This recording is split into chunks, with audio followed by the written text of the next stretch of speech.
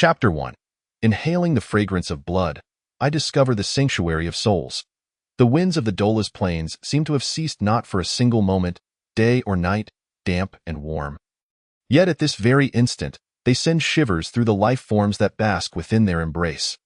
The blood-soaked moon, Suseya, has vanished from the night sky, not having disappeared or failed to rise, but rather, its brilliance has been eclipsed by the rich, unadulterated crimson that saturates the heavens. Jagged streaks of black lightning cleave through the scarlet firmament, as if monstrous hands seek to crush the very earth of the plains. What has turned the winds of Dolas into a chilling breath? What has transformed the once azure sky into a deep crimson hue? It is war, it is defiance, it is blood. The heavens rumble with relentless thunder, while the earth bleeds rivers that refuse to cease. Upon the soil of the Dola's border, the landscape is awash in a sea of red, littered with the mangled remains of men and warhorses. Plumes of black smoke rise, yet before they can engulf the land, they are scattered by the winds of Dolas, dissipating into the distance, leaving only the purest red. This is a vast and brutal battlefield. Dolas stands as a frenzied, cold-blooded meat grinder, where the warring Minute Empire and Osu Empire have already sacrificed tens of thousands of lives to this colossal device of destruction, and the war has only just begun. The two evenly matched empires understand from the outset that this is no light-hearted skirmish akin to a hunt. They can only contend with perseverance, with willpower, and with lives deemed insignificant by those in power. Willpower, like the banners that flutter on the battlefield, may be tattered and frayed. The hands that once held them long fallen and decayed. Yet those banners remain steadfast, defiantly waving in the wind, indifferent to friend or foe. The winds of Dolas, laden with the heavy stench of blood, have grown thick and cold. The sky of Dolas is stained crimson by the blood yet to dry upon the earth, so red that even the blood moon Suseya cannot shine forth its brilliance. Hell, it seems, is no different. The soldiers on both sides cease to tidy the battlefield. At best, they retrieve the corpses of noble commanders when the troops withdraw, handing them over to the logistical units for cataloging, with the promise of a generous gratuity should their families claim them, provided they survive until the war's end. The dead nobles are worth more than the living common soldiers, yet who dares to raise an objection? The people of this world have long resigned themselves to the rules. Ah, is this the bane of the Stedman family? A soldier named Roy, upon uncovering a corpse clad in jet-black Tuman armor, adorned with a golden gladiolus emblem, felt a flicker of excitement in his once numb, near-dead gaze. If he could return this body and endure until the war's conclusion, he would undoubtedly reap a fortune, for every citizen of the Minute Empire knows that the Stedman family signifies wealth and generosity. Griffith Stedman? Another soldier? Ghoul rushed over, wiping the blood from the corpse's face to confirm the identity of the deceased. Yet his eyes did not gleam with avarice. Instead, he kicked Griffith's chest and spat a filthy glob upon his gaunt face.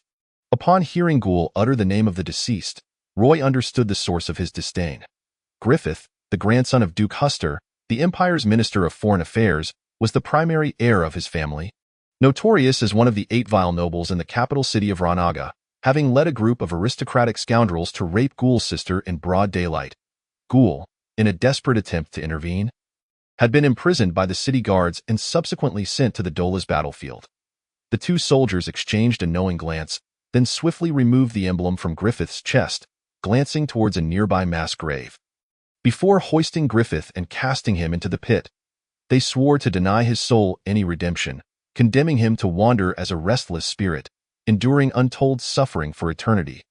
Corpses were soon piled upon Griffith's remains, and they did not bother to bury or cremate them. Indeed, they simply tossed the bodies into the pit, merely to reduce the obstacles when arranging their forces for the next day's fierce battle. When even the dead become an impediment, the cruelty of war becomes unmistakable. In the darkest hour, just before dawn, there is no light, no illumination. Dolas, in its blackest moment, transforms into an eerie dark brown, reminiscent of dried blood. A hand emerged from the gaps between the corpses and the mass grave, its slender joints rivaling the artistry of a sculptor, and even though this hand was smeared with blood, it evoked images of creation wrought in crimson. This hand clenched into a fist in the void, as if attempting to grasp something, only to release in futility, before pressing down upon a corpse's chest. Exerting a slight force, and then the entire figure rolled out from the pit, lying supine at the edge, gasping for breath, as if that moment had exhausted all the strength he had accumulated. Throughout this process, he did not immediately open his eyes, for the self he remembered was already dead. He felt distinctly that his consciousness had dispersed, and now, if he could live on in dreams with his eyes closed, it would be preferable to awaken to the harshness of reality. One longs for life more than one who has tasted death, even if, in dreams, only, that sensation of awareness remains. His consciousness lingered on the moment just before his demise. In a bustling, chaotic urban night, he was a notorious thug, yet betrayed to death by his own woman and brother, and then a bolt of black lightning struck him, reducing him to ash, inhaling the fragrance of blood. "I have found the sanctuary of souls." A peculiar phrase suddenly surfaced in his mind, and he murmured it aloud while instinctively reaching for the spot on his back, where his woman and brother had delivered that fatal blow.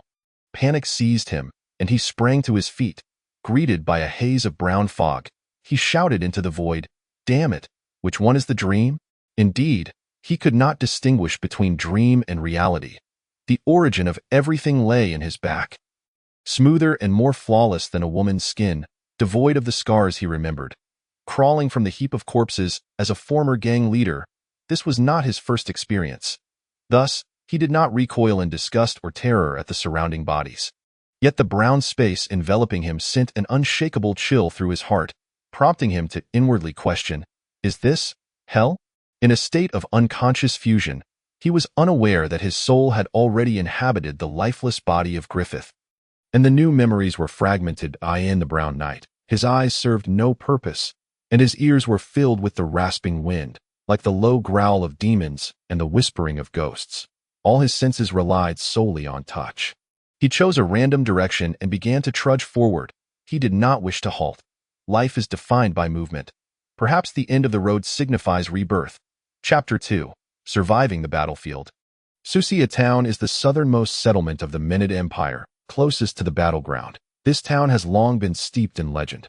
Once, there was a girl named Suseya, wise, compassionate, diligent, and beautiful. One day, a demon awakened in the town, unleashing a dreadful plague that swept through its inhabitants.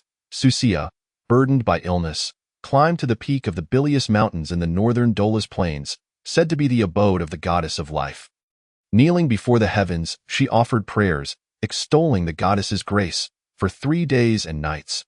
Her fervent devotion finally awakened the slumbering deity, who, moved by her sincerity, bestowed upon Suseya a portion of divine power, allowing her to become the goddess's envoy, saving the entire town's populace and perishing alongside the demon. Thus, in honor of Suseya, the town was renamed Suseya Town. Of course, the veracity of this tale is highly questionable. After all, for thousands of years, no one across the vast continent has witnessed a deity or divine miracle. Yet today, the once peaceful, beautiful, and pure Suseya town has become a stronghold for the Menid Empire's army. Leveraging its advantageous geographical position, the Empire's 12th Cavalry Regiment has constructed a makeshift fortress here. The tranquil town has transformed into a cacophony of noise, the wails of the wounded echoing as the sound of hooves tramples upon the chests of the townsfolk, suffocating their breath. "Foolish peasants, the gods have long abandoned us." Kate observed several elderly villagers leading a handful of lovely maidens, departing the town towards the bilious mountains, rumored to be retracing Suseya's remarkable feat. And he could not help but mock them inwardly. The relentless warfare has inflicted too many scars upon them. Even the most ethereal hope compels them to attempt. Contemplating this, Kate felt a pang of sorrow. His friend? His brother, the one who had shared in his misdeeds in the capital since childhood, Griffith, had vanished. Since returning from the battlefield last night, Kate had stood outside the town, waiting, as the morning sun dispelled the brown night mist. Halting a night of slaughter, the next wave was about to commence. The call to assemble sounded from the camp in the town center, prompting Kate to cast one last glance towards the town's outskirts. Nudging the warhorse that had kept him company through the night, turning its head towards the town as he charged forth. The warhorse beneath Kate was a purebred Anfield, a gift from Griffith during Kate's coming-of-age ceremony. At that time, Kate had vowed to Griffith, promising to train rigorously to become a 12th-level Holy Coffin Knight, and subsequently to achieve glory on the battlefield, aspiring to become the 9th knight of the empire. As soon as the words fell from his lips, he was met with a barrage of blows and curses from Griffith. This horse is not a gift for you to flaunt on the battlefield. That would be akin to courting death. It is meant for escape. Riding into the ranks, Kate bitterly recalled the admonitions of his old friend. Indeed, he still found it hard to believe that the despicable, cowardly, and lecherous Griffith from his memories had perished compared to that. Kate preferred to believe that Griffith had deserted, which was why he had waited outside the town for an entire night. The 12th Cavalry Regiment of the Minute Empire was a peculiar entity within the imperial forces.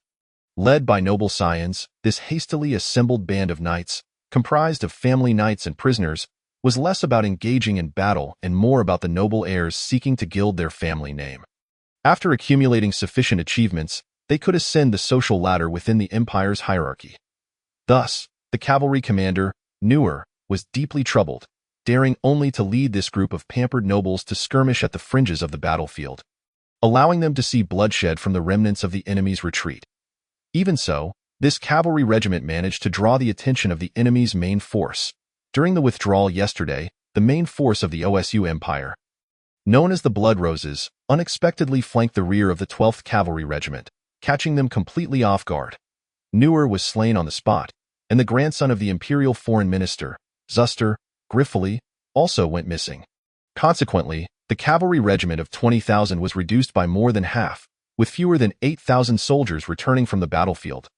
Newer's position was taken over by his aide, Jinsen. Kate observed Jinsen's efforts to maintain order amid the still disordered ranks and sensed his lack of authority, which only deepened his despair regarding the forthcoming battles. Perhaps due to the blood that had dried, the bright sunlight cast a faint golden hue over the blood-stained expanse of the Dola's battlefield, evoking a sense of ironic sanctity.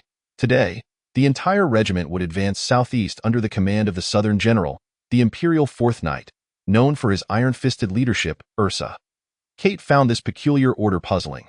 The southeastern part of the battlefield was the stronghold of the Empire's elite troops, and a regiment of their caliber was better suited for skirmishing at the periphery. Why were they being moved to the main battleground? Had Ursa lost his mind, finding their deaths too slow? Suddenly, a sharp command from the leading cavalry halted the entire regiment, for they were currently behind the main force and Jinsen had not deployed scouts, as distant figures emerged from the thin morning mist. The soldiers of the cavalry regiment collectively exhaled in relief, not only because the approaching figures bore no weapons, but also because they were clad in identical Tumon armor to that of the regiment's commanders. It was a foolish noble who had become lost after straying from his unit, having wandered through the night. Such a minor incident could at most ease their taut nerves for a fleeting moment, eliciting a brief, mocking smile. However, when Kate caught sight of the unfortunate fellow's visage, his smile froze, only to be replaced by a more exuberant and astonished expression. Griffith, thank the heavens, you're alive. This is splendid. Amidst a chorus of laughter, Kate charged out of formation like a whirlwind, rushing to Griffith's side. Yet, Griffith's expression was far from welcoming. The suspicion and coldness on his face doused the warmth of Kate's exuberance. He questioned in a language Kate could not comprehend. Who are you? Who am I? What is wrong with you? Did you take a blow to the head? Why are you babbling nonsense? Kate reached out to grasp Griffith's hand, only for him to deftly evade, leaving Kate incredulous. After all, Griffith's knightly rank was 2 levels beneath his own. Griff, what happened? Tell me quickly. It's me, Kate. The Kate who promised to live and die together with you. Do you not recognize me? Kate seized Griffith by the shoulders. And this time, Griffith could not escape. Kate? He softly uttered those 2 syllables, and suddenly, fragmented memories seemed to reconnect. The consciousness of 2 souls from different lives began to intertwine. A deluge of information flooded into his mind, causing an unbearable throbbing in his head, and he momentarily lost consciousness, collapsing into Kate's embrace. Yet again, it was a dream from which he hoped never to awaken in the bustling city of Rone. He was infamously known as one of the 8 villains of the capital, notorious for bullying the weak and committing every conceivable atrocity. Within the austere walls of the Count's estate, the old Count Zuster personally selected 500 elite family guards for him, earnestly advising, for a noble, the greatest achievement on the battlefield is not how many enemies you slay, but whether you can return alive after the war. On the bloody battlefield, he always heeded the old count's teachings, restraining his subordinates alongside Kate, staying at the rear during attacks, and leading the retreat. Just yesterday, as they were preparing to withdraw, enemy cavalry from the Blood Roses had unexpectedly charged from the rear. He had just commanded his men to swiftly retreat southwest when he felt a blade pierce his lower back, struck by one of his own. So, we are all one and the same, all victims of betrayal from behind, which is why we have traversed into this body. His consciousness had fully awakened, and he felt a sense of gratitude, grateful for being granted a second chance at life. And also grateful that this body was also a rogue. For him, being a good man felt far too distant and difficult. Griffith Stedman? The surname had a pleasant ring to it, suggesting a twist of fate. Stedman. Slow to die. Was that not the essence of survival? Otherwise, how could a body on the verge of death come back to life? Lost in self-indulgence. Oh no, now he was Griffith, completely oblivious to Kate, who had been attentively watching him as he threw his head back and laughed heartily. Griff, what is wrong? Are you feeling better? Do you remember who I am? Kate remained by Griffith's side, his face etched with concern. Hey. Kate, am I so easy to kill? I'm fine now. Griffith clapped Kate on the shoulder, a familiar smile gracing his pale, gaunt face as he rose and glanced around. This was a simple marching tint. You're really all right? I was so worried just now. Thank goodness, Griff. Kate exclaimed, embracing Griffith, the pungent odor of sweat nearly causing Griffith to faint again. Cough, cough. I say, Kate, where are we now? Is there no battle? What about our men? Griffith managed to push his friend away, hastily inquiring about the situation. We have already joined forces with the Kanglan Legion and the Zijingwa Legion. Shortly, we will advance southward alongside them, Kate replied, spreading out the marching map to indicate their current location. Advance southward? What nonsense! Griffith was acutely aware of the fighting capabilities of his cavalry regiment and questioned why the two main forces would want to include their group of dead weight. It seems our losses yesterday exceeded the expectations of the command. They fear it won't look good upon return and are now deliberately protecting us, Kate cautiously suggested. Protecting us? Since when has Ursa, that madman, cared about the grievances of noble elites? I tell you, the unspoken rules among those nobles are nothing to him. Even if a prince were here, he would dare to send him to the front lines to die. The benefits of memory fusion allowed Griffith to easily grasp this subtle doubt. Kate stared in astonishment at the seemingly transformed Griffith before him. The Griffith he remembered, while not a coward, was certainly synonymous with hesitation. Are you saying they are deliberately sending us to our deaths? Kate found it hard to accept this conjecture. The Kanglan and Zijingwa are both highly mobile cavalry units. Compared to them, our cavalry mounts are mere donkeys. If I am not mistaken, they will likely advance southward a distance to engage the enemy and then feign retreat, encircling us from both sides. Once we attract the main force of the enemy, they will close in for the kill. Griffith circled a spot on the map. Such a strategy, having thoroughly studied the art of war in his past life, seemed to Griffith a mere trick. Go outside and see if there are any other legions besides our cavalry regiment. After issuing the command, Griffith settled back down while Kate stepped out of the tent. Kate was already accustomed to being summoned by Griffith. In fact, he was 2 years older, yet Griffith's cunning ideas often placed him in command. Moments later, Kate rushed back, drenched in sweat. To our flanks, the 9th and 10th regiments are stationed, bringing our total to nearly 50,000. Additionally, Kate hesitated, wiping the cold sweat from his brow, unable to continue. 50,000, roughly equivalent to the entire Kanglan Legion's strength. What else? Speak quickly, Griffith urged, rising in agitation. The commander's flag, Ursa's flag, remains with our forces. Wait. Before Kate could finish speaking, she was interrupted by Griffith, who rubbed his dizzy forehead vigorously before saying, I was mistaken. They do not intend to encircle the main force of the Blood Rose cavalry in one fell swoop. Instead, they aim to employ a tactic akin to Tianji's horse racing, seeking to use our 3 cavalry divisions to hold up the Blood Rose, while they free up their hands to deal with the enemy's Black Bats and White Roses. The second-rate divisions, thereby maximizing the annihilation of the enemy's living forces. What is this Tianji's horse racing, and what living forces? Griffith's words left Kate bewildered, yet she grasped the general meaning. The pressing question for her was why Griffith, who had been missing for a night, had returned transformed into a cunning military genius. Had he been possessed by some divine spirit? "Let's go take a look," Griffith declared, leaping from the campaign bed and leading the way towards the tent's entrance. Having just been reborn, he was unwilling to become cannon fodder and perish in such a muddled manner. The situation was clear. Lingering here would only draw him closer to death. Chapter 3. Charging from the rear. Fleeing from the front. Outside the tent, pikes stood tall. Iron shields formed a wall.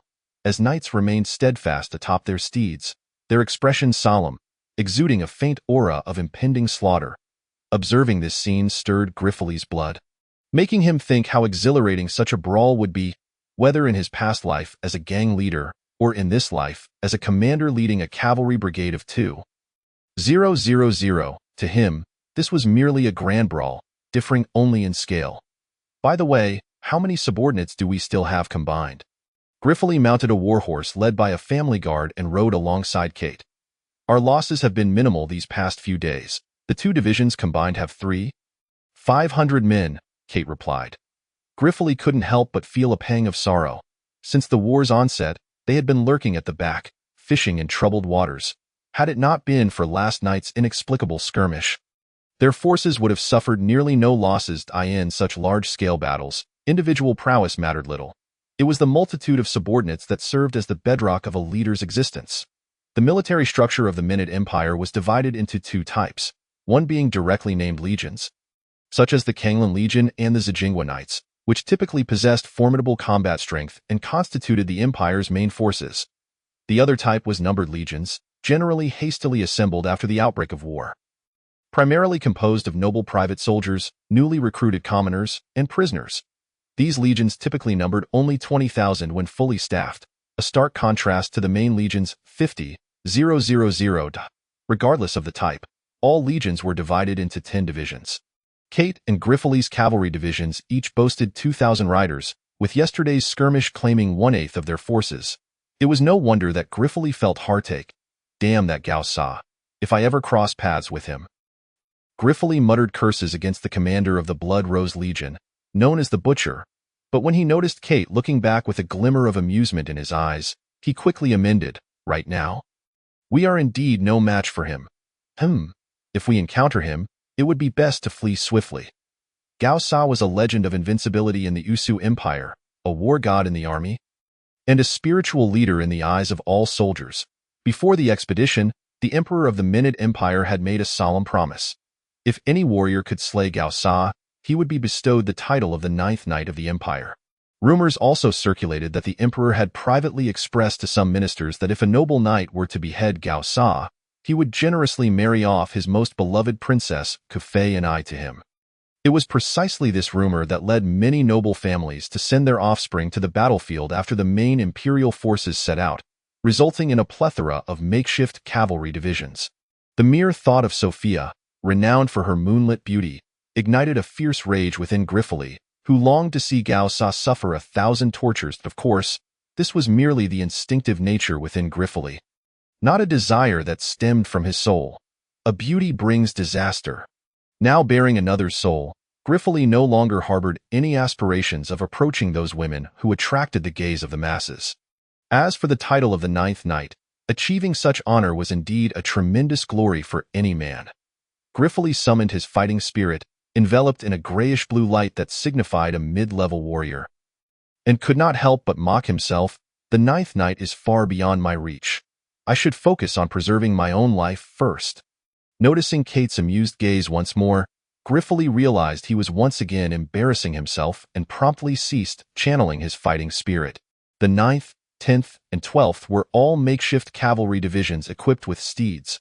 When over 50,000 men gathered, clad in fine garments and atop shining horses, their banners fluttering, they presented a formidable spectacle, yet their uneven strength and loose discipline were apparent. If one were to seek any semblance of warrior spirit among them, it would be the fierce countenance of each soldier, marked by the scars of slaughter. Damn it, a bunch of paper tigers, Griffith muttered under his breath, further solidifying his resolve to flee.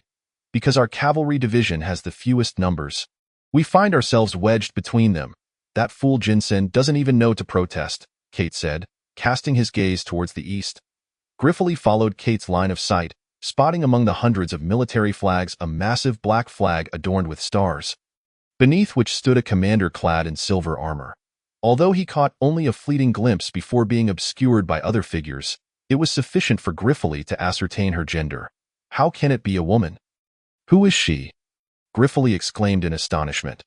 The only daughter of Commander Ursa from the southern region, Kando, Kate replied, glancing again at the scene, clearly having only heard of her name without ever having met her. Kando, at the tender age of 20, was the sole daughter of a marshal who should have been pampered and adored, yet she preferred martial prowess over finery. It was said she had stepped into the realm of advanced warriors at 17, and now rumors suggested she had reached the pinnacle of that level. Upon hearing Kando's name, a cascade of information flooded Griffith's mind. A memory belonging to this body that it was evident that the former Griffith was well acquainted with the noble daughters of the capital, showing how starved he was for connection. However, as Ursa had long taken his daughter to the battlefield, Griffith, like Kate, had never laid eyes on Kando. If it weren't for Kando personally overseeing the standard, do you think it would only be the two of us contemplating escape? Kate spoke the truth.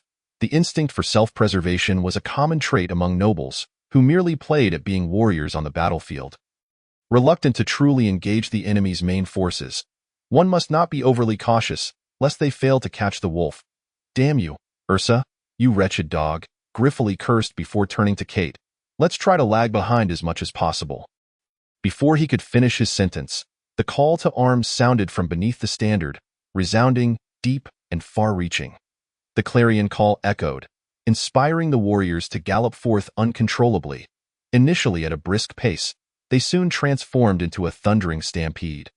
The sound of hooves crashing like thunder, shaking the very heavens and earth, on the plains of Dolas, as a mass of dark clouds swiftly parted. They morphed into parallel black lines, akin to surging waves rushing forward.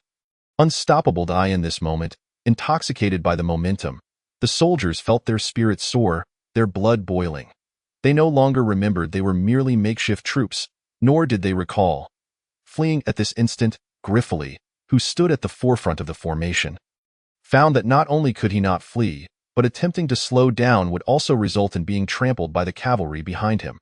All he could do was lament, uttering a phrase, "In the battlefield, one is at the mercy of fate."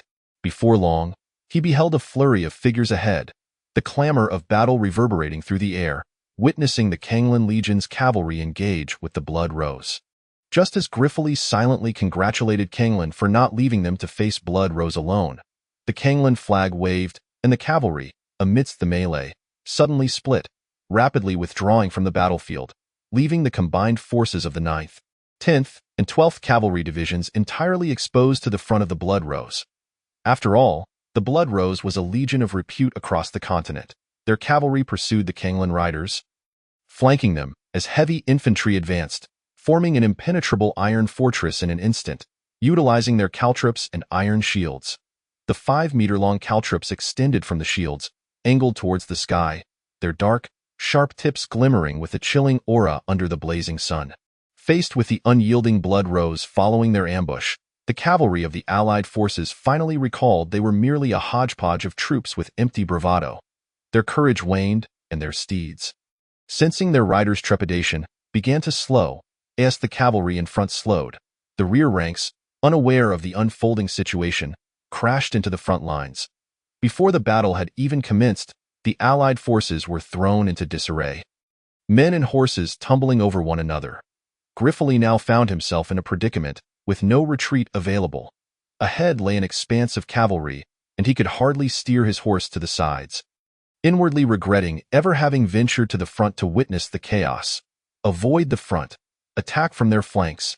Just as he was about to collide with the enemy's heavy infantry, a clear and resonant female voice rang out amidst the cacophony of battle, cutting through the noise and reaching the ears of every Allied soldier. This was Kando, utilizing her profound fighting spirit to deliver the command. Tio Griffith, this voice was akin to a celestial melody, heralding an opportunity to escape. Griffith, who had narrowly escaped being flanked by cavalry on both sides, found the space around him opening up after Kando shouted a command. He immediately exchanged a knowing glance with Kate, who, in turn, shouted to the soldiers trailing behind, "Follow our lead, and do not fall behind." Griffith, leading the charge, galloped southwest, a maneuver that should have placed them at the forefront of the enemy engagement, but instead left them at the rear. However, Griffith had no intention of recklessly clashing with the warriors of the Blood Rose. The 9th and 10th Cavalry Regiments were the first to engage with the Blood Rose, their battle cries echoing as they surged into the enemy ranks like waves crashing against a cliff. Their inevitable demise assured after being ground down in the fray, leaving a fleeting glimpse of valor that would ultimately stain the sands of Dolas with their blood. Griffith was neither inclined to sing the lament of war nor to mock his comrades for their ignorance. As he and Kate led their cavalry unit away from the main battlefield, they swiftly veered westward, effectively making their escape, a clean and decisive retreat. Chapter 4. In the name of Kondo, after galloping desperately westward for several miles, Griffith and Kate finally halted to regroup their forces. Fortunately, their cavalry was composed primarily of family guards and prisoners, with few hot-blooded recruits eager for battle, which resulted in only a minor loss of about 100 men during their flight. Turning his horse around, Griffith glanced back and noticed that a considerable number of cavalry, bearing the banner of the Minute Empire, were also fleeing in this direction. Enraged, he exclaimed, "Damn it, what a choice of location! Are they inviting the Blood Rose cavalry to pursue us here?" "There's no choice," Kate replied, equally frustrated. "Most of our garrison is situated near the town of Suseya. We can't head back that way." This predicament made their return to Suseya impossible, undoubtedly leading the enemy straight to their stronghold, jeopardizing their supply lines. Griffith understood that they were not the only cavalry unit with thoughts of retreat. Now, returning would likely invite severe punishment, especially as they were the leaders of this flight. He looked up at the distant mountains to the west, his resolve hardening. "Continue onward. I refuse to believe that the Blood Rose will drive us into the dark recesses of the western mountains." Kate opened his mouth to respond, but, accustomed to following Griffith's orders, swallowed his dissent and waved his whip, urging their horses westward. After galloping for a while longer, Griffith began to sense something amiss. The number of minute cavalry trailing behind was not diminishing but rather increasing. Doubt gnawed at him. "What is going on? Why are they all rushing in our direction?" Griffith had long since lost track of his Nidus lance, gripping the saddle tightly as he leaned toward Kate, who was riding alongside him. "Griff, we need to stop. Our horses will die from overexertion," Kate cautioned. Both he and Griffith were mounted on exceptionally valuable steeds, but their subordinates' horses were far less capable. After less than 2 hours of frantic galloping, some of their mounts were already frothing at the mouth. "Damn it," Griffith muttered, recognizing the truth in Kate's words. No horse could endure such reckless speed. Even if some could run for days on end, but that required a sustainable pace. Kate signaled to their men to cease their frantic flight and switch to a slower trot. Only then did Griffith halt his horse and gaze back. What he saw sent chills down his spine. Among the fleeing cavalry behind them, the black banner adorned with stars, representing their commander, was unmistakably present. Though Griffith, that banner now appeared as a harbinger of doom. "Why is Kondo retreating?" Kate questioned. Having also spotted the standard, he found it perplexing. He might have accepted Kondo's death more readily than seeing her flee alongside them. Realizing the gravity of their situation, Griffith regained his composure and said to Kate, "At this point, no matter how fast we run, we cannot outpace the elite cavalry of the Blood Rose. It would be wiser to join forces with them. Perhaps we might carve out a path for survival." Kate, in agreement, promptly ordered their men to turn their horses around and form an attacking formation. The reinforcements arriving from behind numbered nearly 10,000, most of whom were wounded and dispirited. Kondo, beneath the commanding banner, wielded a silver spear etched with intricate magical runes, clad in a shining silver half-armor that accentuated her striking figure. Despite the chaos of battle, she appeared immaculate, her white horse, gleaming armor, and silver spear rendering her a vision of grace amongst the dark-clad remnants of her forces. She wore a helmet adorned with golden and silver pearls, with a deep blue agate gem embedded at the crown, and red cherry blossoms trailing behind, symbols of authority and nobility. Her straight golden hair cascaded down to her waist, swaying gently in the winds of Dolas, while her deep blue eyes held a tranquil, almost emotionless gaze, drawing one in with their depth.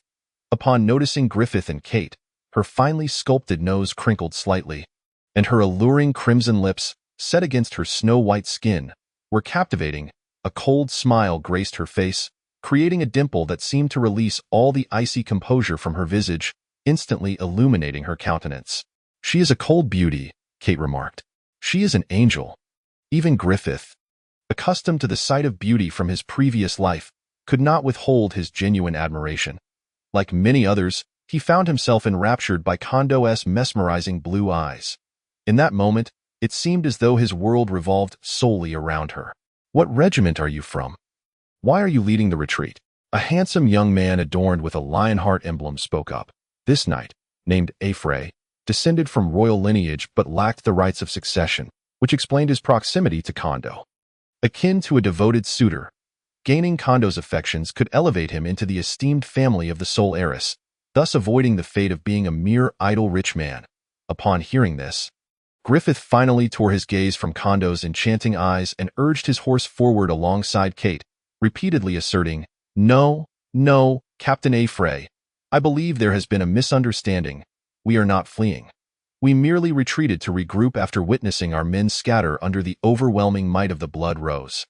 As you can see, we have arranged our formation to prepare for a counterattack to aid you.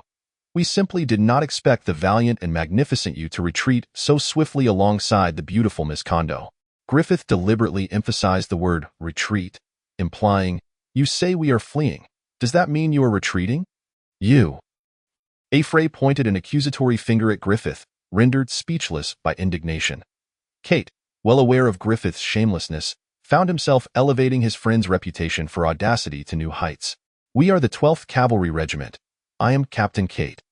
May I inquire, Captain Kondo, how many Blood Rose cavalry are pursuing us?" Upon seeing Kate's formidable presence and his straightforward inquiry from a purely military perspective, the other cavalry commanders surrounding Kondo suddenly recalled the pursuing enemy and ceased their attempts at reproach. "Approximately 5,000 cavalry. They have been relentless in their pursuit, and had we not been so disorganized, we would have struck back long ago," a robust cavalry captain replied, clearly attempting to save face. "Only 5,000? We currently have over 10,000 men. We could counterattack and possibly carve out a path for survival." "Kate and I are willing to take the lead," Griffith suddenly proposed, deviating from his usual demeanor, eye in Kate's eyes. This was akin to a death wish. The cavalry commanders who had retreated alongside Kondo were already simmering with frustration from being pursued by the Blood Rose. And with Kondo at their side, they could not afford to cower before a beauty, voicing their agreement to Griffith's bold plan. Just then, the distant sound of thunderous, synchronized hoofbeats, accompanied by a cloud of dust, reached their ears, quickening their hearts. The cavalry of the Blood Rose had caught up. "Are you insane?" Kate exclaimed, grabbing Griffith's arm. Ignoring Kate's protests, Griffith drew his sword from his waist, pointed it skyward, and roared, "For Kondo. Charge!" With that, he led the charge against the oncoming Blood Rose cavalry. Reluctantly, Kate followed suit, shouting, "For Kondo, charge!" as he urged his horse to keep pace. Leading the way, Griffith, having distanced himself from the main group, discreetly signaled to Kate, who was resigned to the prospect of sacrifice, silently cursing Griffith's shamelessness. The other cavalry commanders, witnessing Griffith's audacious lead, felt emboldened to present a brave front before Kondo, believing that the 5,000 elite cavalry of the Blood Rose were not as formidable as they seemed. And they too joined the fray, shouting, "For Kondo!" as they charged forward. With so many rallying for Kondo, they surged toward the Blood Rose, and Kondo, observing Griffith, felt a flicker of doubt arise in her eyes, though it vanished as quickly as it appeared. After exchanging a few hushed words with her aide holding the standard, she snapped the reins and galloped to join the charge. The Blood Rose cavalry, relentlessly pursuing, observed the Minid cavalry, which had already been reduced to a state of disarray akin to that of a lost dog. Realizing that their adversaries still possessed the strength to retaliate, they seized the opportunity under their commander's orders to tighten their formations, intending to deliver a devastating blow. Two cavalry forces, cloaked in swirling dust, swiftly closed in, 1,000 meters, 700 meters, 500 meters. At this moment, both sides could discern the expressions of the leading cavalrymen. At 300 meters, Griffith and Kate, charging side by side, exchanged a knowing glance, then swiftly turned their mounts, guiding their followers to diverge to either side. In the fleeting moment before contact, they feigned an attack in the name of Kondo and fled precipitously. Chapter 5. The Commander of the Remnants. Chapter 5. In the name of sustenance, this fierce encounter, drenched in bloodshed, transcended the bounds of mere tragedy. Leading the charge, Kate and Griffith, along with their cavalry, disengaged from the battlefield at the very instant they were to confront the Bloodrose. The Bloodrose cavalry, having meticulously organized themselves for an advance, found themselves unable to split their forces to pursue. Thus the 9th and 10th Cavalry Regiments of the Minute Empire, following closely behind Griffith, fell victim to misfortune as the two sides collided violently into chaos. At this juncture, fleeing and praying became mere fantasies, or perhaps a swift death in the narrow confines of combat. It is the brave who prevail, in stark contrast to the formidable Bloodrose. The Minute Cavalry, deprived of any chance for escape, found themselves compelled to defend their meager dignity with swords, fervent blood, and an unyielding resolve, willing to perish together. The battle raged until the sun dipped below the horizon, concluding only when the last Minute cavalryman fell, marking a Pyrrhic victory for the Bloodrose. The pursuing Bloodrose cavalry sustained over half their numbers in sacrifices amid the desperate resistance of the Minute cavalry, who were now left with more than 4,000 survivors. With no resources left for pursuit, they could only regroup and await reinforcements. This granted Griffith and his men ample time to flee. In truth, they had become a huddled mass, clinging to their horses in a desperate escape. Naturally, Griffith was quite pleased with the outcome of this self-scripted campaign, which benefited him at the expense of others. His only grievance was that Kondo seemed to have seen through his ruse from the outset, managing to escape with over 1,000 cavalrymen, still bearing the standard, as they followed Griffith into the darkened lands. After fleeing through the night, more and more steeds succumbed to exhaustion, collapsing along with their riders. Observing the dense shadows ahead, indicating their approach to the outskirts of the Darklands, Griffith finally commanded his men to rest for a moment. Just as he dismounted, Every charged toward Griffith, his face contorted with rage, eyes blazing with a predatory gleam. He bellowed, "Griffith, you scoundrel! What do you have to say for yourself this time? Don't tell me it's another retreat." In an instant, as the throng closed in, Kate had drawn her sword, positioning it protectively before Griffith, while 4 guards swiftly emerged from behind, encircling him. Their sudden display of concentrated energy revealed their status as seasoned warriors. With these formidable allies at his side, Griffith glanced at his remaining troops, nearly 3,000 strong, and then at Every's insufficient contingent of scarcely 1,000, including Kondo. He erupted into a triumphant laugh. "Captain Every, you should ascertain the situation before directing your ire at me. Do you believe I wouldn't wipe out your pitiful lot if you provoke me?" The sheer number of his forces emboldened Griffith, who threatened Every like a lowly ruffian. You despicable wretch, in the name of nobility, I demand a duel." Every, incensed, flung his glove at Griffith's feet. "A duel?" Griffith squinted at the furious Every, a sardonic smile gracing his lips. "You wish for a one-on-one? Alas, I have always held a deep disdain for such affairs, so," he paused, gesturing to the soldiers behind him who were leaning against their steeds, watching with keen interest. "My idea of a duel is a battle of many against many. If you have no objections, let us commence." The cavalry behind Griffith, knowing they were no match for the elite Bloodrose, felt invigorated at the prospect of engaging with Every's motley crew, especially given their numerical advantage. They eagerly donned their armor, poised for action, awaiting Griffith's command. Every, however, faltered. He was no fool, and his earlier confrontation had been fueled by indignation, partly to impress Kondo. He had not anticipated Griffith's obstinate willingness to engage in battle. Disregarding his noble lineage in that moment, Every cast a desperate glance toward Kondo, hoping she would intercede. Yet Kondo paid him no mind, engrossed in meticulously grooming her steed, seemingly valuing her horse's welfare over Every's life. It was Kondo's aide, a petite and spirited girl, who could no longer bear the sight and glared at Griffith, her voice ringing clear. "This is nothing but taking advantage of the situation. I feel ashamed to represent nobility alongside a scoundrel like you." The aide, adorned with a full-face feathered helm, remained steadfastly by Kondo's side, embodying the sentiments of every man present. Kylan, Kondo suddenly spoke.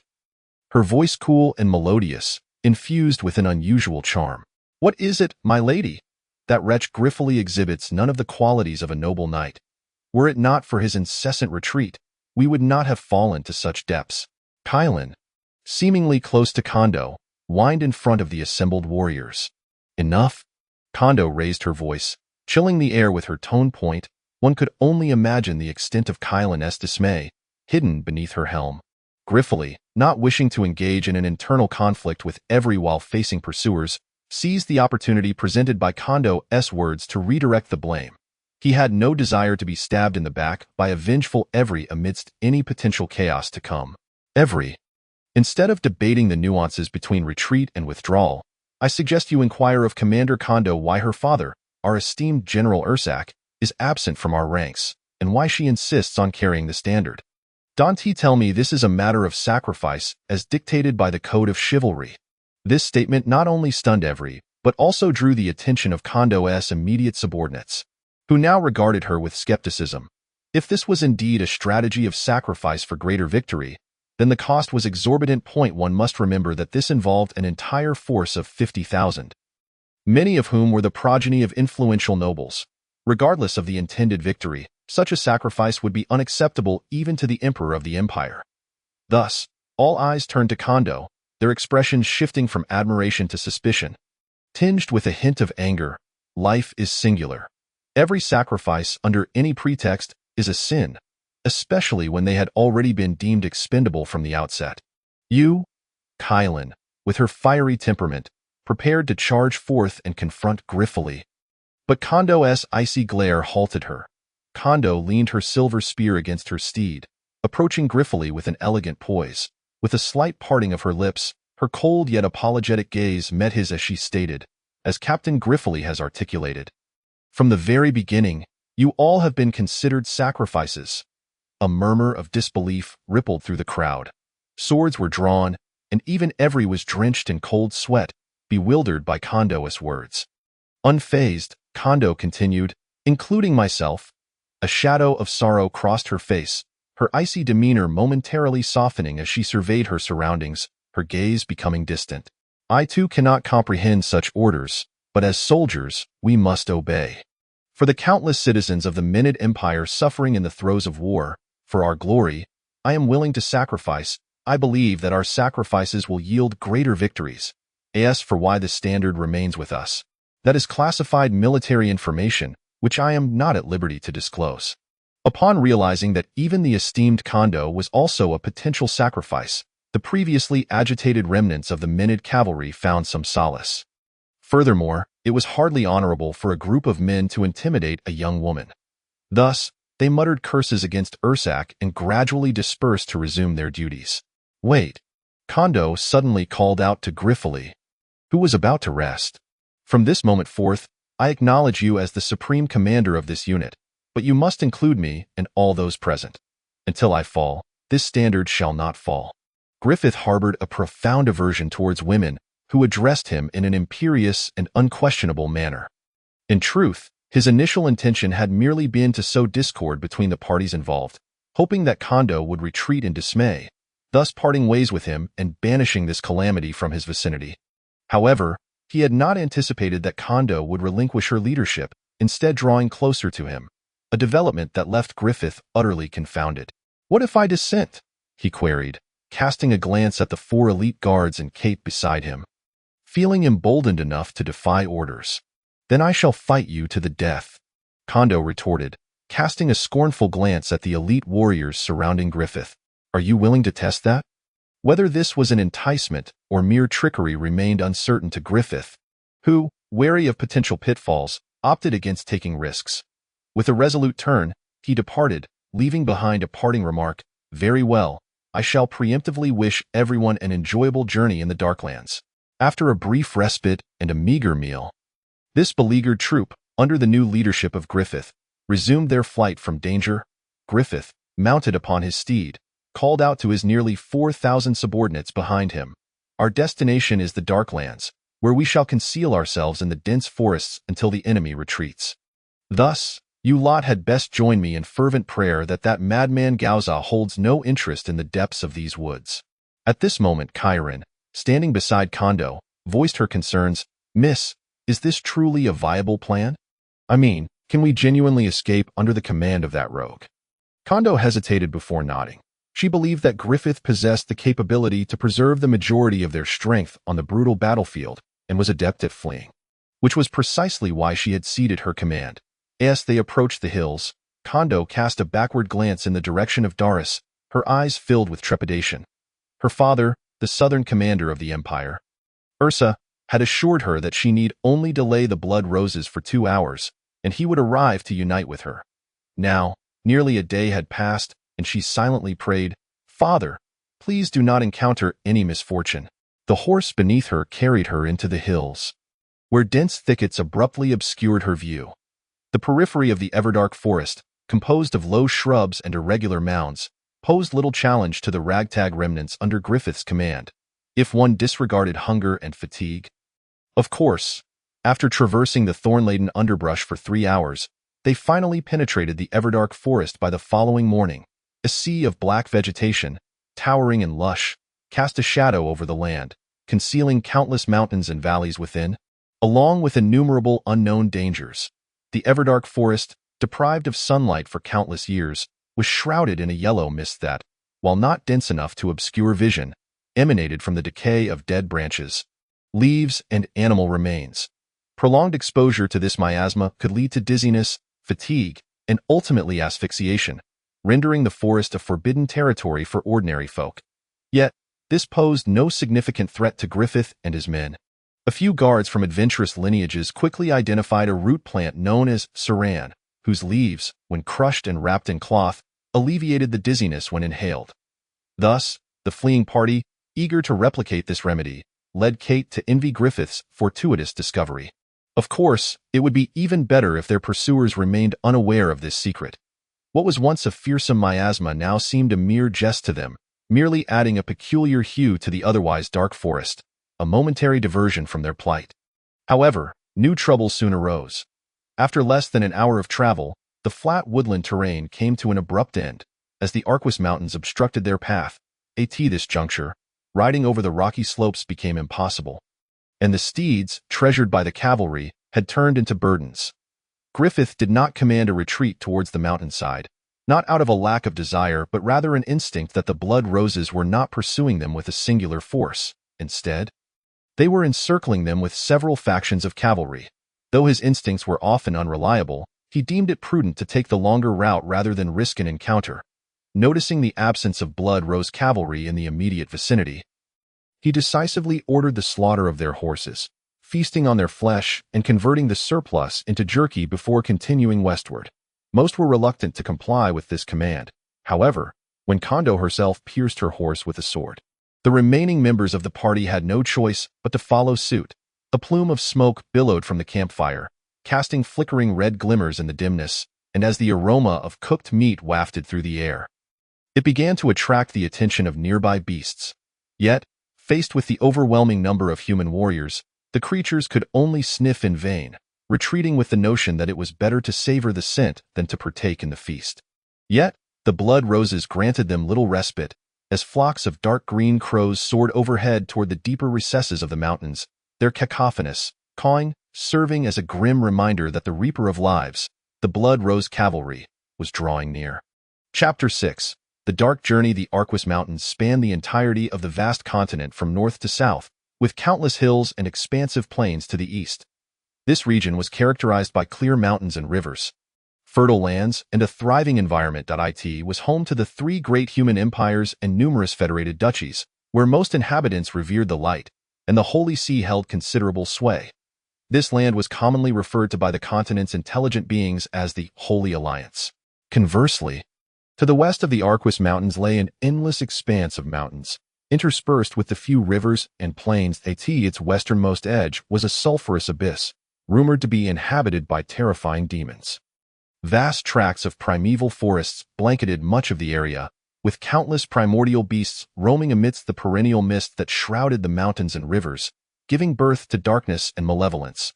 The intelligent beings here worshipped the dark, valorizing violence and conspiracy, holding evil as their highest creed. Generations of half-orcs and bloodthirsty nightfolk resided here, alongside multitudes of humans, most of whom fled to this haven after being branded as heretics by the Holy Alliance. They harbored mutual animosity yet remained united in their plight. It was said that deep within the ancient mountains lay a few remaining ancient dragons. This realm was known as the Darklands by the Holy Alliance, and its intelligent inhabitants were deemed heretics. In summary, the vast continent was a world where swords and sorcery, saints and heretics, dragons and beastfolk coexisted. A realm perpetually saturated with blood and fire, love and sorrow, upheaval and counter-revolution, faith and blasphemy, fantasy and turmoil. The gods proclaimed that all turmoil stemmed from the roots of sin, while the faithful contended that the true source of sin lay in the abandonment of the divine. Indeed, those exalted beings, who once inspired awe in the weak and oppressed, had vanished for millennia, and the so-called miracles had not been witnessed by even their forefathers. The notion of faith had gradually waned over generations. And in everyday life, people increasingly relied on their own strength. Only the wretched and the desperate placed their survival above faith. The divine had become a source of amusement for the nobility, while the commoners, when speaking of the gods, exhibited a flicker of reverence in their eyes, though merely a trace, often overshadowed by the fear they felt in the presence of their lords or constables. Under the relentless pursuit of the blood roses, Griffith and his companions hastily gathered their roasted or partially cooked horse jerky and began to traverse the mountain range before them, perhaps due to their meal. They managed to cross the mountains before noon, reaching a canyon without incident. Their dark journey was set to commence from this very point. Following a warning from his family guards, Griffith learned of the canyon's ominous name, the Abyss of No Return, implying that once one entered, they would embark upon an irreversible path. Yet, for Griffith, who had experienced death and rebirth, what did no return truly signify? The end of the road heralded new beginnings. Furthermore, they were already thrust into the fray. With no retreat possible, ignoring his guards' warnings, Griffith boldly stepped into the abyss of no return, an icy chill of deathly silence enveloping him as nerves prickled his skin. A series of whirlwinds spiraled within the canyon, colliding with the cliff walls and emitting eerie, whose sounds that sent shivers down the spine. After traversing several hundred meters, they encountered not a single beast, nor even the remains of one. The forward scouts finally discovered a rudimentary trap constructed of vines, wooden frames, and sharpened bamboo stakes, which the scout shattered with a single stroke of his sword. Rather than being discovered, it was more accurately triggered, yet the scout bore a self-satisfied expression, believing the heretics of the Dark Lands to be of little consequence. Damn it! We cannot advance any further. This must be a gathering ground for some dark creature, one that would devour us to the bone. Ephra shouted loudly, his piercing voice echoing through the canyon, relentlessly testing their hearts and eardrums, causing even the most stalwart warriors to break out in a cold sweat. This cry, while startling to some, elicited little more than mild surprise. In fact, very few dared to glance back at him, as most of their attention was fixated on Griffith, who had undoubtedly become the de facto leader of this group. Dark creatures? Griffith mused with a faint smile at the corner of his lips. To me, only where there are people is there opportunity. With this thought, he disregarded Ephra's demeanor and turned his gaze to Kando. He was not concerned about Kando's potential opposition. In fact, he secretly hoped she would halt her advance. Allowing him to rid himself of this troublesome sprite, in response to Griffith's inquiry, Kando merely furrowed her lovely brows and turned her head away, seemingly seeing through Griffith's ruse, and remained silent. The troops continued on their journey.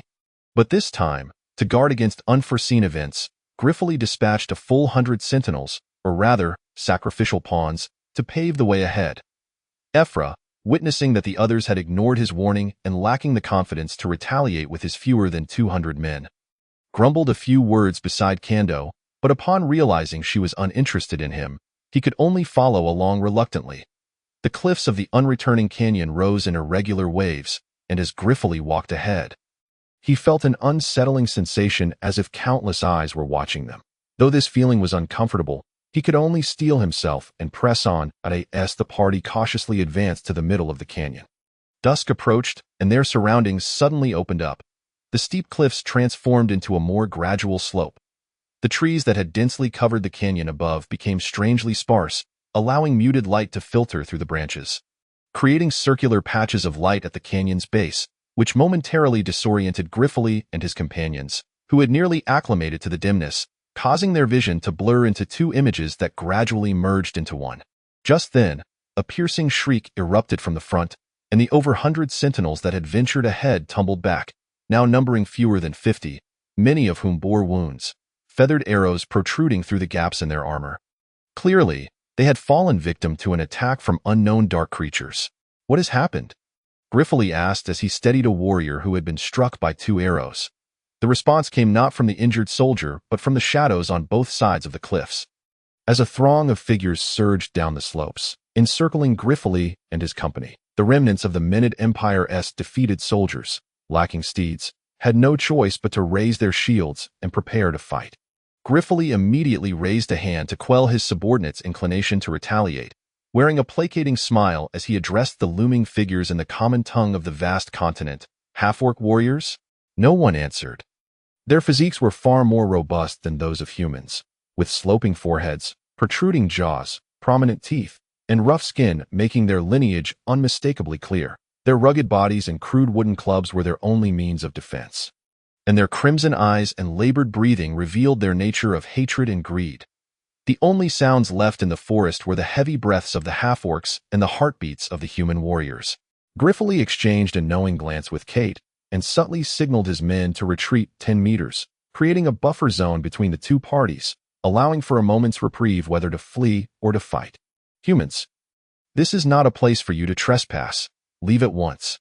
Perhaps observing that the human warriors had only retreated a mere dozen steps before halting, a gruff voice boomed from the cliff's summit. As the half-orc warriors parted to allow passage, a half-orc of considerable stature descended from the southern slope. Adorned with a crown woven from bird feathers, his bare torso showcased bulging muscles, his thick body hair merely a backdrop to the formidable strength that lay beneath. A simple linen skirt encircled his waist, with 3 spears slung across his back, and a massive wolf-tooth club rested upon his shoulder, gripped in his right hand as easily as one might hold a toothpick. However, Griffith did not fixate solely on the half-orc chieftain. His attention, along with that of Kate and the approaching Kando, was drawn to a half-orc warrior who lagged half a step behind the chieftain.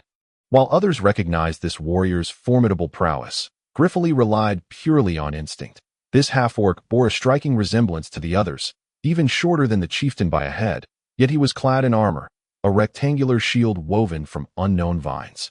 Coated in grease, reflecting a subtle sheen in the light, a hole had been cut in the center, allowing him to don it like a garment. In his hands was not a crude wooden club or a simple iron sword, but rather a fearsome, 2-meter-long battle axe, its blade as large as a grinding stone, gleaming ominously, its edge sharp enough to instill dread. This was a half-orc warrior who understood the value of arming himself, perhaps one who had traveled through the realms of humanity. Mighty, esteemed half-orc chieftain. It was no surprise that someone from this half-orc tribe understood the common tongue of the continent. Griffith felt a surge of hope and stepped forward, signaling his family guards and Kate to remain behind. Approaching within 5 meters of the chieftain, he drew his sword from his waist and cast it to the ground, placing his right hand over his heart and bowing respectfully before the half-orc chieftain. He continued, "Noble chieftain and all great half-orc warriors, we mean no harm. On the contrary, we seek refuge or trade." In the human realms, half-orcs were often considered synonymous with lowliness, yet here Griffith flattered them as noble and great. Drawing disapproving glances from his own warriors, including Kando. "Refuge? Trade? Cunning human, while I admire your bravery, do not perform such tricks before me. We require no trade. As for refuge, seek it from the weapons you hold." This was a half-orc tribe situated closest to the human territories. Having endured generations of human deceit and betrayal, naturally, the chieftain was not easily swayed by the human before him. Griffith, undeterred, recognized that if the half-orc readily agreed, he would feel even more uneasy. For distrust between different races was inevitable, and the animosity between humans and dark races had persisted for millennia. "Look, what is this?" Griffith produced a pouch of coins from his waist, shaking it to let the gold within emit a delightful jingle. "I can offer you gold." Yes, gleaming gold. As he spoke, he poured the coins onto the ground, allowing them to scatter and gleam enticingly. However, the half-orc warriors merely cast a disdainful glance before ignoring the coins, while the chieftain laughed heartily. Human, do not flaunt such trivial possessions before my esteemed warriors. Gold? I can tell you, we have a vast underground gold mine in our gathering place. Indeed, noble chieftain, forgive my ignorance. In Griffith's world, everything could be negotiated. As long as there was dialogue, there could be no impossible transactions. This opportunity lay before him, and he would not relinquish it easily. Then, Griffith surveyed the weapons in the hands of the half-orc warriors. Pointing to his discarded sword, as you can see, I can't provide you with weapons. These could arm your tribesmen, transforming them into the strongest warriors on the continent. Upon finishing, Griffith signaled to his subordinates. And under Kate's guidance, a mountain of knightly lances, exquisitely crafted bows, and arrows soon piled up behind him. Aside from their swords, these defeated soldiers had nearly surrendered all weapons capable of posing a threat. Amusingly, this included a few bricks cast aside by a former prisoner among them, which brought Griffith back to memories of his past life, where street fights and brawls were commonplace. Observing the sudden accumulation of weaponry behind Griffith, the half-orc warriors, who typically boasted their warrior status with crude arms, found themselves irresistibly tempted. The glimmer of eagerness in their eyes revealed their desperate longing for effective weapons, instead of the mere wooden clubs they wielded. Even the chieftain's throat visibly bobbed. Had it not been for the sword still strapped to Griffith's side, he might have succumbed to a violent urge to eradicate this feeble band of humans before him. At this moment, the orc chieftain turned to glance at the orc warrior clad in armor and wielding a massive axe behind him, clearly indicating that the individual held a significant position within the tribe. However, the orc remained indifferent, casting his gaze aside, displaying an utter lack of concern for his surroundings. Very well, clever human. I concede that your sincerity has stirred me. Yes, it has piqued my curiosity, albeit insufficiently. Merely these weapons are inadequate to compel us to assist you against unknown foes. These arms are far from enough. Do you comprehend my meaning? The orc chieftain's eyes greedily fixated on the weapons behind Griffith. His expression fervent as if he were gazing upon his first love. Griffith exaggeratedly wiped his brow. In truth, he was unfazed by the orc's sudden demands. Given the chieftain's pitiable intellect, they ought to pray that Griffith was not there to enslave them. The warriors behind Griffith visibly exhaled in relief, their hands, which had been tightly gripping their swords, instinctively loosening. Even Kondo quietly released a breath. For some inexplicable reason, she had harbored an unshakable trust in the roguish Griffith from the very beginning. Esteemed orc chieftain, as you can see, we are a band of deserters. Aside from these weapons, we possess nothing. The enemies of the OSI Empire have invaded our homeland, seizing our cattle and all our provisions, slaughtering our kin, including the elderly and children. Despite our desperate resistance, we suffered heavy casualties and were compelled to retreat to the Darklands in search of refuge. We are not cowards. One day, we shall reclaim our dignity trampled by our enemies with the swords we wield, I swear. As Griffith spoke, he fiercely pinched his thigh, finally squeezing out a few tears from the pain. His impassioned words left many local warriors from Dallas behind him in tears. Even Kondo's eyes reddened. Yet, recalling his fabrications, she couldn't help but roll her eyes at him from behind. As the saying goes, to raise the price while sitting is to return the payment on the spot.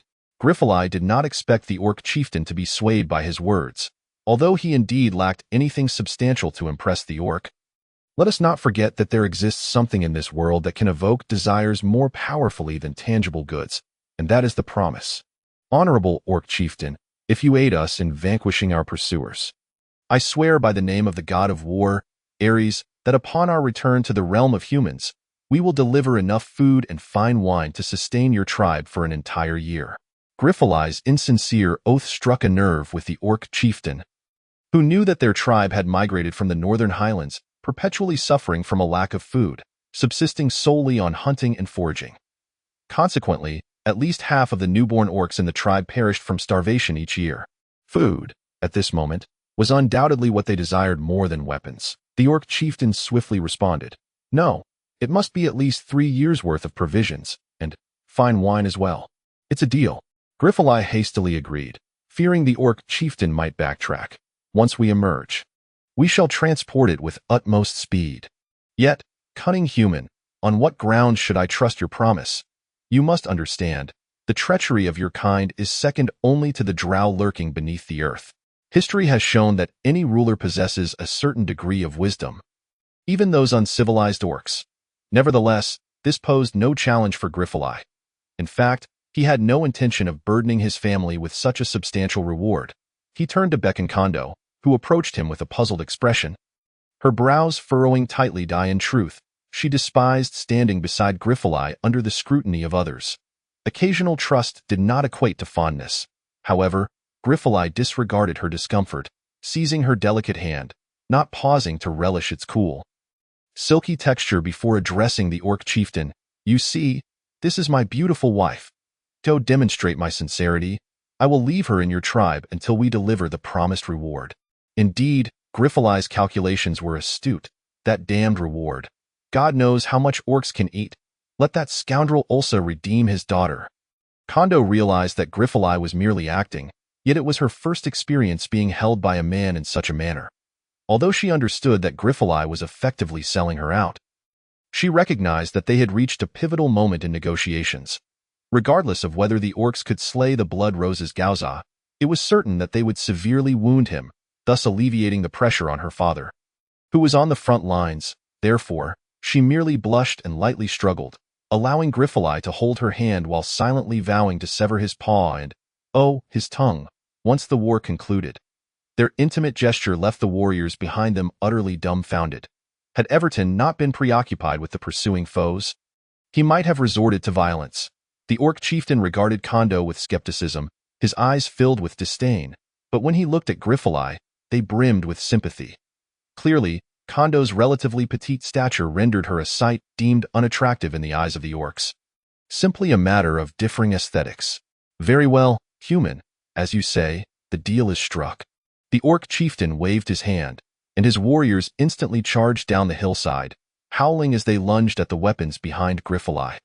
The chieftain himself strode forward, extending his large hand towards Griffith, a friendly smile gracing his face. Welcome to the Ghana orc tribe. My name is Ghana, a rather tongue-twisting yet unremarkable name.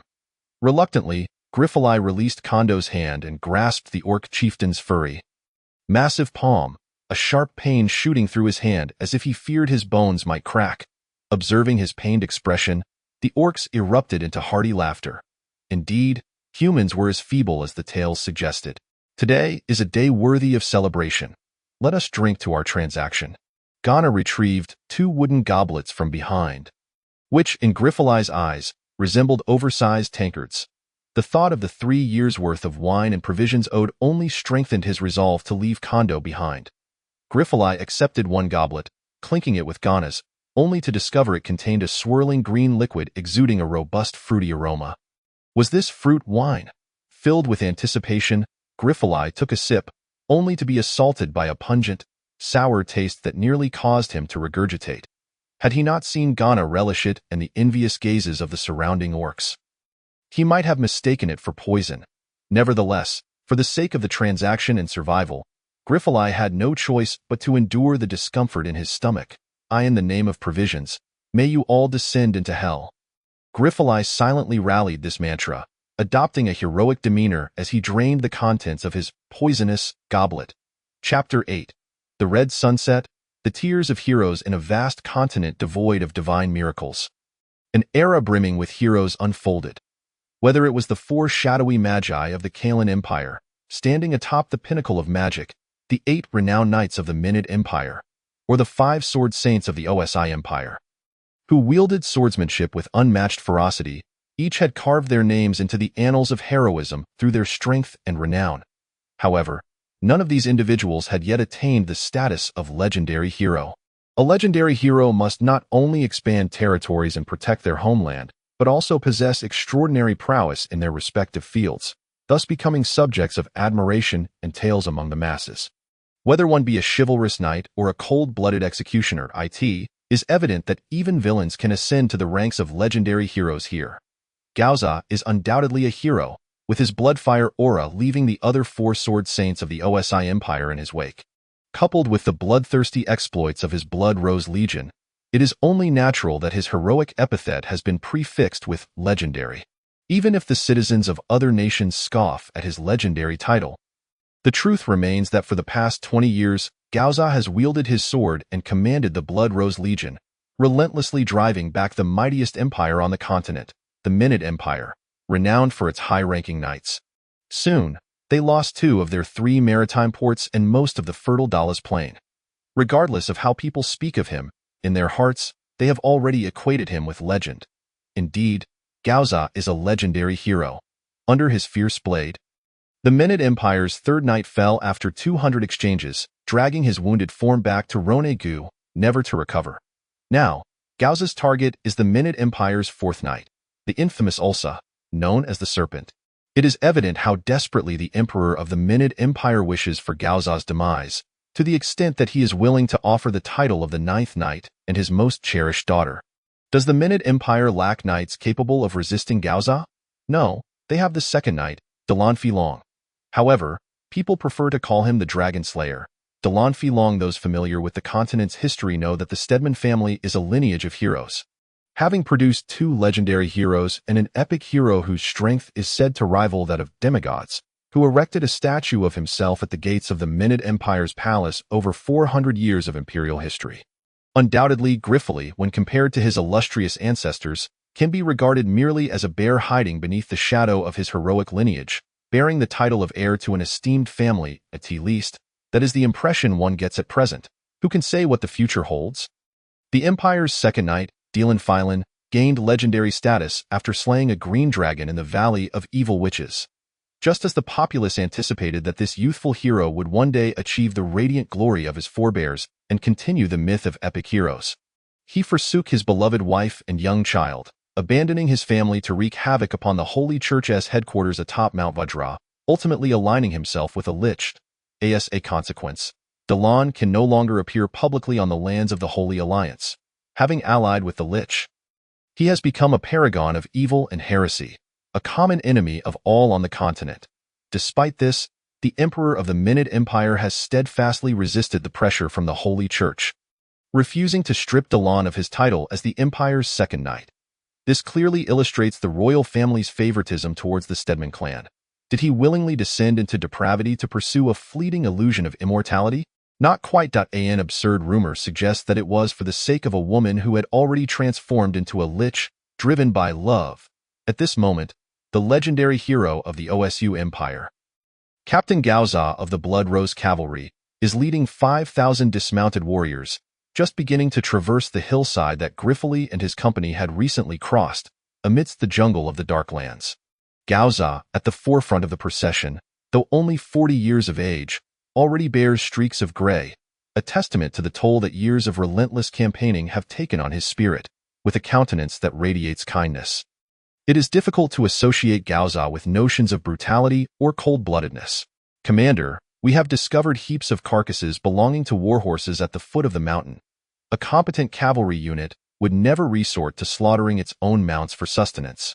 I firmly believe this is merely a ruse by Ulsa, intended to use inferior cavalry to distract us while they prepare to engage our other units from behind, remarked the battalion strategist. Carlin, a young man held in high regard by Gaoza. This marks the 3rd time he has voiced such a warning. Gaoza smiled slightly and resolutely uttered 2 words, advance. His keen gaze was fixed upon the mountain's summit, where a hint of tenderness, uncharacteristic of a battlefield commander, flickered in his eyes.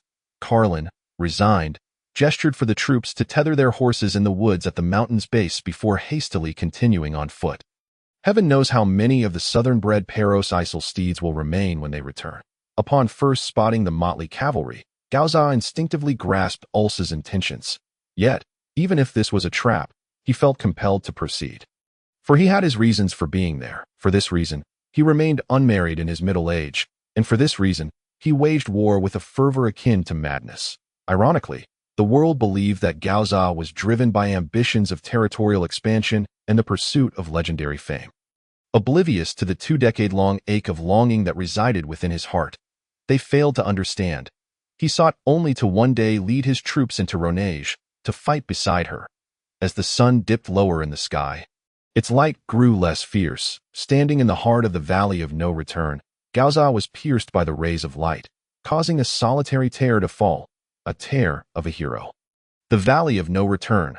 Will it be the twilight path for heroes? Gaoza smiled faintly. This was not the moment for romantic musings. His face bore a profound confidence as he looked deeply into the valley, seemingly able to see a group of scoundrels trembling in the shadows. Griffith was also smiling, never having imagined that the half-orc named Juekuo, who stood beside Ghana, a warrior wielding a massive axe and clad in vine armor, was an awakened half-orc berserker. It is said that only those orcs called by the beast god possess this formidable skill passed down through their bloodline. God knows why a half-orc, cast aside by the beast god, would awaken such power from his ignoble lineage. Could it be that the beast god, in slumber, had lost his senses and began to mismate? Regardless, with the awakened Juekuo, who could rival the strength of a holy coffin knight. Facing the Blood Roses Gaoza, there were alternatives to mere flight. At the very least, they could engage in battle. What if they managed to slay Gaoza, the Empire's 9th knight? Griffith was elated. He remembered that he was the actual commander of this troop. If, by some chance, Gaoza were to become distracted and fall victim to their ambush, the blame would surely rest upon him. How could he not smile? Yet, at that moment, someone arrived to dampen the spirits. Namely Kate, who doubted that Griffith, the so-called commander of flight, would ever dare to confront the Blood Rose. He discreetly nudged Griffith and inquired, "When shall we make our escape?" Lost in his reverie, Griffith was momentarily taken aback. Responding sternly, "How can you utter such words at this time? Look around. These brave half-orc warriors are prepared to fight to the death for us, and observe our own men, who, despite being vastly inferior to the warriors of the Blood Rose, stand resolutely ready to confront them. A righteous knight. How can you speak thus?" Confronted with Kate's expression, which seemed to suggest a desire to reassess his character, Griffith continued, "Look at those around us. They need not wait here to perish alongside us. Yet they trust us, willing to sacrifice their lives for that trust. How could I abandon them to flee alone?" Kate's face displayed astonishment. Was this truly the same Griffith who would previously incite others to fight while he sought only to save himself at the first hint of danger? Had war transformed him into a competent knight? Regardless, this momentary transformation brought Kate joy, for he had always held disdain for Griffith's earlier cowardice. However, their deep-rooted bond, forged since childhood, made it difficult for him to voice his thoughts. Having long dreamed of becoming the 9th knight, Kate patted Griffith on the shoulder and declared with noble resolve, "I was wrong earlier. You are right. Rather than scurrying like a rat, it is far more honorable to die valiantly in battle. Griff, promise me we shall be brothers in our next life."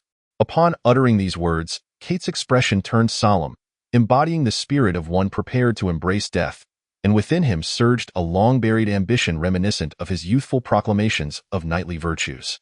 A swift bird darted between the trees on either side of the canyon, leaving fleeting shadows in its wake, landing in Ghana's broad palm. This was the swift sparrow, a bird easily tamed in the dark lands and employed as a messenger. To Griffith, however, the half-orc's pride in the swift sparrow, a small creature no larger than a fist with mottled plumage, seemed little more than a common sparrow. Noticing that everyone's attention had shifted to the little bird, he quietly confided to Kate, "What do you mean, die? That was not my intention. Just now, Kondo has been watching us intently, and I had no choice but to say that we cannot fathom her strength. Once the battle begins, let her and Juekuo contend with Gaoza while we find an opportunity to slip away. This time, we must ensure that Kondo, this harbinger of misfortune, does not follow us." Kate, exasperated, kicked Griffith down the slope. Leaving him both amused and bewildered. That moment, Ghana approached and helped Griffith to his feet. "Human, our half-orc scouts ahead have delivered news. Your enemies have entered the Valley of No Return. Numbering 5,000, however, they are now our common foes." It was no surprise to Griffith that the Blood Rose had pursued them. What intrigued him more was how the seemingly rugged half-orcs had trained such scouts. Considering their imposing stature and heavy breathing, it must have been an extraordinary feat to conceal themselves from the elite warriors of the Blood Rose. "Human, we have thrived in the treacherous Alques Mountains for many years. Hence we possess certain skills unknown to you, replied the cunning Ghana, dismissing Griffith's inquiry with nonchalance. Chapter 9. The battle in the canyon. The waning light of the western sun bathed the forest in an orange hue. Rendering everything seemingly fragile, Gaoza casually gripped the renowned Red Sun sword at his waist. As one of the pinnacle warriors on the continent, his formidable spiritual energy had already discerned that the number of enemies in the canyon far exceeded his own forces. Nonetheless, Gaoza made no alterations to his demeanor. His face remained calm, adorned with a faint smile that exuded the quiet confidence of a true champion. Perhaps he believed that this coalition of half-orcs and human warriors would pose little threat. Thus he continued to lead his troops forward. Only by moving ahead could he uncover the truth. Amidst the blaring horns of the half-orcs, a barrage of feathered arrows and javelins cascaded from the dense woods flanking the canyon, as the attackers assumed that the foes within were entirely unprepared. However, as the first arrow whistled through the air, the Blood Rose warriors within the canyon had already raised their knightly shields to protect their upper bodies. While unsheathing their swords to safeguard their lower halves, their rapid response was a fitting testament to their title as the king's army. In the face of the sudden onslaught, the Blood Rose warriors did not falter. Though one or two javelins might cause casualties, they were warriors, seasoned fighters hardened by blood and fired. To die on the battlefield was the highest honor they could receive, without the need for Gaoza's command. They swiftly consolidated their formation into a long line, their shields interlocking more securely. Confronted with an unfamiliar terrain, they refrained from rash assaults, fully aware that the enemy's arrows would eventually run out. The moment that arrived would be their stage, a stage awash in blood, whether that of the enemy or their own. Following the ambush, Gaoza remained utterly still, and not a single warrior of the Blood Rose attempted to step forward to protect him. The crimson aura of battle surged at the instant an arrow neared him, enveloping his body in a robust shield of energy, layered and dense as if it were tangible, encasing him like a standing eggshell. Even a powerful javelin hurled by a half-orc warrior merely thudded against this eggshell, failing to create even the faintest ripple before it fell powerless to the ground. Was this the might of a true champion? Griffith gazed at Gaoza's impervious demeanor, astonished. Goodness, how could they possibly prevail against this? This thought only solidified his resolve to flee. Yet, seeing Gaoza standing there like a target, Griffith, feeling defiant, snatched a bow from a nearby guard, clumsily knocking an arrow aimed at Gaoza. At that moment, it seemed Gaoza sensed something, turning his gaze toward Griffith. The latter, startled, felt his hand tremble, causing his arrow, clearly off target, to strike the calf of a Blood Rose warrior behind Gaoza. The warrior winced in pain, his form collapsing, and the once impenetrable defense now revealed a GP. In an instant, hundreds of arrows rained into that opening, and by the time the Blood Rose forces managed to re-establish their line, the ground was littered with a dozen corpses. Warriors on both sides of the canyon erupted in cheers, clearly marking this as their greatest victory since the onset of battle. Kate cast an approving glance at Griffith, who then turned his attention to the back, where Kanto stood. Kanto's expression remained one of her signature blend of awe and indifference, her gaze transcending Griffith, piercing through the dense formation of warriors to rest upon Gaoza at the canyon's base. Although Griffith's hope for Kanto's approval was dashed, he felt no disappointment. He realized that Gaoza's inexplicable glance was not directed at him, but rather at Kanto, standing behind him under the banner of the handsome. There could be no greater acknowledgement than this. No one would wish to be marked by the Blood Rose Gaoza at the very onset of battle, to ensure their gazes could align. Griffith discreetly shifted to the side. In truth, Gaoza had merely glanced at the black starry banner representing the commander of Kanglan, a fleeting glance for confirmation. He then returned his attention to the ground, where lay the bodies and blood of his fallen warriors. Gaoza lifted his head, remnants of blood still glistening in his eyes. Everything before him now painted in shades of red, as if the vast landscape itself were drenched in blood. His own blood began to boil, his heart stirring with the answers he had traversed hundreds of miles to seek, now within his grasp, amidst the astonished gazes of the warriors on either side of the canyon. Gaoza slowly ascended from the ground, his countenance transformed into one of unwavering resolve, his body defying the pull of gravity as he soared skyward. With arms outstretched, in the next moment, the protective aura surrounding him dissipated. leaving only a thin veil clinging to his skin, yet it felt denser at the same time. Two blood-red spears manifested in his hands, born of his battle energy. With a gentle flick, he sent the spears flying toward either side of the canyon. As effortlessly as releasing feathers, the subsequent resounding boom echoed off the canyon walls as the energy-laden spears pierced through the solid rock, igniting trees and obliterating all life within a 15-meter radius, be they human warriors, half-orcs, or even a caterpillar lazily resting on a leaf. Simply put, in the wake of these spears, the two directions had been rendered nearly void of life, leaving only charred fragments of rock and flickering flames. Was this the power of a pinnacle champion of the continent? Griffith shrank back in fear, yet upon reflection, it brought him closer to Kanto, prompting him to move forward. Ultimately, whether advancing or retreating, Griffith felt he had never faced such a daunting choice in his life. While Griffith remained undecided, the Blood Rose warriors below the canyon, seizing the moment of shock among their foes, drew forth their crossbows and unleashed a volley toward the canyon above, regardless of its effectiveness. They then rushed toward the two openings Gauza had just created, determined to scale the slope and engage the enemy in close combat. With such a formidable commander leading them, they believed victory was assured. Kill! Griffith roared, charging toward the breach where the Blood Rose warriors surged forth. Whether to advance or retreat, his action made his choice clear, his confidence bolstered by the 20,000 half-orc warriors and 4,000 of his own men. If such a force could not breach the Blood Rose's defenses, then it could only be fate that he would perish here. As for Gauza, champions disdain engaging with the weak. That is the custom of the continent. Following closely behind Griffith were Kate and 4 elite family guards, as he had expressly instructed, for he wished to avoid treachery from behind. The eyes of the half-orc warriors glowed with a bloodthirsty intensity, and with a roar, they charged at the enemy like unyielding boulders. Their naturally robust physiques granted them greater speed, easily surpassing Griffith and clashing with the enemy. This was precisely what Griffith wished to see. Or rather, it fit into his plans. His slowed pace evidenced this in the depths of the jungle canyon. Any tactic felt somewhat shallow and ineffective. A visceral clash was the prevailing theme at that moment. The force of the half-orc warriors was formidable. After the initial wave of charge, the Blood Rose warriors on the southern slope were severely suppressed.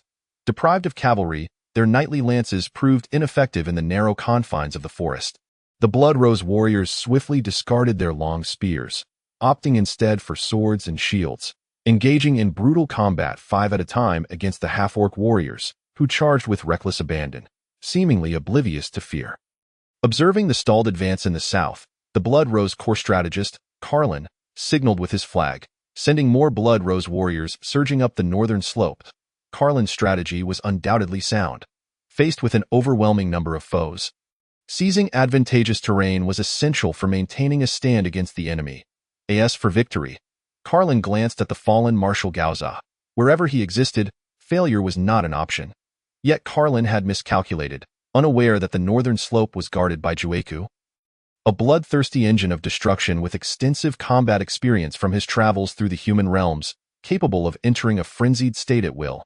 Initially, the strategy discussed between Griffith and Gauza was to keep the Blood Rose warriors suppressed in the canyon, maximizing their archery to eliminate the enemy's forces. However, Gauza scoffed at this, declaring that their half-orc warriors were true warriors, above employing cunning schemes against their foes. Only those who faced the enemy in direct combat deserved the title of warrior.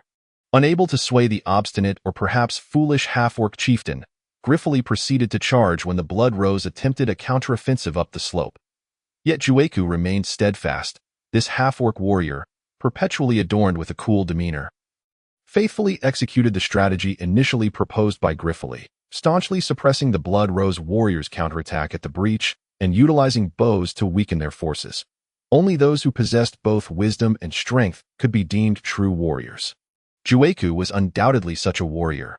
He stood resolutely at the center of the breach, facing the oncoming tide of Blood Rose warriors, wielding a colossal axe that swung through a half-circle, sending a wave of blinding white light along its arc. Everything in its path, enemy shields, swords, and armor, was cleaved in twain, along with their very bodies. Once the strike was delivered, Jueku stood tall, exuding an air of invincibility, brandishing his axe in disdain toward the relentless foes charging up from below. He curled his lips slightly in a mocking smile, as if to deride their audacity. As a true champion, Jueku no longer felt the need to demonstrate his unmatched prowess against weaker foes. The half-orc warriors behind him, eager for action, surged forth to intercept the second wave of attackers. Jueku's gaze traversed the throng of warriors in front of him, landing on the immovable figure of Gaoza at the canyon's base. Sending a challenging look his way. As if sensing this, Gaoza turned to meet Jueku's gaze, understanding his intent. He did not draw his sword but instead raised his right hand high, accepting Jueku's challenge. Chapter 10.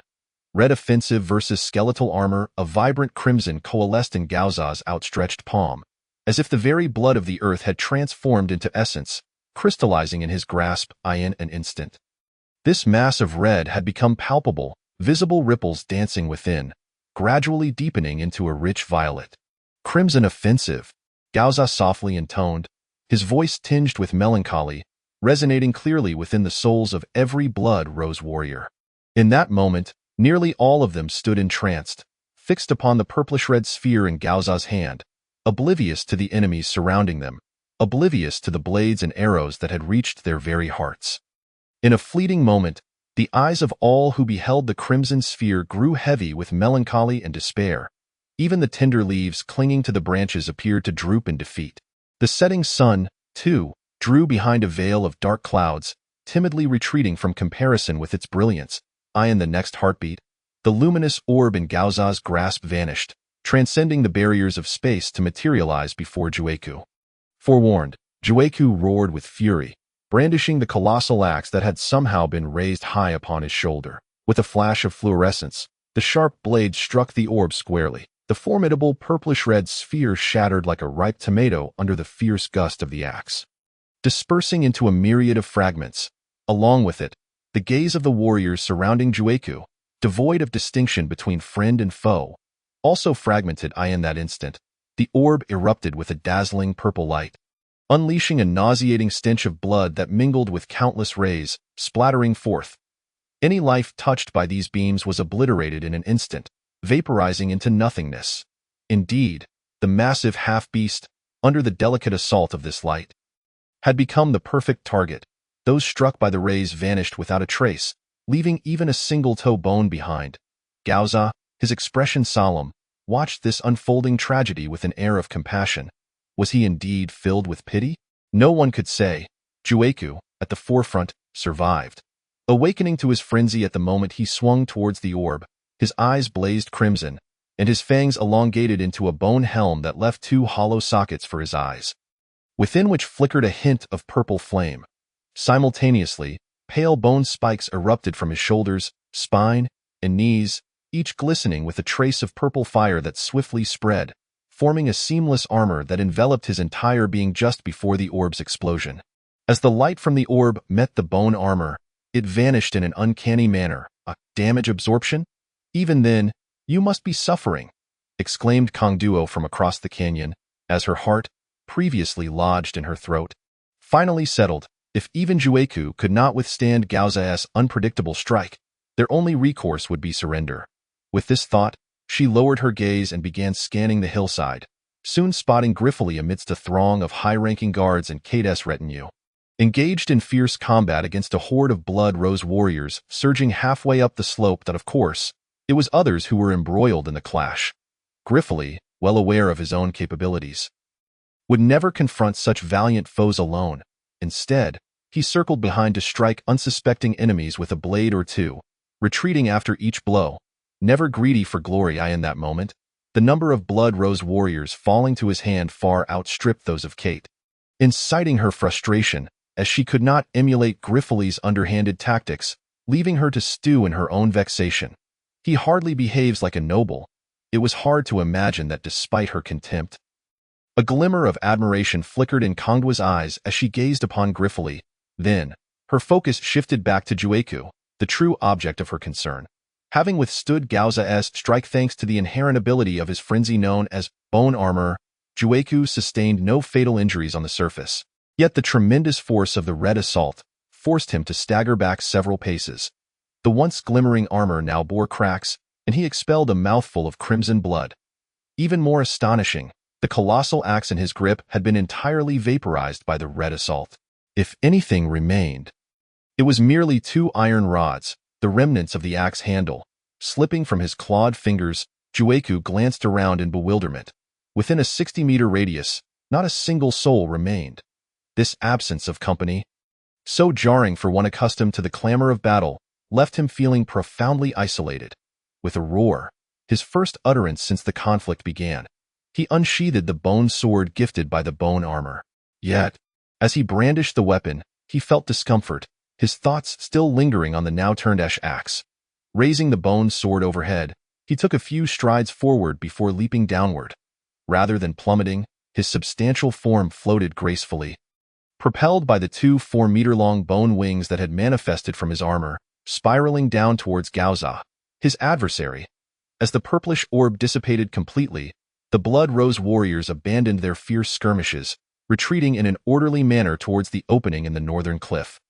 Where no enemies remained, the Red Assault served precisely this purpose.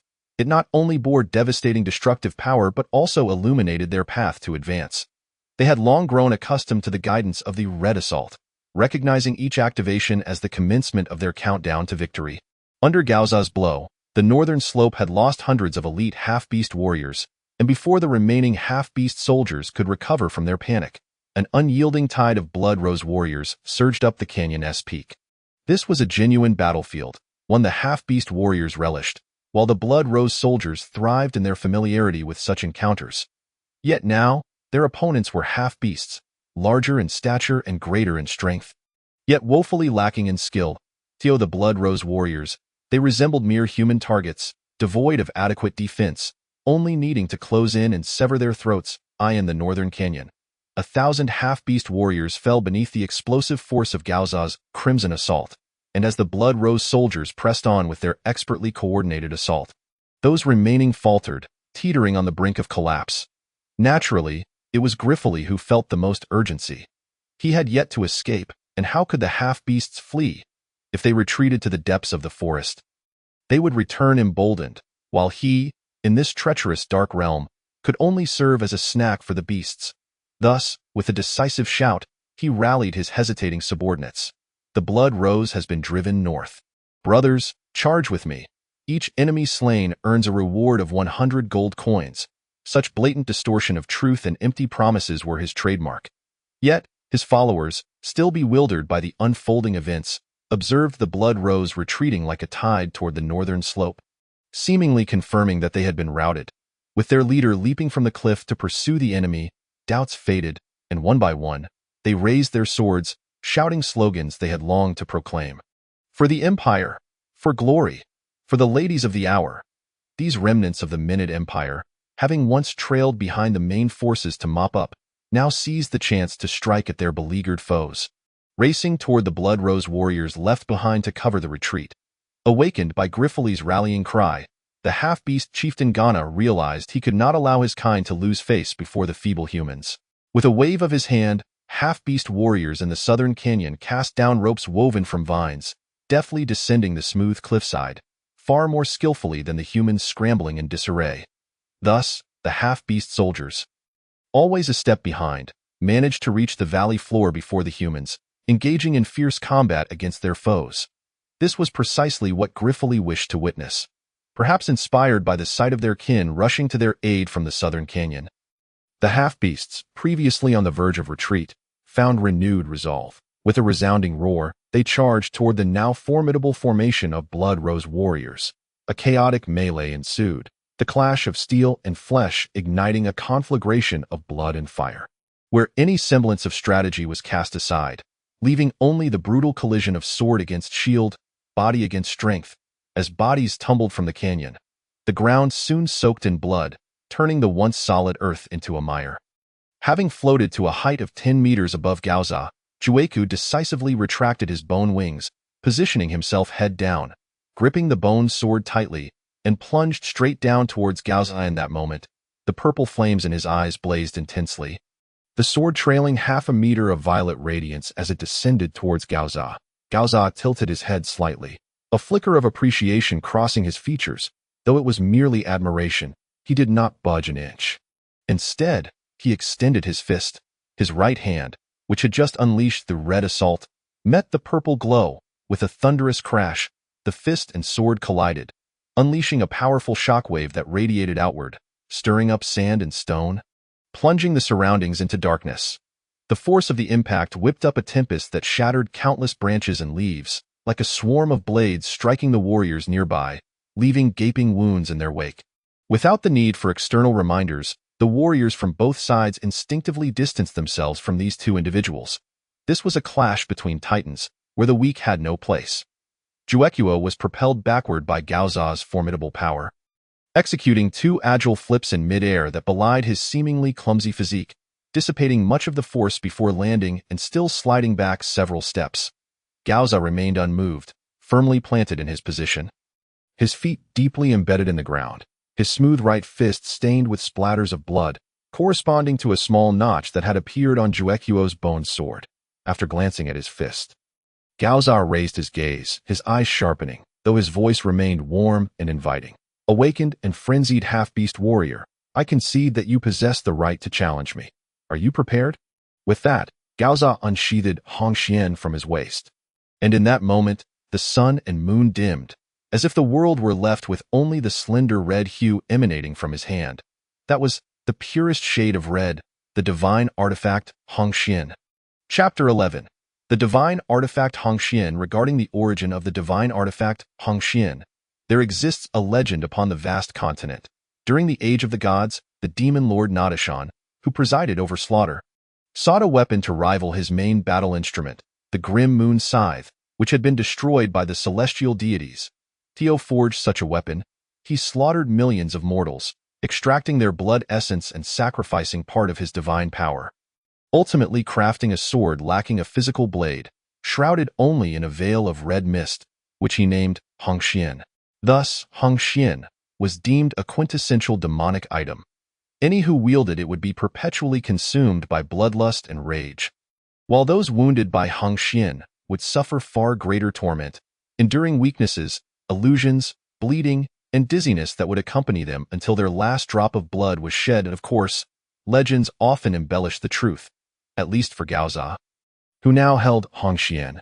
No trace of rage was evident. This was a single-handed short sword, measuring 75 centimeters, seemingly encased in tangible red mist that wrapped around its narrow blade, casting doubt on whether a blade truly existed as the legend suggested.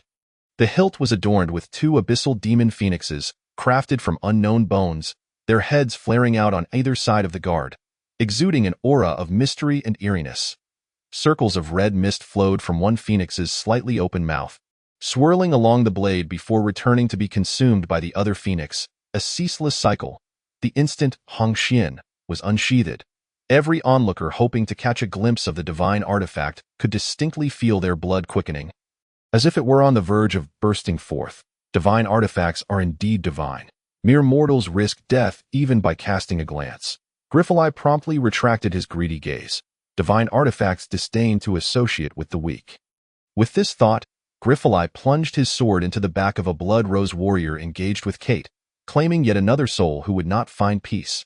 Juecuo, facing Gaoza, felt no honor despite being regarded as a true adversary by one wielding a divine artifact.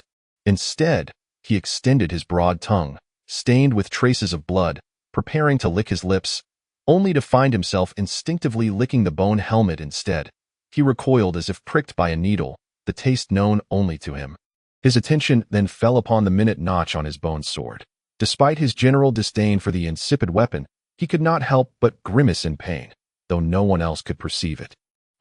Transforming sorrow into strength.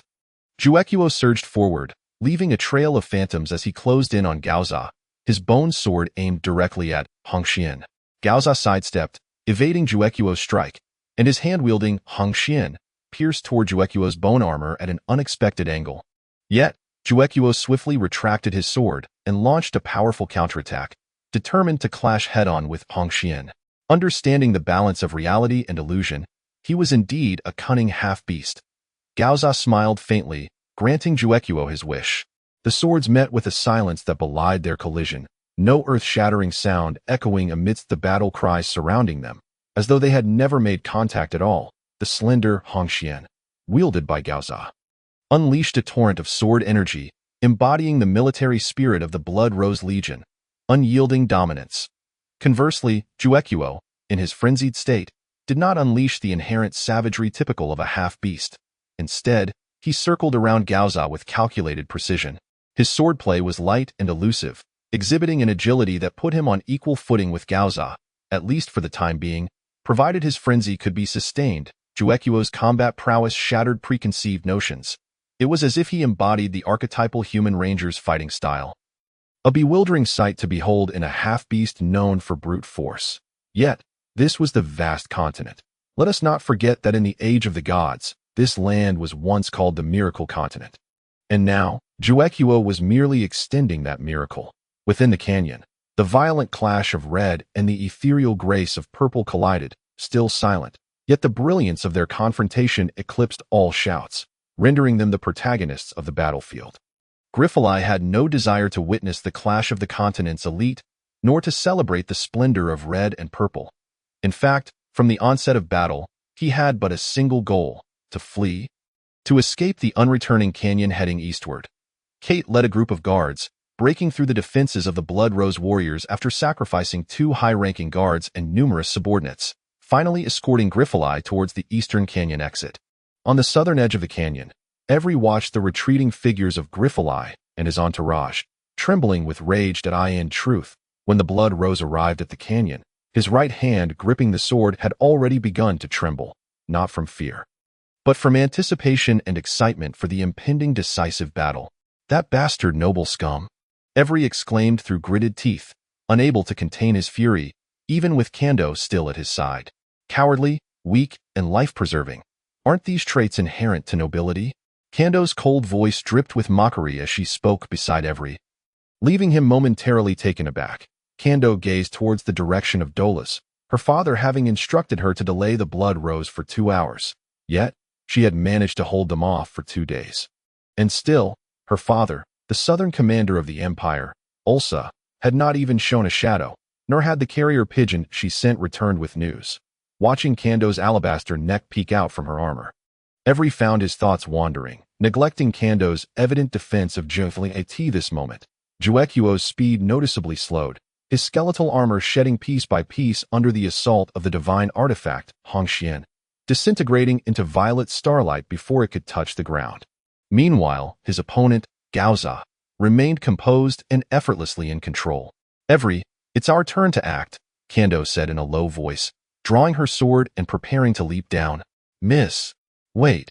The simultaneous cries came from Karen, holding the command flag, and Every, who grasped Kando's arm. Ignoring Karen's concerns, Kando understood that once Gaoza entered the canyon, her fate was sealed, destined for destruction unless a miracle occurred. However, fate had already delivered the miraculous presence of Juequo. Would any further miracles favor them now? Kando, who had accompanied her father in battle since she was 12, believed only in strength, not in miracles. She coldly regarded Every's hand on her arm, and before she could speak, he reluctantly released his grip. Kando, I've never seen you smile. Now that death approaches, could you grant me a smile? In response to Every's earnest plea, Kando unhesitatingly declined. I cannot. Even in death, I cannot do it. As if anticipating her response, Every burst into laughter, his mirth tinged with melancholy as he leaped down. Better to face death with despair than to perish with hope. Watching Every, enveloped in dazzling fighting spirit, resolutely charged towards Gaoza. Kando thought, Karen, before I perish, the command flag must not fall. After that, you may handle the rest. She turned back to smile at her maid Karen, her pale visage akin to a resplendent ice sculpture, exuding an indescribable beauty. Miss. Karen wished to say more, but Kando had already leapt from the canyon's edge, her form gracefully tracing a perfect arc through the air, akin to a leaf drifting down. Would Kando be a flower yet to fully bloom, destined to wither away? Chapter 12. Sacrifice is glory. At the mouth of the unreturning canyon, Griffith surveyed the dense woods, a smile of joy breaking across his face as he once again escaped with his life. The ever-vigilant Kate, standing resolutely before Griffith, exhaled deeply, turning to reveal a tender expression as she gently wiped the blood splattered across his face. Griffin, The pursuing enemies have been temporarily trapped here by us. Yet once you emerge from the dim forest, you must remain vigilant. We cannot ascertain whether there are enemies awaiting the blood roses on the periphery. After you exit the forest, proceed north, traversing the bilious mountain range eastward to return to Suseya town. Wait, Griffin interjected, sensing something amiss. Aren't you coming back with us? Kate cast an apologetic glance at Griffin. Griffin, forgive my selfishness. I constantly remind myself that first and foremost, I am your friend and brother, and only afterwards a knight. However, after witnessing so many warriors fighting valiantly for their beliefs, shedding their blood and risking their lives, I can no longer turn a blind eye. I fear that I may never again possess the courage to wield the knight's sword. A symbol of retribution, or don the knight's medal, a mark of honor.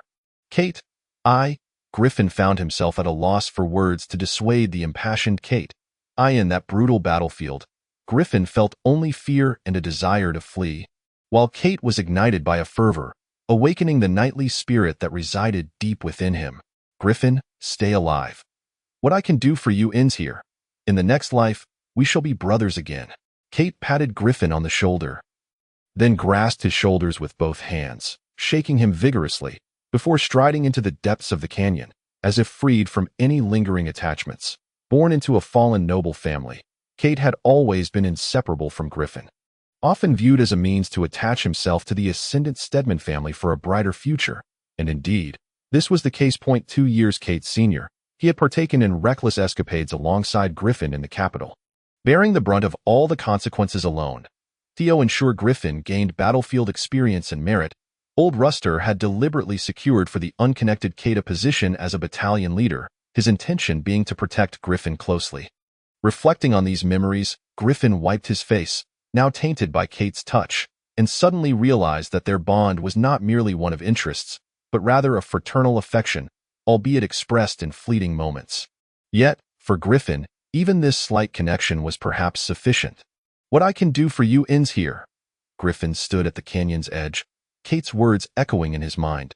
Ahead lay the shadowy forest, representing the life-affirming path. Behind him, the deep canyon symbolized the road to destruction. Yet, his gaze remained fixed on the abyss of the canyon, where the forgotten fervor began to boil within every inch of his being. His pallid cheeks bore an unexpected resolve and determination, and he subtly curled his lips, softly singing, inhaling the fragrance of blood. My soul finds rest in its sanctuary. After Kondu and Ephra jumped down, they aimed to rush toward Juekuo to join forces against the formidable Gaoza wielding the artifact, but were intercepted by Carlin and several elite Blood Roses warriors, momentarily stalling their advance and plunging them into a fierce battle. Just then, the returning Kate swung his sword and joined the fray. Perhaps influenced by Griffin's habitual darkness, his swordplay was sharp and ruthless, inflicting minor wounds on Carlin, who was of a higher rank.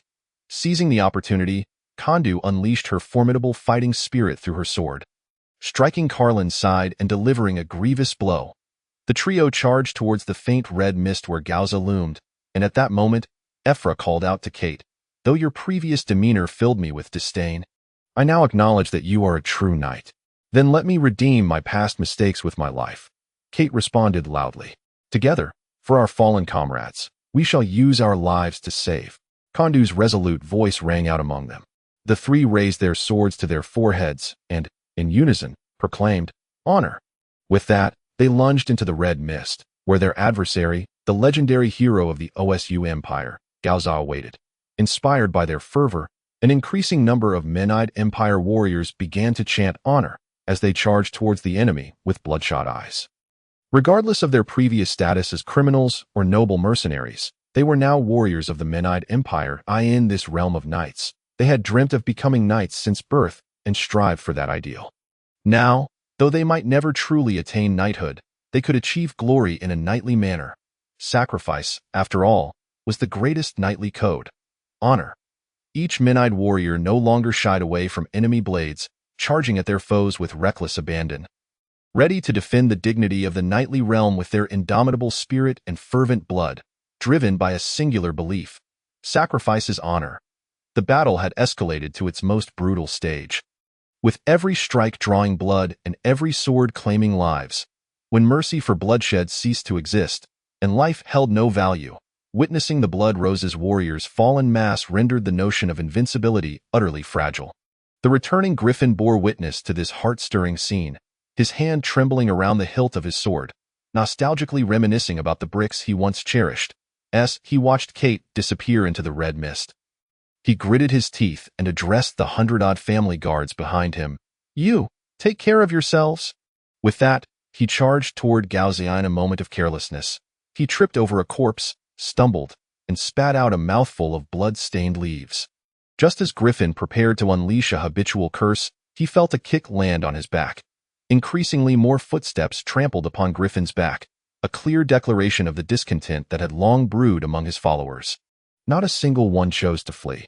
They had grown up in the knightly realm, and before their enemies, they had but one choice: sacrifice his honor.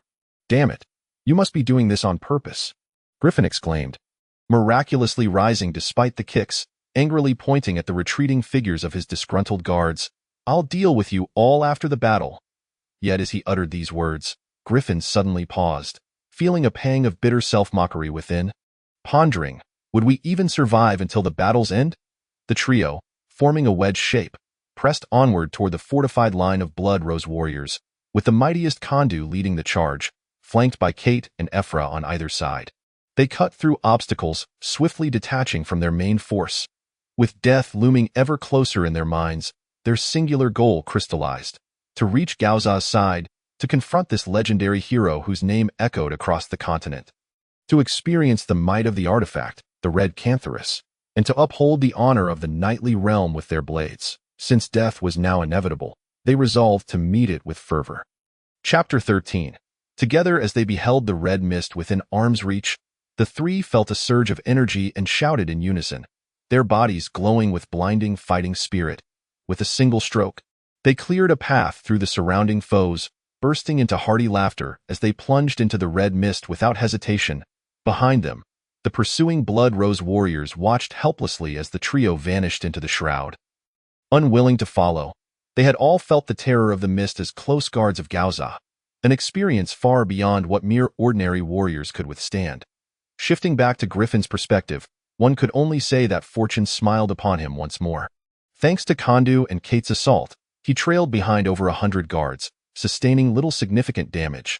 As they ventured deeper, however, they encountered fierce resistance, with guards falling one after another, until fewer than a dozen remained. Surrounded by the Blood Rose warriors, just as Griffin closed his eyes, whispering, "My end is nigh," a massive spiked club shattered the Blood Rose defenses, sweeping through foes like a tempest. Limbs and armor flew as blood and flesh danced in a chaotic ballet, and standing amidst the carnage was none other than Ghana. Upon seeing the grotesque visage of the half-orc chieftain, Griffin, having narrowly escaped death once more, could not help but find a certain charm in his presence. Thus, he instinctively sought refuge behind Ghana, relishing the cool shade. "Ah, weak little human, you can't die like this. Remember the reward." "Yes, if you die, who will deliver that damned reward to me?" the half-orc chieftain grumbled. While his subordinates were anything but idle, the colossal spiked club struck forward once more, carving a bloody path before him. The mockery in his eyes had vanished, replaced by a visage of anxiety. His brother, his comrade, the first warrior of their tribe, Juekuo, was in dire straits. Yes, truly dire. He felt that all he wanted was to break through the red mist and smash that pompous hero to pieces. "Brother!" "Hold on, I'm coming," Ghana bellowed, sweeping aside the enemies before him, the red mist drawing ever closer. "Damn it, why does that mist seem so eerie?" Ghana shuddered involuntarily, glancing back at Griffin, contemplating a wicked thought. "Should I send this damned human in first to test it?" A sinister smile crept across Ghana's lips. Just as Ghana sensed, Juekuo's condition had deteriorated beyond hope, clinging to life solely by sheer willpower. The sharpness of Hong Sun, combined with Gao Sa's adept swordsmanship, caused the skeletal armor enveloping Ju Ku to peel away in pieces, dissipating into purple light. What proved even more perilous was the crimson mist, which was corroding Ju Ku's exposed skin. The coarse hide of the half-orc, along with his body hair, was fracturing layer by layer, blood dripping with each laborious step he took. Meanwhile, as Kong Duo and her companions plunged into the red fog, an immediate wave of dread washed over them, swiftly followed by feelings of fatigue and decay. The radiant aura of their fighting spirit was gradually dimming, and the inhaled red mist inflicted agonizing pain in their nasal passages and lungs, making each breath a Herculean challenge. The distance of merely 100 meters between them and Gao Sa felt like an arduous journey of 1,000 miles. In unison, the trio lamented inwardly, legends do hold a kernel of truth. Yet, despite the onslaught of negative emotions and injuries, their resolve remained unshaken. Dying by the sword of a formidable enemy was the knights' ultimate destiny. The approaching exhaustion and their increasingly sluggish strides indicated that Ju Ku's frenzy was nearing its conclusion. His momentary strength was about to wane. After this, even the mere presence of him, who had once conversed with the continent's pinnacle warriors, would prove less threatening than a newborn half-orc. Perhaps he should be thankful that the bone sword was so light, for otherwise he would struggle to wield it at all. After parrying a strike from Gao Sa, Ju Ku's bone sword shattered with a sharp crack, and he fell to one knee, breathless, clutching the remaining half of the shattered weapon. Yet Gao Sa, embodying the wisdom of a seasoned warrior, refrained from immediately delivering the final blow. With a glint of admiration in his eyes, he stood poised with his sword, remarking, "To endure half an hour against me with an incomplete awakening frenzy is no small feat." As he spoke, he stepped forward, and Hong Sun unleashed a streak of dark crimson light aimed at Ju Ku's throat. Almost simultaneously, the skeletal armor adorning Ju Ku, along with the half-broken bone sword, transformed into a dazzling violet starburst, this time coalescing into a purple spear before his chest, narrowly missing the red light emitted by Hong Xu and I in that brief span. Gao Sa had no time to evade, merely managing to deflect the purple spear's trajectory with his sword, resulting in a painful strike to his left shoulder that sent him staggering backwards for several paces. Conversely, Ju Ku was hurled violently against the unforgiving cliff face, collapsing to the ground like a puddle of mud, leaving behind a gruesome trail of blood on the smooth rock, his fate uncertain. Gao Sa, clutching his wounded shoulder, felt cold sweat bead upon his brow. Clearly, while Ju Ku's dying strike was not fatal, it was far from pleasant. The spear of despair? Gao Sa mused, glancing at the dark hole in his shoulder, his confusion directed towards the place where Ju Ku had fallen. How could you, in such an incomplete state of awakening, employ such a technique? Burning your life or soul, perhaps, indeed, neither matters to you now, for you are at the end of your tether. Seemingly having found an answer, Gao Sa cautiously stepped back, only to have a silver dagger graze past his ear, causing a few strands of hair to flutter. In that instant, Kong Duo's anguished and contorted visage came into view, reminiscent of a night 20 years prior, when he had held such a face close, kissing it deeply and then indulging in her alabaster form. That face, twisted in pain yet tinged with a hint of satisfaction, was strikingly familiar. Elena. Gao Sa forgot the enemy, his surroundings, and all trivial matters. His mind was consumed by a singular memory of a beautiful shadow, one that had driven his life's pursuits. In this moment, he recalled a letter from Commander Ursa of the Kanglan forces, delivered on the eve of battle. "You know, Elena and I have a daughter who resembles her greatly. She is in the ranks of the handsome. Take her away." It was for this reason he had disregarded the vast armies and pursued this path, and now, confronted with this face, so akin to Elena's, he understood. This was not Ursa and Elena's daughter. It was his and Elena's daughter. How could he ever bring harm to his own child? Lost in reminiscence, Gao Sa instinctively flicked his fingers to disarm Kong Duo's dagger poised at his throat, sheathing Hong Sun in the process. In an instant, the fearsome aura that accompanied Hong Sun faded, sunlight filtering through the sparse branches to illuminate the space, while the crimson mist began to thin. Although the red fog did not vanish immediately after Hong Sun was sheathed, the oppressive dread that had weighed upon Kong Duo and her companions lifted, liberating them from their burdens. Their movements became remarkably swift. Observing Gao Sa, they noted that the wound on his torso was still festering and expanding, while he appeared dazed and devoid of lethal intent, igniting a flicker of hope for victory against the formidable Ninth Knight of the Empire. Gao Sa narrowly evaded the trio's blades, his demeanor gentle, eyes warm as he fixed his gaze upon Kong Duo, murmuring, "Elena, is this our daughter?" This look ignited a surge of jealousy within Ephra, who seethed inwardly, cursing, "You old lecher, even now you linger on beauty." In his fury, he cast aside the knightly spirit, swinging his sword with all his might towards Gao Sa's lower body, finally seizing an opening to strike at Gao Sa's calf, blood gushing forth. The searing pain jolted Gao Sa back to reality. A growl escaping his lips as the crimson light surged once more, his fierce fist crashing down upon Ephra and Kate's swords, shattering them, the residual force sending them reeling backwards, blood spilling from their mouths. Yet as Gao Sa's fist froze before Kong Duo's face, an image that haunted him like a nightmare, it fell helplessly, resulting in a gash across his ribs from Kong Duo's blade. Yet none of this mattered now. What mattered was that the world had quieted. Free from any interruptions to his moment with Kong Duo. Alas, such aspirations are often met with harsh realities. Griffith, following Ghana, tread upon the bloodied remains of their foes until he reached the edge of the red mist. Just as he prepared to peer into the fray, Ghana's powerful hand seized the belt of his armor, launching him into the fog with a mocking quip. Only from the air can you see clearly. Behold, how considerate I am as a chieftain. Of course, Griffith soon met his misfortune, struck squarely by Gao Sa's fist and sent hurtling back at a speed faster than his departure. His woes did not cease there.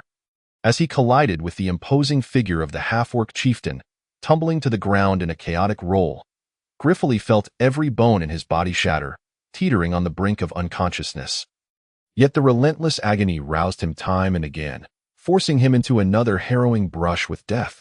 Though blood streamed from his orifices, he remained alive, if such a state could be deemed fortunate. Griff, you, damn it, how did you return? Griffith finally came to a stop after crashing into a corpse, which, without a doubt, belonged to the living Kate. Spitting blood, he struggled to rise, but it was a futile endeavor. After a few desperate attempts, he wiped the blood from his face, casting his gaze upon the two beside him, Ephra and Kate, seemingly expiring more than breathing, and a sorrowful smile crept across his face. You once said, in the next life, we would still be brothers, but if you die first, I would have to wait an eternity, and I cannot bear such a weight. So, you see, I have returned. At times, one is compelled to act impulsively. Yet some impulses, even in failure, are devoid of regret. This impulse is called loyalty, an elevation of brotherhood between men, untainted by self-interest, only a bond of mutual support and unwavering commitment. Kate, moved, squeezed her eyes, yet the severe dehydration rendered her incapable of shedding a single tear. She struggled to shift closer to Griffith, yearning to grasp his hand, as they once did, to offer encouragement and strength. Ephra lifted his eyelids, nodding towards Griffith, a gesture of affirmation, a testament to their shared fate. Embodying a form of appreciation amidst despair. Chapter 14. The crimson sunset, tears of heroes within the thinning red mist. The blood rose. Gao Sa bore numerous wounds, his left shoulder afflicted with a dark wound that had ceased to fester. Yet the stark white bone protruding from it instilled fear in onlookers. Kong Duo was perplexed as to why Gao Sa exhibited such restraint towards her. Perhaps the sudden shift in his countenance from fierce to gentle revealed something. However, facing the notorious blood rose amidst this suffocating confrontation, she could not afford to ponder too deeply. She only desired to either kill him or be killed by him. Thus, in response to Kong Duo's reckless life-or-death combat style, the blood rose resorted solely to evasion, wishing to speak yet finding no words, or perhaps he lacked the courage to articulate them. After catching their breath, Kate and Ephra lunged once more at Gao Sa. But this time, Gao Sa retaliated with a kick, sending them crashing to the ground. No one knew that Gao Sa's left arm was currently rendered immobile at this moment. His right hand precisely grasped the tip of the sword that Kong Duo had thrust toward his abdomen. Fearing that the surge of energy might harm her, he refrained from channeling even the slightest bit of his own power. Blood dripped from his fingertips, yet Gao Sa's face bore no trace of pain. Instead, a subtle hint of happiness appeared in the presence of Kong Duo. Gao Sa was a father. Like all fathers across the realm, he would rather endure injury himself than see his child suffer. Kong Duo tugged vigorously at the sword in her hand, but it would not budge. Instead, more blood trickled from Gao Sa's fingertips. Uncertain, she looked again at Gao Sa's face, filled with happiness and contentment. And in that fleeting moment, she felt a twinge of confusion and tenderness. "What is your name?" It was hard to imagine such a gentle yet affectionate tone emanating from Gao Za's lips. He shook his head with a bittersweet smile, shy yet pained. Eilena's child. What is your name? I am called. Almost lost in the childlike shyness reflected in Gao Za's expression, Kong Duo suddenly snapped to attention. Her voice sharp. Who are you? No. How do you know my mother's name? Gao Za released his grip on the sword, and in the gentle gaze of his remorseful eyes, the fleeting shadows of past sorrow and longing vanished. He attempted to lift his left hand, but it remained unresponsive. Instead, he extended his bloodied right hand toward the inner armor on his chest, his labored expression making Kong Duo almost doubt that she was facing a peak warrior and not a weathered elder. Meanwhile, the dazed half-orc chieftain finally managed to struggle to his feet. Leaning on his wolf fang club, he rubbed his still-dazed eyes and immediately spotted Griffith ahead, glancing back at the two indistinct figures shrouded in crimson mist. A wicked grin split his broad lips, revealing his yellowed teeth as he let out a sinister laugh. Gao Za withdrew his right hand from the armor, holding a red cord, which he presented to Kong Duo before opening his tightly clenched fist.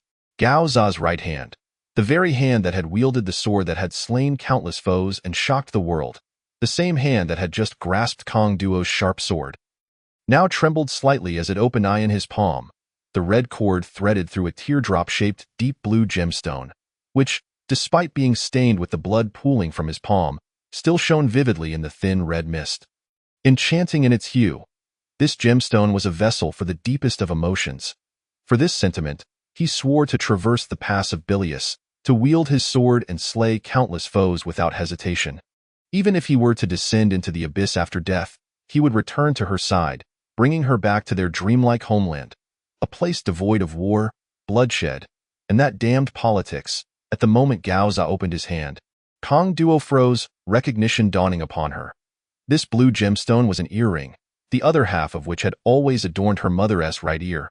When she was very young, she had once asked her mother why she only wore one earring.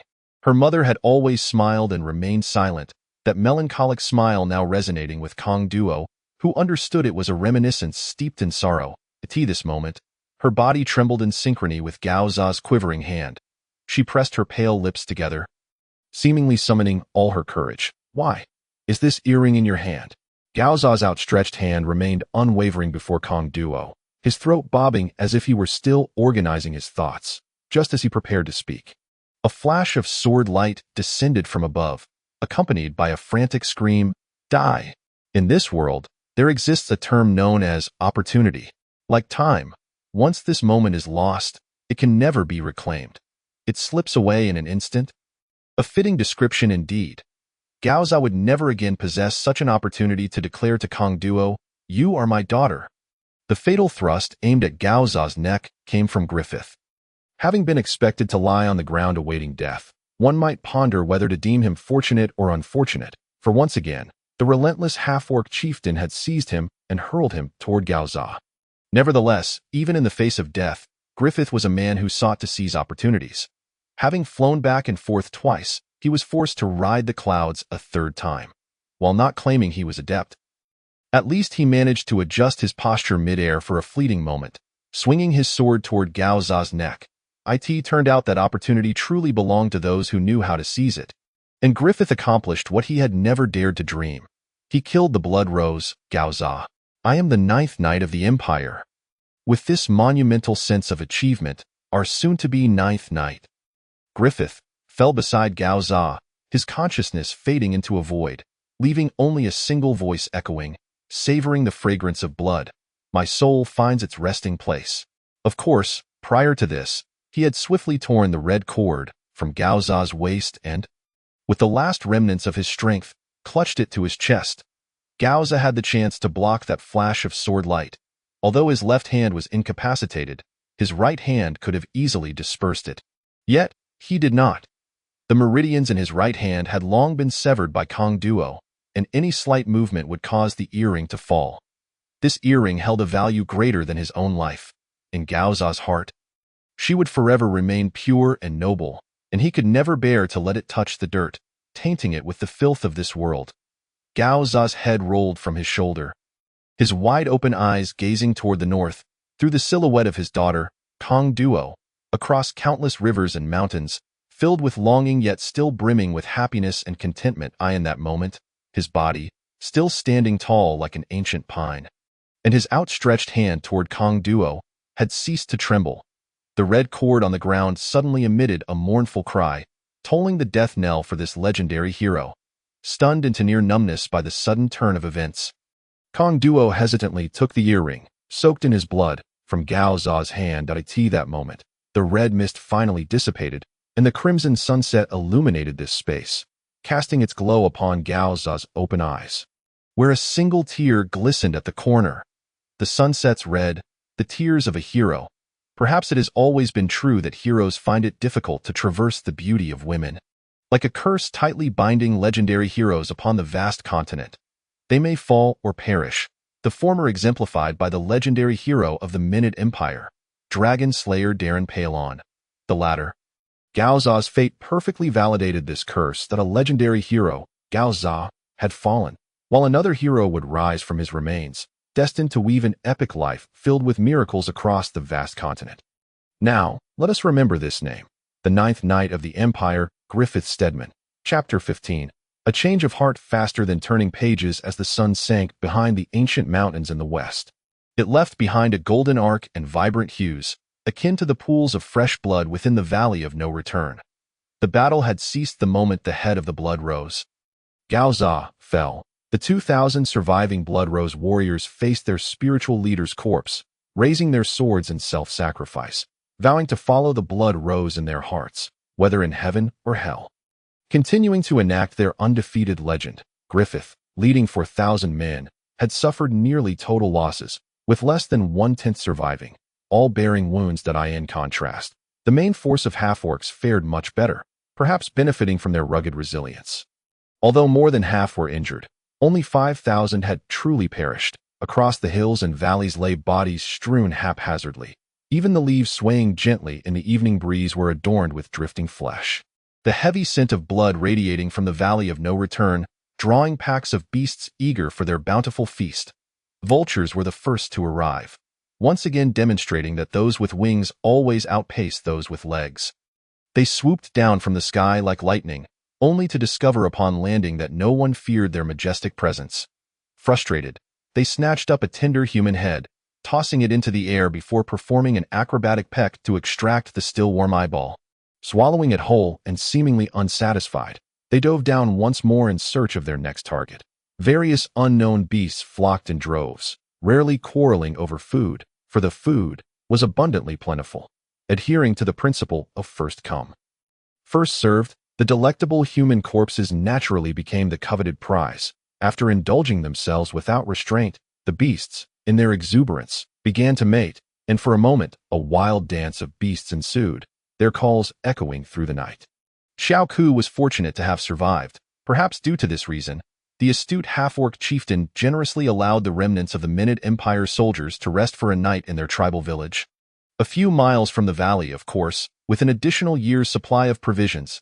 At this moment, the half-orc tribe was filled with laughter and cheer, each one brandishing their shields and swords, strutting like nouveau riche before the elders and children of the tribe. Compared to food, the half-orcs cared more about acquiring suitable weapons. As long as they possessed weapons, they could steal from other tribes if food ran short. Simple as that. The remaining 500 soldiers of the Meniad are reveling, treating the mountain spring as fine wine, their faces aglow with excitement, showing no trace of sorrow for their fallen comrades. In their eyes, shimmering with a red gleam, one might discern visions of countless gold coins and beautiful maidens laid out before them. A tantalizing mix of giving and taking. Although the greatest accolades have been seized by that noble scoundrel, Griffith, they still foresee a bright future upon their return home. A general success often comes at the cost of countless lives. In this vast expanse where heroes are judged solely by their victories, none will remember the countless white bones that lie forgotten. They will only cheer for triumph and idolize the heroes who can tip the scales of fate on the battlefield. As the last vestiges of daylight are consumed by the encroaching night, a bonfire rises in the clearing of the tribe, where terrifying half-orcs dance around the flames, their clumsy forms perhaps possessing a semblance of grace. The human soldiers gather to consume the coarse rations they once scorned, relishing their meager fare. In a distant corner, Kenduo sits silently clutching a blue earring, the flickering light of the fire casting shadows on her weary, helpless face. Chiron remains steadfastly by her side, the banner in her hand fluttering in the brisk wind, resounding like a triumphant anthem. Avery exchanges a finely crafted hand crossbow for a handful of wild fruits from a half-orc. Limping toward Kenduo, but upon catching sight of her vacant and indifferent gaze, he wisely refrains from intruding and instead retreats into a nearby tent, where Griffith lies in a deep stupor, attended by Kate.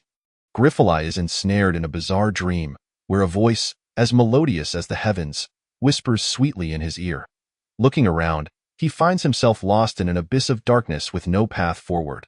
Anger and despair engulf him, prompting him to tread deeper into the obscurity. He is unaware of how far he has journeyed, or if he is merely spiraling in place, until at last, a glimmer of light pierces the veil of darkness. He rushes toward it, discovering an altar adorned with cryptic magical runes and gems radiating a faint glow. The light emanates from the altar's center, a mesmerizing blend of enchanting purple and sacred blue. And he strains to discern its source. Suddenly, a brilliant flare blinds him, leaving only a haunting melody echoing in his ears, melancholic and sweet. Amidst the fragrance of blood, I have found the Hall of Souls, where every bloom grows quietly in its likeness. Without the tranquil moonlight, how could such coolness exist? The decayed grass exudes a putrid aroma, while beautiful goddesses wander secretly within the hall, yearning for someone. Burdened by memories of sorrow, vines entwined thickly conceal vengeful desires, awaiting the day when they may taste the broth flavored with blood. Oh, beloved, do you await love's arrival as I do, as we are buried together? Amidst the fragrance of blood, I have found the Hall of Souls, where life flourishes, gazing upon endless sorrow. Unable to bear the sorrowful song echoing through his dreams, Griffith lets out a long, anguished cry, sitting bolt upright in bed. Naturally, the first sight that greets him is not the jubilant face of Kate, but the red pendant in his arms. This leaves both Kate and Avery speechless. Griff, are you seriously injured? Kate's voice is hoarse, clearly indicating that he has sustained significant internal damage.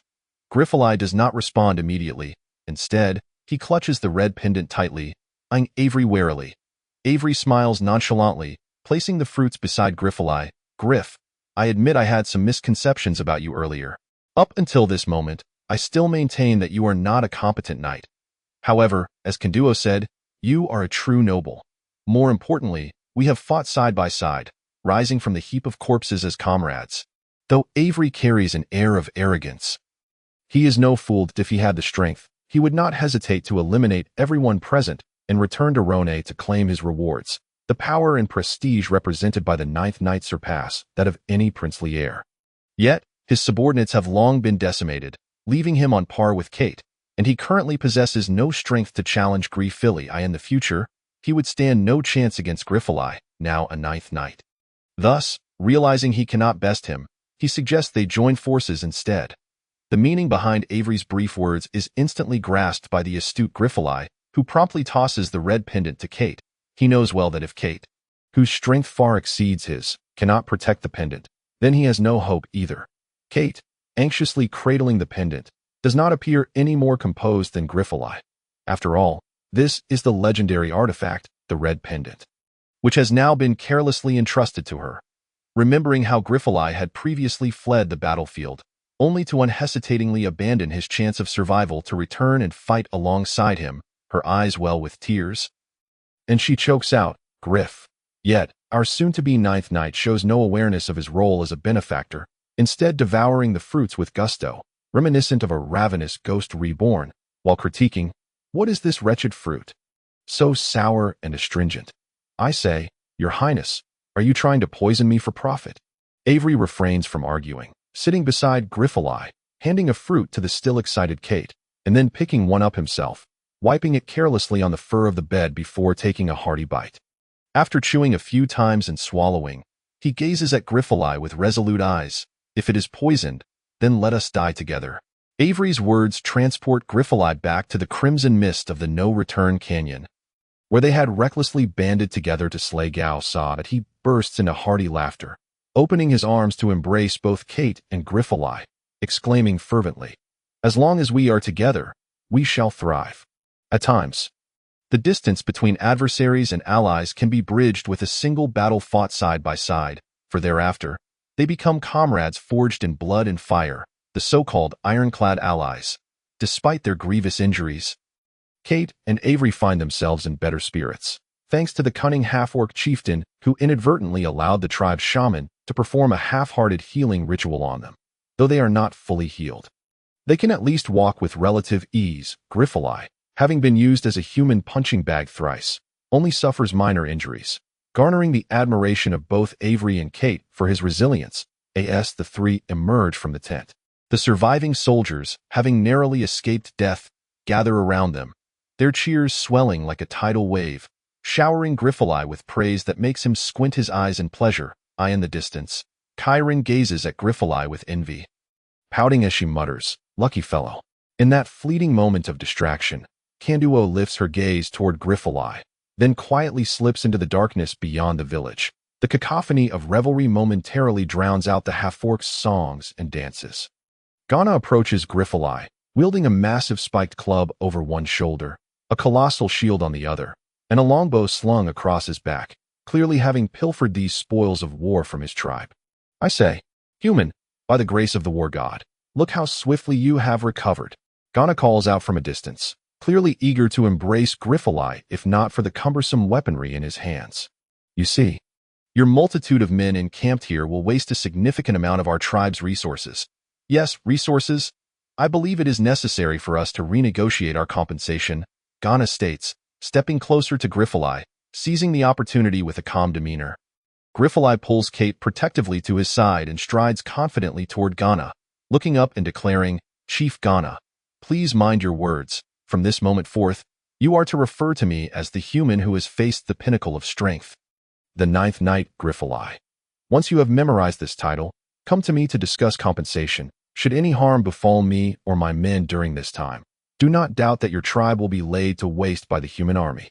Such a swift reversal of fortunes is nothing new. Ghana stands speechless, finally grasping the profound truth behind the saying that the debtor is the one who calls the shots. Having traversed the human realm, he is fully aware that Griffith's words are not mere threats. Should he incite Griffith's wrath, he could very well lead a holy crusade to obliterate their tribe, given their proximity to the human territories. The half-orc chieftain tightens his grip on the spiked club, contemplating whether to silence Griffith, but soon discards the thought. The tribe is too weak to fight back now, and with that girl alone, he has no confidence in prevailing. Besides, if even one of them escapes, it spells certain doom for his tribe. Ghana, in a state of distress, rubs his forehead, deciding it best to return and memorize those two phrases in the common tongue. Chapter 16. In ambiguity and hesitation, the night is tranquil, with the bonfire outside the tent swaying gently in the evening breeze. Griffith quietly steps out of the tent, his heart heavy with unease, feeling lost and unsettled in this world that has been marred by the ravages of war.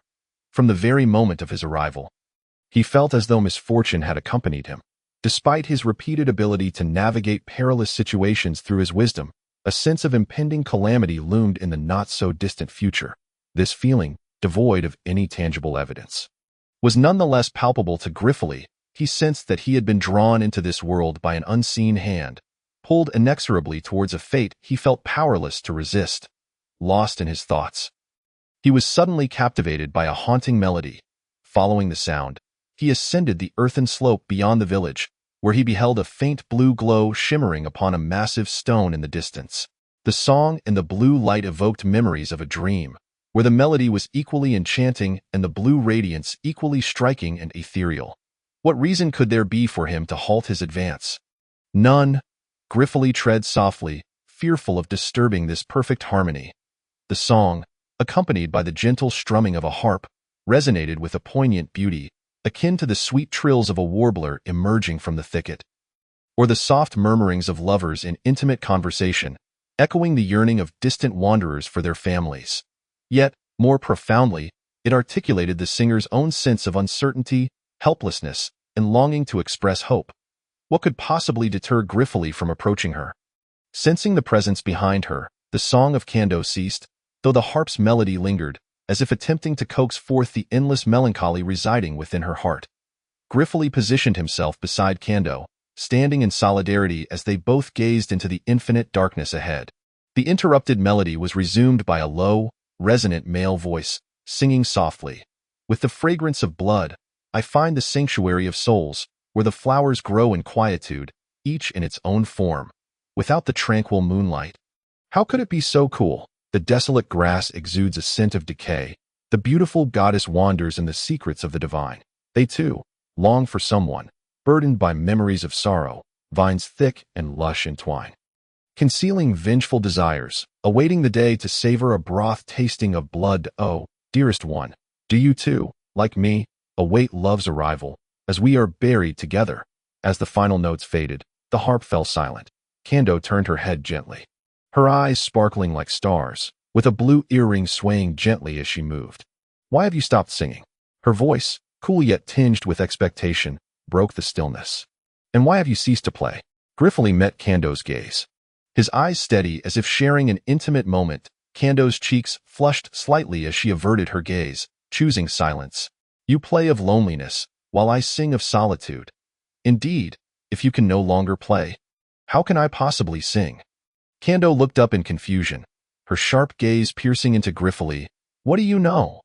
I know that even if I do not slay Gaoza, even if I do not wield that sword, he would not strike at you. Did I apologize for my tardy realization? That sword is already beyond my control. Griffith's gaze lingered on Kando's right ear, where the earring, once held by Gaoza, now gleamed. Drawing him here. You have done no wrong. Kando raised her right hand to touch the earring, her delicate fingers brushing aside her garment, revealing an arm as smooth and pale as spring lotus.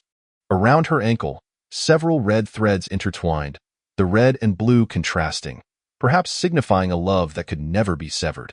Kando, from the Empire's perspective, I was indeed right. Yet from your standpoint, I was wrong. You have long yearned to uncover the truth, and just as the veil was about to be lifted, I obstructed you. Whether intentional or not, I was in the wrong. Suddenly humble, Griffith felt a stranger to himself, yet he recognized this as his true essence. Kando's surprise was evident. Her lips parted as she exhaled softly. It seems you have learned much?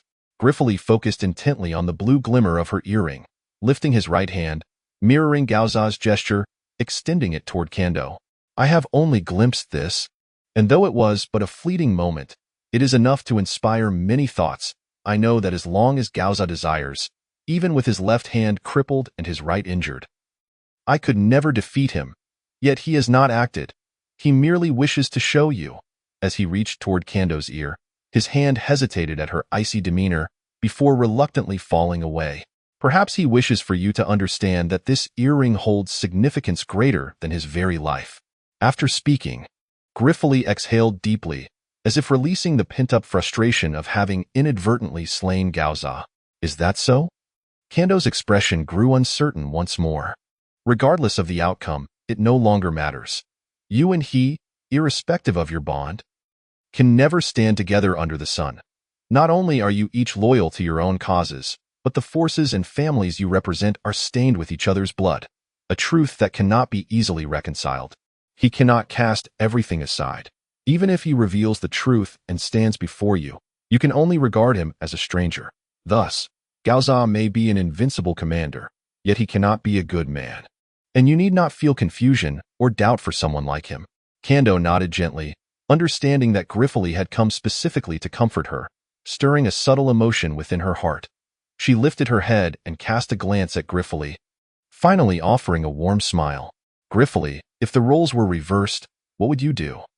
The answer is quite evident. Our Stedman family not only produces heroes but also madmen. If there were a woman worth sacrificing everything for, I would not hesitate to become the second DeLong Pailong Stedman. Observing the faint sorrow that crossed Griffith's face at the mention of his father, Kando murmured softly, I'm sorry. Griffith shook his head, silencing her apology. In my heart, he may not have been a good father, but he was undoubtedly a good man. Kando nodded thoughtfully, a playful smile gracing her lips. Griffith, you're not the same as before. Are you?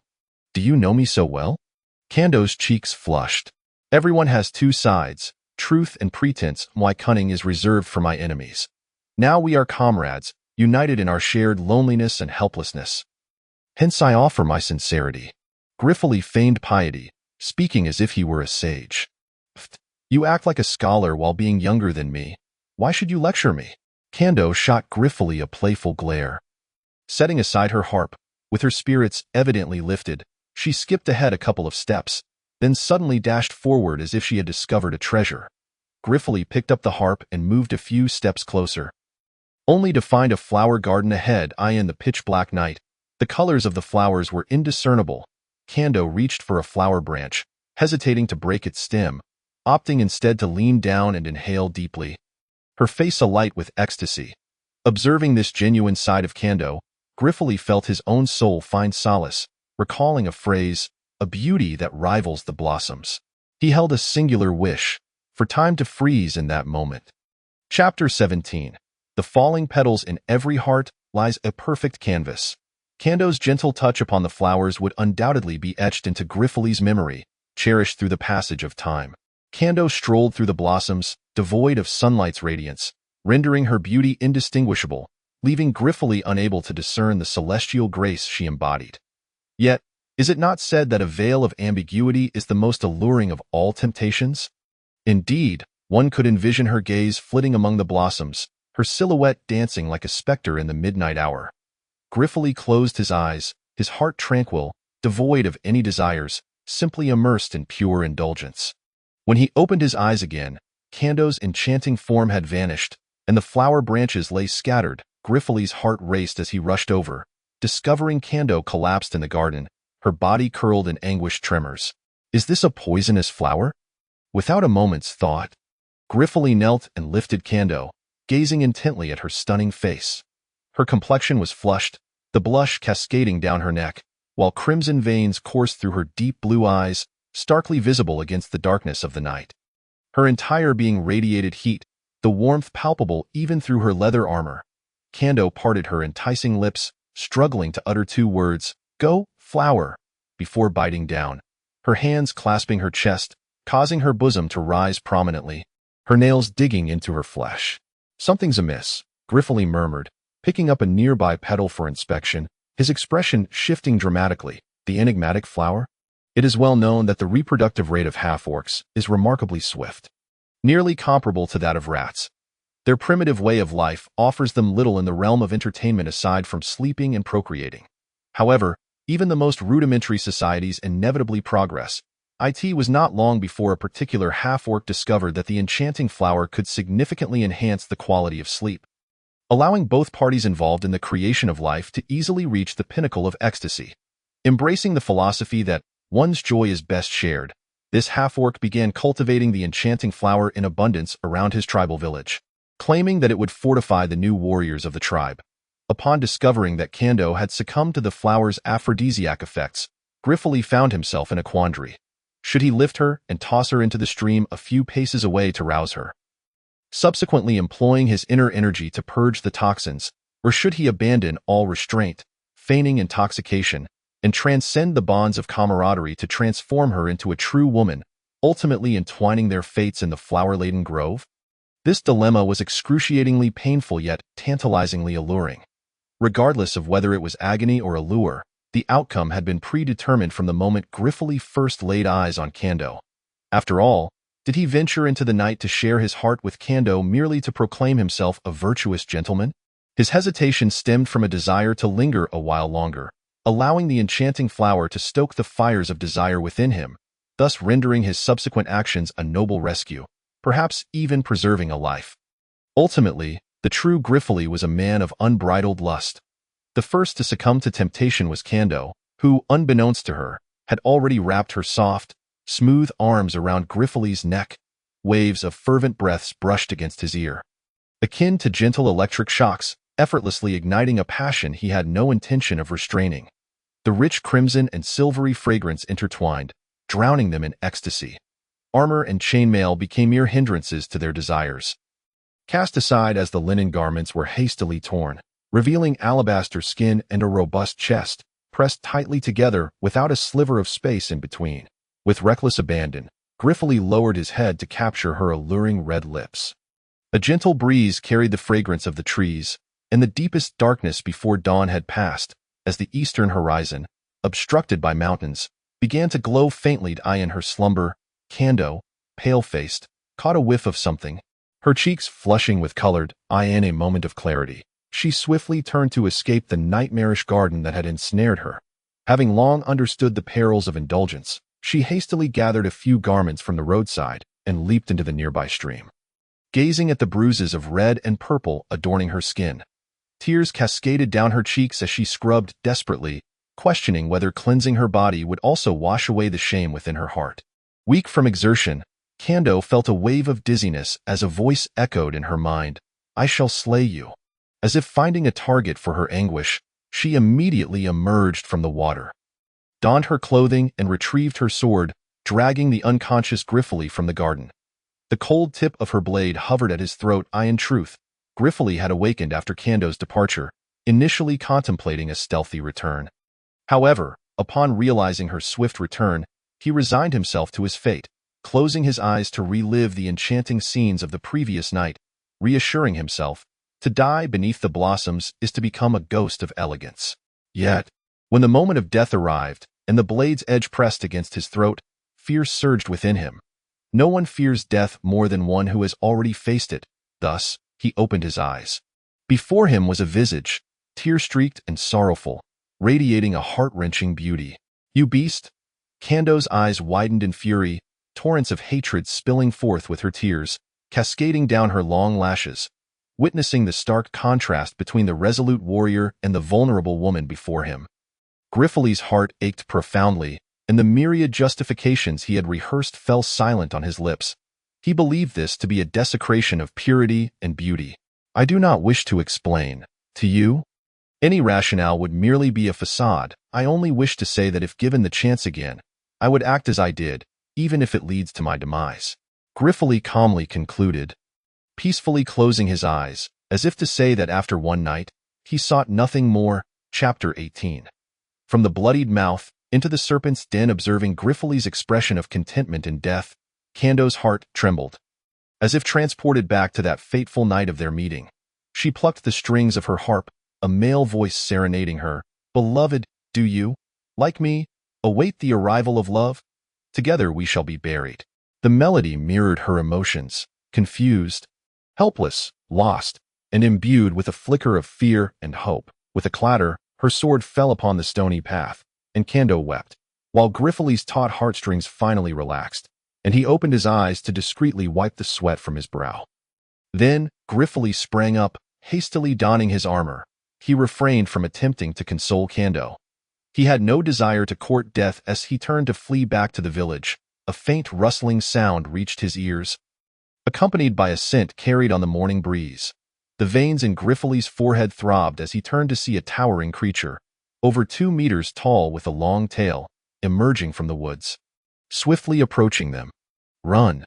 Griffith shouted, grasping Kando's hand as they sprinted toward the village. Kando, too, sensed the danger and, casting a glance over her shoulder, paled and exclaimed, "We cannot outrun them. They are serpent kin. Quit your chatter. We must return," Griffith shouted back. But upon looking again, he was horrified to see the serpent warriors, who had previously been far behind, closing in on them. Kando abruptly released Griffith's hand, declaring, "If we remain together, neither of us will escape.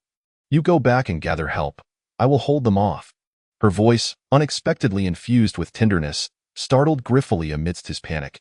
After speaking, Kando drew her sword and, with energy flickering around her, charged at the nearest serpent warrior. Yet, having overindulged the previous night, her strength faltered. She was caught off guard and struck by the serpent warrior's long, powerful tail. The thin layer of energy she had managed to muster flickered and extinguished. "No." As the serpent's tail coiled toward her, Griffith rushed back, raising his sword to strike at the tail.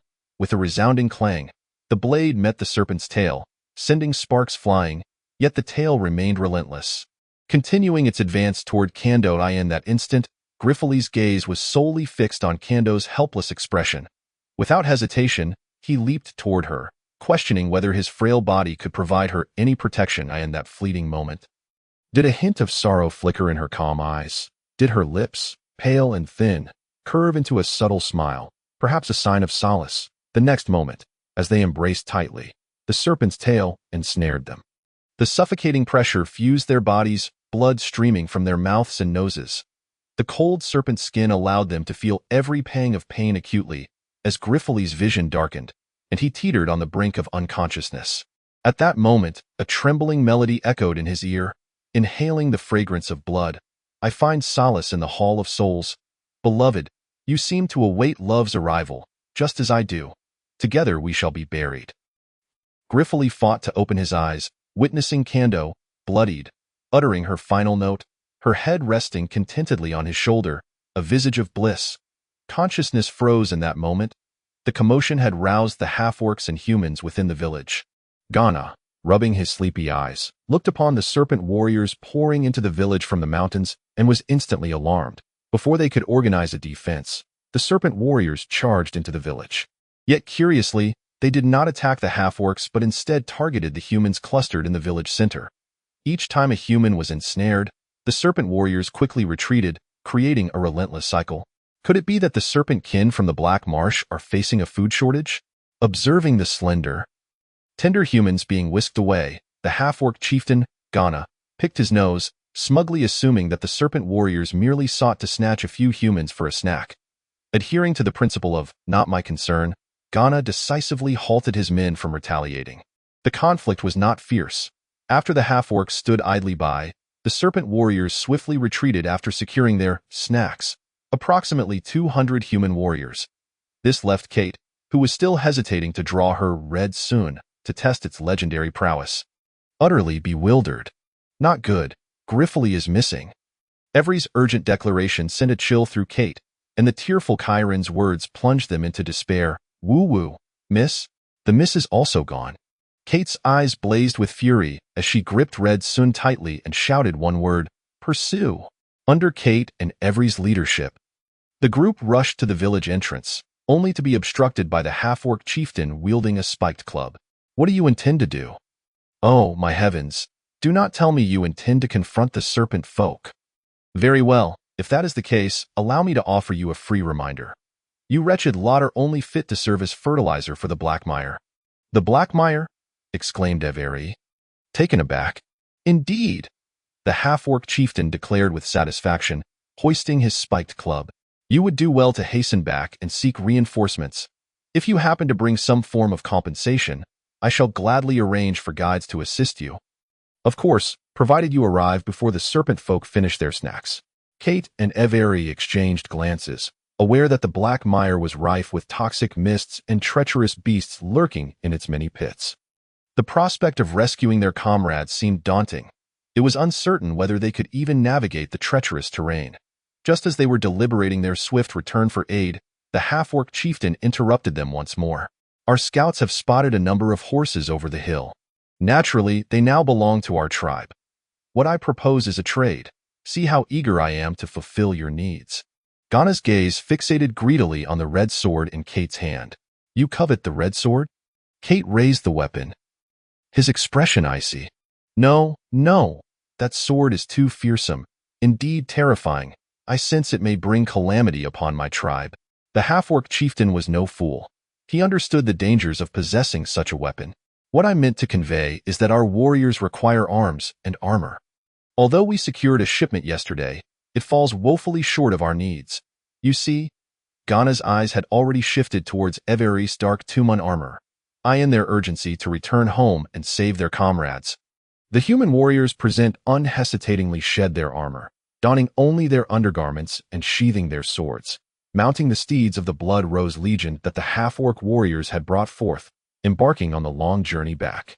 Griffith, my ninth knight, you must survive, Kate exclaimed as he and Avery galloped out of the village. Once every human had departed, Ghana wandered aimlessly out of the village, momentarily captivated by the bloodstain in the flower bed. Pondering if there was perhaps an unaware newly matured maiden in his tribe who had been sullied during the previous night's revelry. Such thoughts ignited a fury within him. He resolved to gather all the women and subject them to scrutiny, lest any remain unaccounted for. Chapter 19. The Crimson Banner, the bilious mountain range, stretches east to west, dominating the heart of the Menid Empire. thus earning the moniker of the Central Mountain Range among its populace. In the summer of the year 2012 of the sacred calendar, a cadre of cavalrymen, having escaped from the Darklands, adorned in deep blue riding garb and mounted on southern Peros Isaac steeds, numbering over 200, most of whom bore injuries, stumbled into a border outpost nearest to the Darklands. Amidst the jeering whistles of the station soldiers, Everi cast the emblem he held towards an older sergeant. The Lionheart crown emblem? The sergeant, clearly seasoned with age and experience, immediately knelt before Everi's mount. "Your Highness, what are your commands? Sound the horn, clear the way, and swiftly escort us back to the capital," Everi ordered, dismounting alongside Kate, both entering the outpost to survey the colorful banners adorning its walls. At every outpost of the Minute Empire, several banners are always at the ready, serving to relay the latest news from the front lines, adhering to the principle of reporting joy rather than sorrow. Thus, these banners primarily serve to bolster the morale of the Empire's citizens with tidings of victory. Each banner bears a distinct significance. Deep blue signifies a stalemate. Light yellow indicates a minor victory. Orange denotes a localized triumph, while red symbolizes a decisive victory. Heralding a grand triumph, A.S. Everi emerged carrying the brilliant red banner. The sergeant's eyes nearly bulged from their sockets. It was well known that since the emergence of the Blood Rose's formidable commander, such red banners had rarely graced the capital, let alone the pale yellow of minor victories. Were it not for the emblem of the Lionheart crown, the sergeant would have surely dismissed them as madmen. "Onward!" Everi shouted, brandishing the vibrant red banner as he led the charge.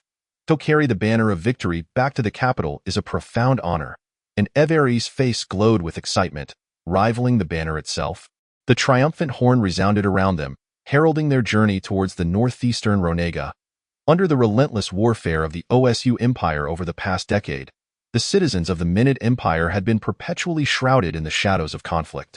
Continuous losses of cities and territories had eroded their faith in the knights who were solely versed in elegance. Should the OSU Empire's heavy cavalry breach the bilious mountain pass and march toward Ronega, it would come as no surprise. Thus, wherever the crimson banner was unfurled, the invigorated lords and citizens rejoiced, celebrating without hindrance. The news of the southern victory spread like wildfire, sweeping through Ronega and across the entire empire. This banner acted as a timely rain, dousing the growing discontent among the populace towards their rulers. In essence, the empire desperately needed a resounding victory to be symbolized by the red banner. For 4 consecutive days and nights, Kate and Everi changed horses but not riders as they hurried toward Ronega, not out of a desire for acclaim, but because their comrades, their brothers, had fallen into the clutches of the serpent folk. They needed to relay this urgent message back to the capital as swiftly as possible. Most of the warriors who had retreated from the Darklands alongside Kate were grievously wounded and could scarcely endure the prolonged riding. Many collapsed along the way. Even Kate and Everi pressed on, sustained solely by the indomitable will of knights. The imposing walls of Ronega, the capital of the empire, finally came into view. The afternoon sun blazed intensely, causing Everi's vision to blur as darkness threatened to overtake him. His body sagged against his steed, yet he clutched the flagpole with unwavering resolve. "This is our honor. I must deliver the red banner into Ronega." In the next instant, the horses galloped, the banner fluttered, yet the knight atop began to lose consciousness. When the red banner billowed upon a mound outside the southern gate of Ronega, 2 battalions of royal guards in red armor and black steeds galloped forth from the city, their horns blaring in unison, escorting Kate and Everi into Ronega. The road from the southern gate to the military headquarters had already been sealed off. The citizens of the capital, alerted by the commotion, lined the streets on either side. As the victorious red banner crossed through the city gates, a wave of cheers erupted, overwhelming the sound of thunderous applause. The already faint Everi toppled from his horse, yet Kate swiftly bent down to catch him. Without a moment's hesitation, he seized the banner from Everi's grasp and spurred his horse toward the military headquarters. The Empire desperately needs a grand victory. Duke Mislai, the Minister of Military Affairs, sat at the head of the military council, incessantly discussing the veracity of this supposed victory. It was no wonder that the generals and advisors doubted. The military headquarters had yet to receive a single word of triumph from the southern front. Following protocol, any significant victory would have been communicated via magical means, rather than conveyed by a solitary rider brandishing a red banner. This military minister, now in his 60s, had not experienced a moment of peace since he took over the military department from Duke Schuster 15 years prior. The Southern Front had been thrown into disarray by the Blood Rose's high commander, and it was evident that when the OSU forces breached the Bilious Mountain Pass, it would signal his own demise. Kate dismounted at the entrance of the military headquarters, kneeling before the waiting Duke Mislai, clutching the flag. "Your Excellency, I am Kate, commander of the 8th Brigade of the 12th Cavalry, reporting victory from the Southern Front." Bearing grievous wounds, Kate struggled to maintain his composure, but he could hold out no longer. He loosened a dark cloth bundle from his back and presented it to Mislai before collapsing at the entrance of the headquarters. After arranging for Kate to be carried inside for rest, Duke Mislai opened the package before his assembled subordinates in the grand hall of the military headquarters. Inside lay a short sword, its black dragonhide sheath embossed with crimson roses, the hilt intricately carved with 2 entwined phoenixes, their heads curving in an enigmatic and sinister manner. "Stop! You are courting death!" a military advisor exclaimed as he reached for the sword, only to be halted by Mislai's sharp command. The Red Sword, the Blood Rose's high commander. It became evident that not all at the military headquarters were inept. A few generals who had once battled the Blood Rose in the Southern Front immediately recognized the Red Sword. Observing Mislai's face, flushed with excitement and fervor, the assembly held their breath, suppressing their rising hopes. With the legendary artifact Red Sword present, the fate of the Blood Rose's high commander was all but sealed. Eliminating the commander carried far greater significance for the waning military headquarters than slaying thousands of enemies. They envisioned that, without the high commander on the Dola's battlefield, who could possibly withstand the might of the Fourth Knight? Ulsa, not to mention the possibility of reclaiming lost territories and even decisively conquering the enemy's Nalan fortress, bringing the conflict to the very heart of the OSU Empire. With the Empire's interests at stake, Duke Mislai dared not hesitate any longer. He hastily wrapped the Red Sword in a black cloth and made his way to the Imperial Palace. Within the grand and resplendent Imperial Palace, His Imperial Majesty, Emperor Yuchin's 12 of the Minid Empire, reclined languidly upon his dragon throne. His gaunt visage bore a faintly squinting gaze, his gray hair devoid of luster, and even the crown atop his head appeared dulled. He twitched the corners of his sagging mouth and opened his murky eyes to survey the array of ministers surrounding him, his gaze ultimately settling upon the Red Sword before him. "Speak.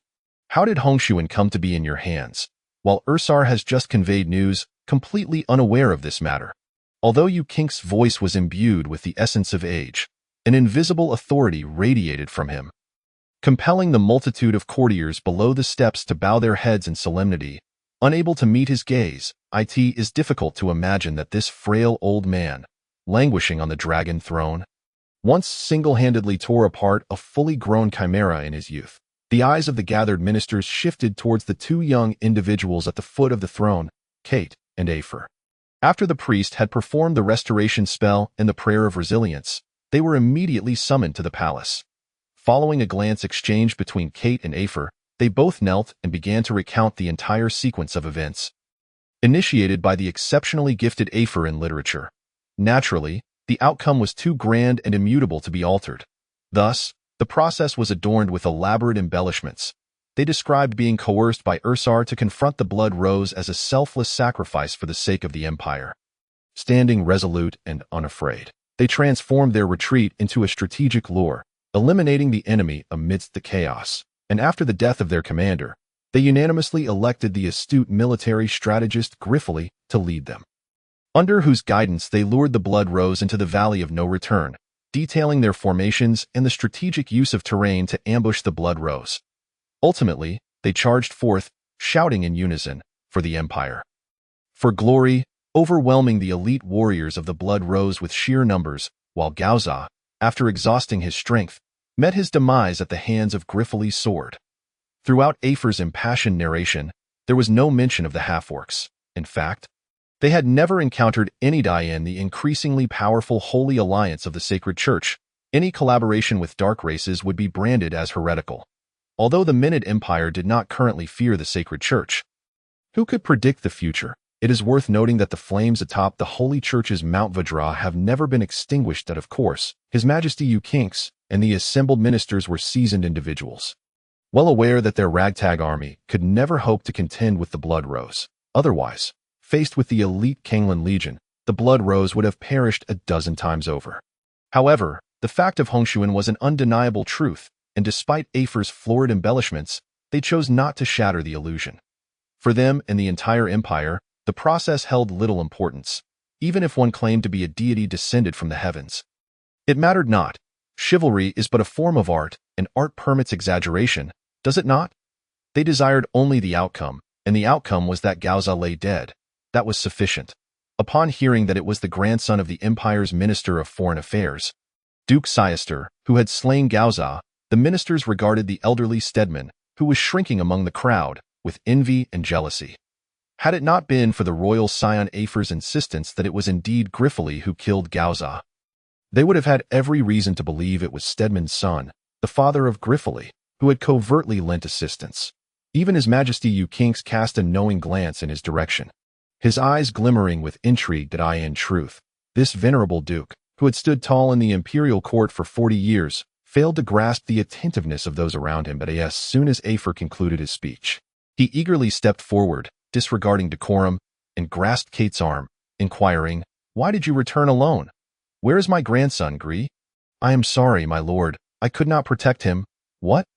Before Kate could finish, old Stedman swayed, nearly fainting. "Though my grandson may have been somewhat greedy, lecherous, and arrogant, are these not qualities inherent to nobility? But now, how could it be?" Old Stedman dared not think further. Kate hurriedly supported the old duke and explained, "No, my lord, it is not as you think. After we killed Gaoza, we were ambushed by the serpent folk, and he, along with Commander Candor, was captured by them." "What?" Old Stedman roared once more. "Those damned worms! Watch me raise their lair and cast them all into the Black Marsh as fertilizer."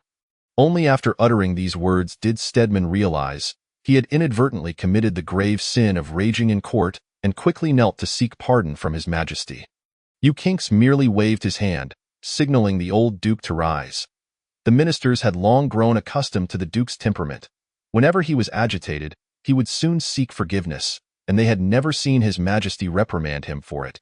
As the assembly deliberated on how to rescue the imperial hero Griffith, the primary figure of concern, Duke Siester, was already seated in his carriage, en route back home. This seasoned duke, having weathered many trials in his over 60 years, had once managed to ascend to the position of Minister of Military Affairs, only to find his tenure cut short as his son, the Empire's second knight, Delong Pailong, caused a ruckus on Mount Vajra. Rescuing a lich from the burning sacred crucifix and abandoning his wife and children for her in the face of the Holy Church's wrath, while the Empire's emperor did not strip Delong Pailong of his title, he nonetheless relegated old Siester from the powerful role of Minister of Military Affairs to the more ceremonial position of Minister of Foreign Affairs, thereby appeasing the Church. Nonetheless, the Stedman family remained a lineage rich in heritage. Having endured for 5 centuries and famed for producing heroes, the old duke's outburst in the court was not mere bluster. A family that breeds heroes never lacks capable servants. Thus, old Stedman hurried back home to orchestrate the rescue of his grandson Griffith. Time was of the essence. Yet, he was also perplexed. Griffith was someone he had watched grow, and he was acutely aware of his capabilities. Kyo believed that Griffith had slain Gaoza was more absurd than Afer's fanciful tales in the court. "It seems the gods still favor our Stedman family," the old duke mused as he beheld his increasingly near estate. Recalling the title of the 9th Knight, a smile of relief gracing his face, it appeared that fortune was smiling upon them, and it was hard to imagine a world devoid of heroes. The Marquisate of Ursar was located on the 3rd Avenue of Ronage. While this avenue may not possess the romantic bustle of Rose Garden Square or the prosperity of Shining Gold Street, in the hearts of Ronage citizens, the 3rd Avenue stands unparalleled. It is synonymous with glory. Thus, people prefer to call it Glory Street, for 5 heroes, bestowed the title of Imperial Knights, reside along this tranquil avenue. Including the 4th Knight's estate of Ursar, the entrance, adorned with a starry black background, is embellished with 5 glimmering characters. 4th Knight's estate. inlaid with opulent gold point. Two burly guards stood sentinel beside the door. Motionless as if they were lifeless puppets, in the northwestern corner of the entrance stood the second tallest building in Ronage, the Tower of Secret Stars. The tower, shaped like an obelisk, bore the family's preferred black hue. Each night, when darkness enveloped the sky devoid of moonlight and stars, the pinnacle of the Tower of Secret Stars would be shrouded in mysterious starlight, both enchanting and intimidating. Adjacent to the Tower of Secret Stars lay a small garden known as Nostalgia. Within Nostalgia, pavilions and towers formed a cohesive expanse, with rockeries and ponds interspersed throughout, creating a stark contrast to the solemn and austere architecture surrounding it. Moreover, the garden was typically tranquil, devoid of the melodies of birds or the fragrance of flowers. The only presence was that of pale lotus flowers, resembling snow, floating across the ponds to the edge of the pond. A pair of azure eyes gazed upon the sea of white petals, their calm depths betraying no trace of emotion. Her golden hair cascaded loosely behind her, swaying gently with the breeze, while her alabaster face bore no hint of color. Paired with her prominent nose and thin lips, she exuded an air of icy elegance and nobility beneath her flowing white gown. Upon her smooth forehead rested a pair of delicate brows that seemed never to have unfurled, and a fleeting melancholy danced within her gaze, hinting at a heart burdened by countless unspoken yearnings, casting a shadow over her exquisite brows and glistening pupils. "Alas," she murmured softly, leaning forward slightly, her delicate hand reaching towards a petal, cradling a lotus flower as though caressing the face of a first love. Her stunning form swayed gently in the breeze, and in her serene focus, she resembled a solitary lotus, untouched by the world. In this moment, she was an angel, caught in a web of longing or reminiscence. "Madam, madam," a crisp voice, accompanied by the clattering of hurried footsteps, jolted Ailina from her reverie. Her graceful features furrowed slightly, reluctantly releasing the lotus from her grasp, her pale hand waving dismissively in the water as she rose and turned to face the approach. Vere, frantic and breathless, dashed towards her mistress Ailina, tears cascading down her handsome face like pearls strung loose. Ignoring her mistress's aversion to dirt, she seized Ailina's hand and knelt upon the ground. "Madam, the young lady. The young lady. Rise and speak clearly." Ailina gently brushed a strand of hair from her ear, her brow now etched with a hint of anxiety. "News just arrived from the palace. The young lady has been captured by the serpent folk in the Valley of No Return." Vere finally managed to articulate the crux of the matter, her voice choked with emotion. "Candor." Ailina softly uttered her daughter's name, her pallid visage growing even more ashen. "Wait.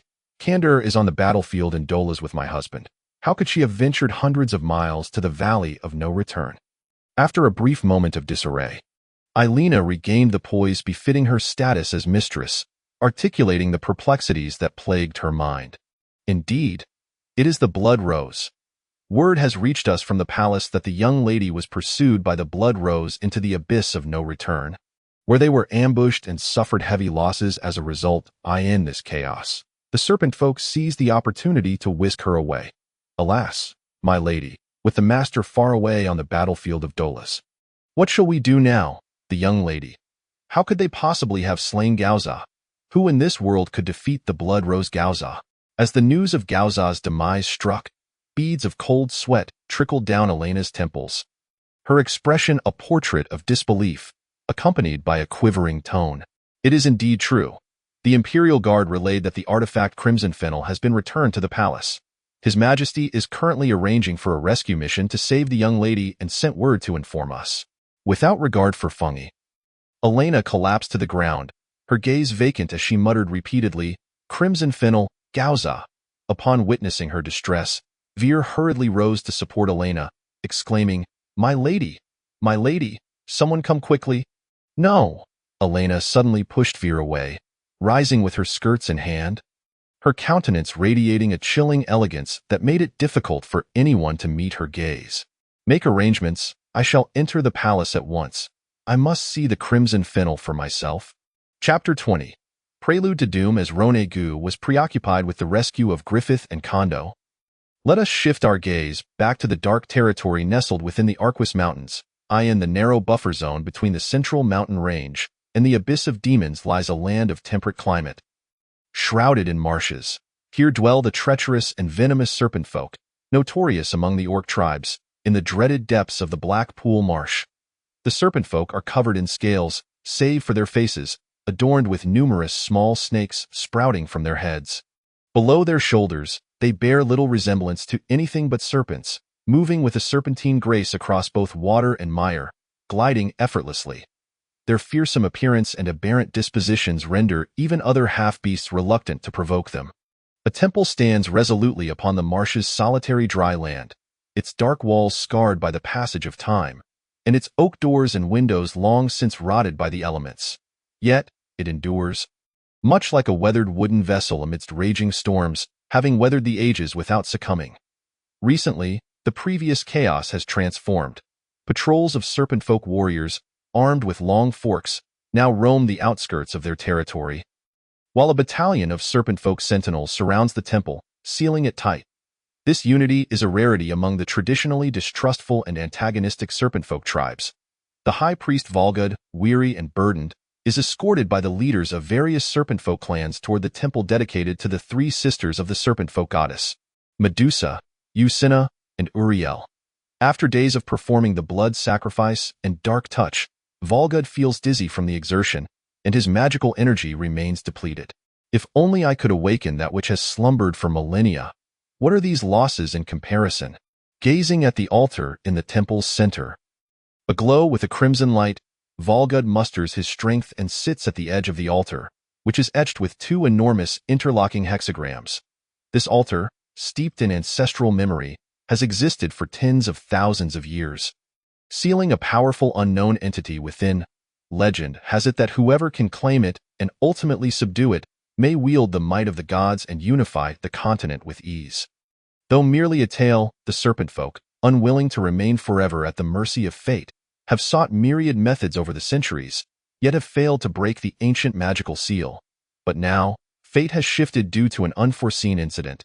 A thief disguised as a human merchant, having evaded numerous guards, infiltrated the temple in a bid to steal the magical gems adorning the altar. However, he triggered a magical alarm and was swiftly struck down by arrows from the temple guards. Such occurrences are not uncommon in the temple, yet this marks the first time in millennia that a human has trespassed within the serpent folk's sacred domain. The thief's blood flowed across the ground, tracing the intricate patterns of the ancient magical array formed by the interlocking hexagrams. After millennia of silence, the array shimmered with a faint azure glow, a change that did not escape Volgud, who had hastened back upon hearing the commotion.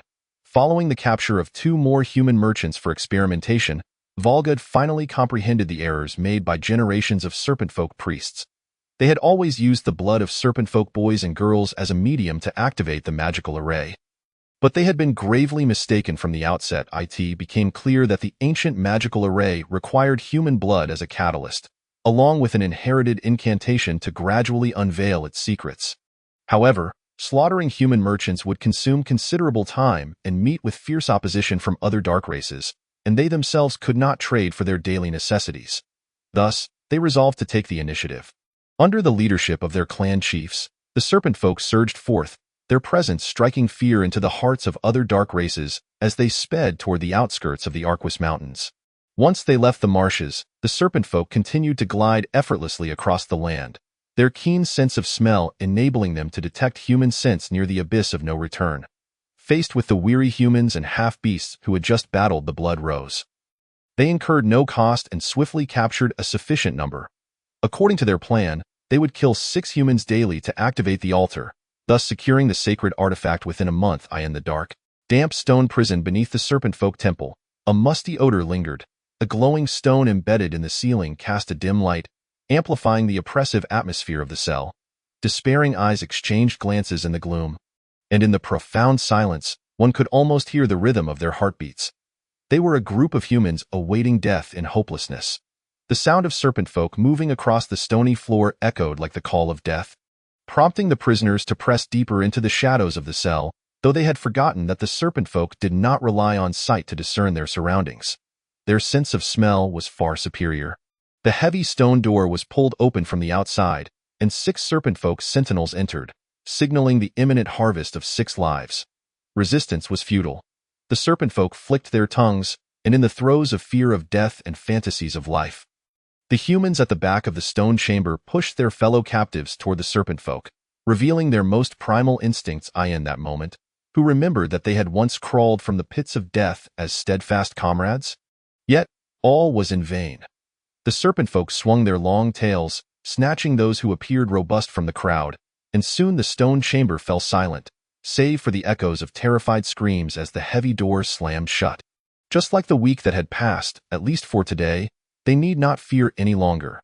Death awaited them on the morrow. In the farthest corner, Kondo released a quiet sigh of relief. Her once radiant face had turned pallid from lack of nourishment, and she cautiously shifted her body to glance at Griffith behind her. Griffith lay on the ground, two of his ribs crushed by the serpent folk's grip. Though Kondo had attempted to mend him with her fighting spirit, the effects appeared minimal, and he now lay half-conscious, gazing at Kondo with a smile. "What are you smiling at?" Kondo flushed, turning her head away under Griffith's nearly shameless stare. "Do not fear. I mean, in the eyes of the serpent folk, you are a hideous creature. Rest assured, I promise you will be the last to die." Griffith, oblivious to Kondo's protective instincts, felt that since today's crisis had passed, it was time for flattery. "Huh, you are the hideous one," Kondo retorted, her face turning a shade of green with anger. Every day at this hour, Griffith would tease her, and each time Kondo resolved to throw him to the serpent folk the next day. But upon hearing the sound of the door opening, she found herself instinctively shielding Griffith, fully aware that since she had not been able to bring herself to kill him the first time, she could never do so again. "Kondo, are you angry?" Griffith, like a pitiful creature, tugged at Kondo's leg, not pulling but rather, lying on the ground, caressing her calf. Kondo kicked his hand away, ignoring him. "Kondo, it is good that you are angry." Griffith continued to lament. Kondo's face had turned an even deeper shade of green. If she did not throw Griffith out tomorrow, she would no longer be Kondo. "We have now lost our illusions. We must remember our anger to remember that we are human, not lambs awaiting slaughter." Upon hearing this, a cloud passed from Kondo's face, brightening it once more. Though Griffith's words were somewhat tormenting, Kondo understood his intent, biting her lip as she leaned against him. "Griffith, was that song you sang last time your own composition?" Which one?" Griffith turned his head, taking the opportunity to nuzzle against Kondo's ear. Noticing the looks of intrigue from those around them, Kondo felt a wave of embarrassment wash over her, and she prepared to pinch Griffith hard. Yet, realizing he could barely stand, her heart softened. They say a woman's heart is made of water. It seems there is truth in that sentiment. Griffith, compelled by circumstance, had to improvise. He certainly could not admit to learning it from a dream. Moreover, this melody almost serenaded him nightly in his dreams, and he had nearly mastered it. "Kong Duo," Griffith softly called. I know another tune. Let me hum it for you." "I'm listening. If you learn it, you must play it for me on the harp in the future." "Less chatter." Kong Duo rested her cheek against Griffith's shoulder.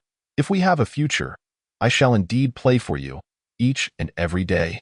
Kong Duo thought. As Griffith's deep, magnetic voice resonated, a majestic and spirited melody began to waft from his lips. With the unfolding of the tune, the exhilarating melody stirred the listener's blood, invigorating their spirits. The tune shifted, alternating between fervor and sorrow, rising in strength, subtly accompanied by the sounds of drums and horns, the rhythm accelerating from slow to a fervent pace, evoking the tension of an impending battle, culminating in a cacophony of galloping steeds. A harmonious roar of men and horses, as if ambushers were springing forth, ready to alter the course of fate. As the final notes faded, the prisoners in the stone cell remained immersed in the poignant strains. "What is the name of this piece?" A glimmer of starlight shone in Kong Duo's eyes, revealing to Griffith her admiration. "Ambush from 10 sides," Griffith replied, gesturing for Kong Duo to assist him in rising. Addressing the warriors around him, enchanted and invigorated by his melody, he declared, "Though we may lose 6 comrades each day, we must not relinquish hope. We, the living, shall carry forth the hopes of our fallen brothers. From this day forth, we shall sing this tune for you each day. Since hope seemed elusive, let us rekindle it from within our hearts." Kong Duo understood. At that moment, she willingly acknowledged that Griffith was a true leader. "Indeed, I am a genuine commander, leading you all toward despair," Griffith thought quietly as he gently wrapped his arm around Kong Duo. who did not resist this time. Chapter 21.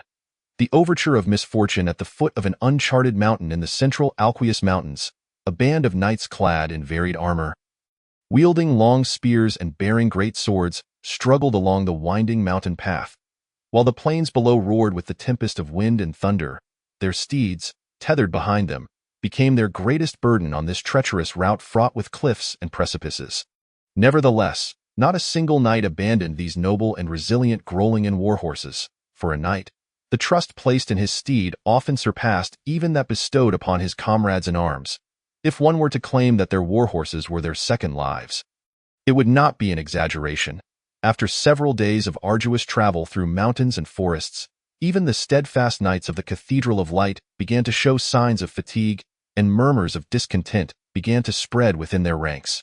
As a well-equipped regiment of the Holy Cathedral of the Minid Empire, with an average combat prowess of mid to upper tier, they could have easily traversed the flat and broad trade routes, splitting the Alquius Mountains in two via the wretched Witch's Gorge, and reached the outer encampments of the Dark Heretics, be they half-orc camps or dark clans, within half a day. With their strength, they could easily accumulate the merits needed for promotion, and if fortune favored them in slaying a heretical leader wanted by the Church, it would not be impossible for the Pope himself to bestow upon them a medal symbolizing glory and achievement upon their return to the Holy Citadel. Yet, each of them understood that this journey was far from a holy war. Observing the wrinkled face of the mage closely guarded by a cadre of black-armored knights, within the ranks stirred feelings of indignation among the knights. The so-called Holy War referred to a conflict initiated by the Holy Alliance, guided by the Holy See, targeting the Darklands on the other side of the Alquius Mountains solely to eradicate heretics. Apart from a few knights of the Church, most participants were young noblemen who had been granted knighthood at birth. Rather than a war, it resembled a perilous adventure. After the hunt for heretics, the Emperor and the Cardinal would jointly determine their merits, which, based on the number of heretics slain, would often earn them titles such as Imperial, Royal, or Silver Cross, signifying honor before their knightly names. This served as capital for these noble scions to boast about their future achievements. Hence, every 4 years, during the Holy War, any noble aspiring for their descendants to make a mark would send their heirs to gild themselves. Indeed, it was gilding. Surrounded by family knights, as long as these noble youths were not excessively arrogant or particularly unfortunate, they could even secure the desired number of heretic heads without lifting a finger, returning home to claim their glory. This had become an unspoken rule among the nobility. Now, it was not just the palace knights harboring grievances. Even their captain, Glenn, wore a glum expression. Before departing, he had inquired of the Cardinal Dimitri of the Holy Cathedral, questioning why they needed to rescue the son of the notorious heretic de Longpelin from the Stedman family. The cardinal, making the sign of the cross, dismissed Glenn with a single phrase. The Lord says, without forgiveness, there can be no redemption. In fact, since ascending to the position of cardinal, Dimitri had faced considerable challenges. The Minid Empire was a realm steeped in knightly valor, and in an age devoid of miracles, spreading the faith and glory of the Lord in such a land proved exceedingly difficult. The Stedman family enjoyed immense popularity among the people, and the Holy See found itself at odds with them due to de Longpelin's actions, making the dissemination of doctrine all the more arduous. In this world, there exist no eternal enemies, only persistent interests. The incident involving de Longpelin had transpired over a decade prior, and Dimitri had been seeking an opportunity to mend relations with the Stedman family. Now, embarking on a mission to rescue the heir from the Dark Lands presented an exceptional opportunity, for the weapons wielded by the palace knights bore holy flames, the sworn nemesis of all dark creatures. Thus, a formidable contingent comprising 4 court mages of the Empire, the palace knights of the Holy See, and the infamous black-armored knights of the Stedman family, along with elite guards from the 4th Knight S Order, formed a battalion of over 1,000, surging toward the dark mire of Hectian the Hectan Marsh, deep within the stone dungeons of the Serpent Temple. Each day at dawn, Griffith would hum Ambush from 10 sides to bid farewell to his comrades. Initially, he hummed alone, then Kong Duo joined in rhythm, and soon, more and more voices resonated within the stone chamber, creating a chorus that sent off their fallen comrades with a lamenting melody in that song. At the moment the stone doors opened each day, they no longer felt the panic of being crushed. Although many among them would never comprehend the essence of Griffith's humming, They did not need to understand. It was a beauty beyond words, evoking heartache, the melody soaring higher and farther than any dreamer in the dark could imagine, like a bird escaping its gray cage, causing the walls to vanish, granting all the prisoners a fleeting sense of freedom. As the sun rose and set, and the stone doors opened and closed, the dim dungeon knew neither day nor night. They referred to the next opening of the stone door as tomorrow. Each day, vibrant lives were offered as sacrifices, while the unknown relic remained in slumber, deprived of sustenance to restore their strength. Even standing for a moment became a luxury that in truth, one could hardly expect to regard rats as a delicacy. Nor could they provide any decent sustenance. Throwing a few wild fruits to sustain them was already a considerable boon. Griffith rested his head on Kong Duo's lap, a reward for his shameless persistence over the past 20 days. Perhaps Kong Duo lacked the energy to push him away, resigning herself to it, as long as his hands remained respectful, gazing at the remaining dozen or so souls in the stone dungeon. Griffith said, "Kong Duo, tomorrow, let me out." Since death was inevitable, he resolved to embrace it like a man. Kong Duo shook her head, her once sparkling eyes now dimmed. "Gri, do you still hurt?" Indeed, Griffith felt great pain. Anyone who had suffered broken ribs for nearly a month without treatment would be numbed by agony. For Griffith, perhaps only in dreams, when the lamenting voices from deep within his subconscious emerged, could he momentarily forget the pain, surrendering to the song. Compared to parting from you, this physical pain pales in comparison to the ache in my heart. Griffith gazed tenderly at Kong Duo. Their hands entwined. "Gri, no, I." Kong Duo wept silently against Griffith's chest, never having anticipated that their sordid encounter that night would leave her so reluctant to part. Whenever the bloodlust surged from the temple above, Griffith felt an overwhelming urge to escape as the altar's seals were gradually lifted. This urge intensified to a torturous degree. Reflecting on the words that had been imprinted in his mind since his rebirth, scenting the fragrance of blood, "I find the sanctuary for my soul," Griffith suddenly realized that perhaps above truly lay the resting place of his spirit. He gently cradled Kong Duo's cool cheek, tenderly brushing away the traces of her tears.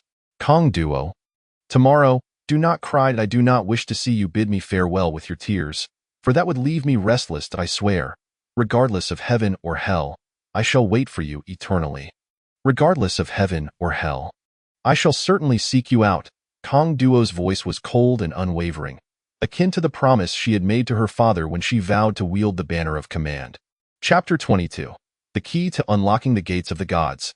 Deep within the central mountain range of the Darklands, in a valley known as Blood Moon, the Palace Knights and the black-armored knights of the Schuster family, after 20 days of arduous marching, reached their destination, the valley's exit, which led to the Black Tan Marsh. Upon arriving at Blood Moon Valley, the Palace Knights, disregarding their fatigue, constructed defensive positions at both ends of the valley.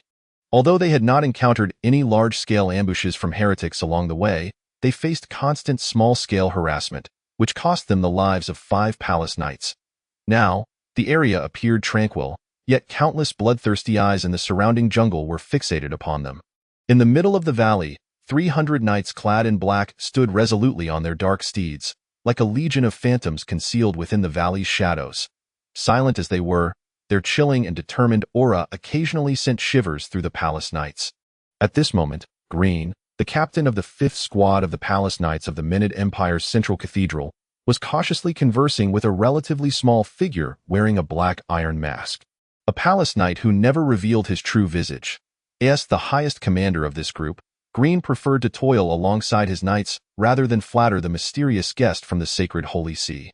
He had spent considerable effort analyzing the current situation, only to receive the occasional nod in response.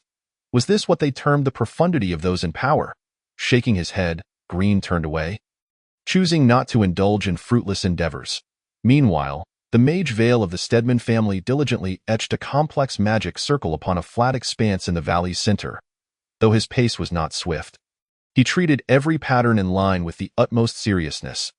The chilling valley wind could not dry the beads of sweat on his brow, nor could it trouble his steady, lean arms. 4 court mages stood behind Veil, observing their companion with a rigorously critical attitude as he inscribed a rather uncommon magic circle.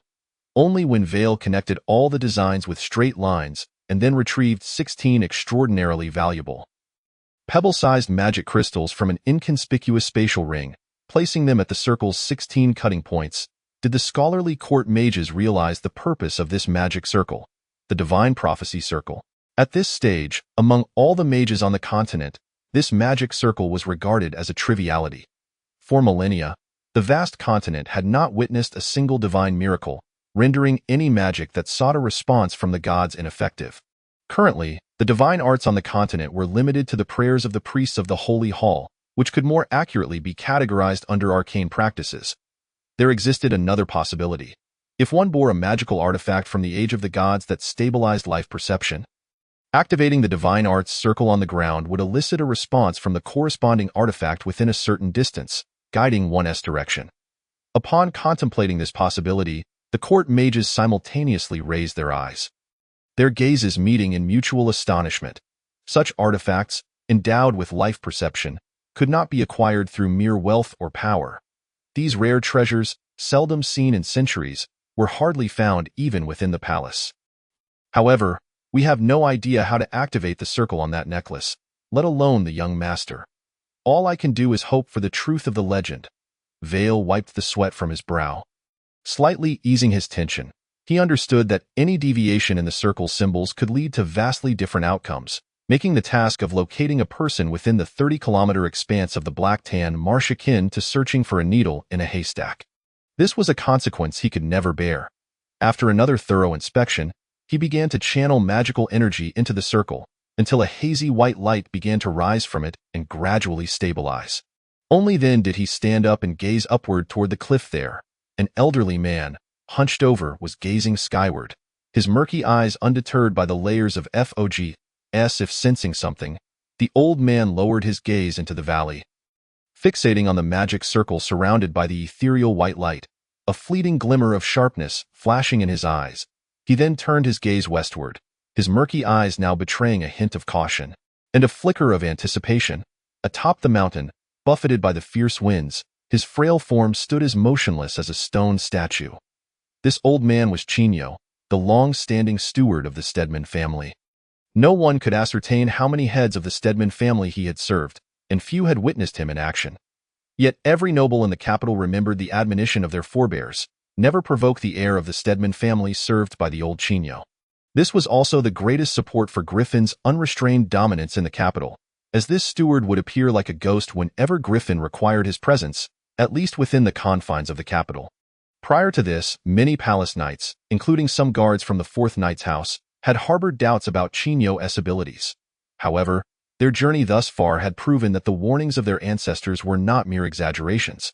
Whether on plains or in mountainous terrains, they consistently found themselves outpaced by the unmounted old Chinyo. Yet at the next campsite, they would invariably find him waiting there first. What constituted strength? This was strength. The speed at which old Chinyo traveled transcended their comprehension. The Blood Moon Valley stretched merely a mile, and all could see the radiating white light of the magic circle. Their gazes were filled with anticipation, excitement, and loathing. Time and the rhythm of their hearts flowed in tandem.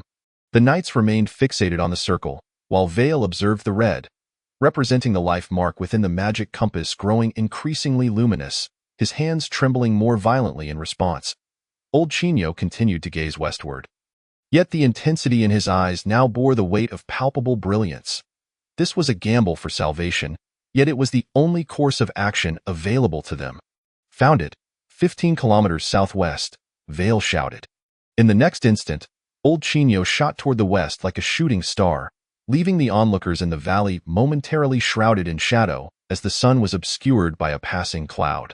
When they looked up, the sunlight had returned, yet the figure of old Chinyo was no longer atop the cliff. While others remained in a state of bewilderment, only the palace knight with the black iron mask furrowed her delicate brow beneath the mask. For just moments ago, she had sensed a distinct aura, a fleeting essence of darkness. Simultaneously, the black-armored knights in the shadows raised their long spears, slightly inclining their bodies and tightening their reins.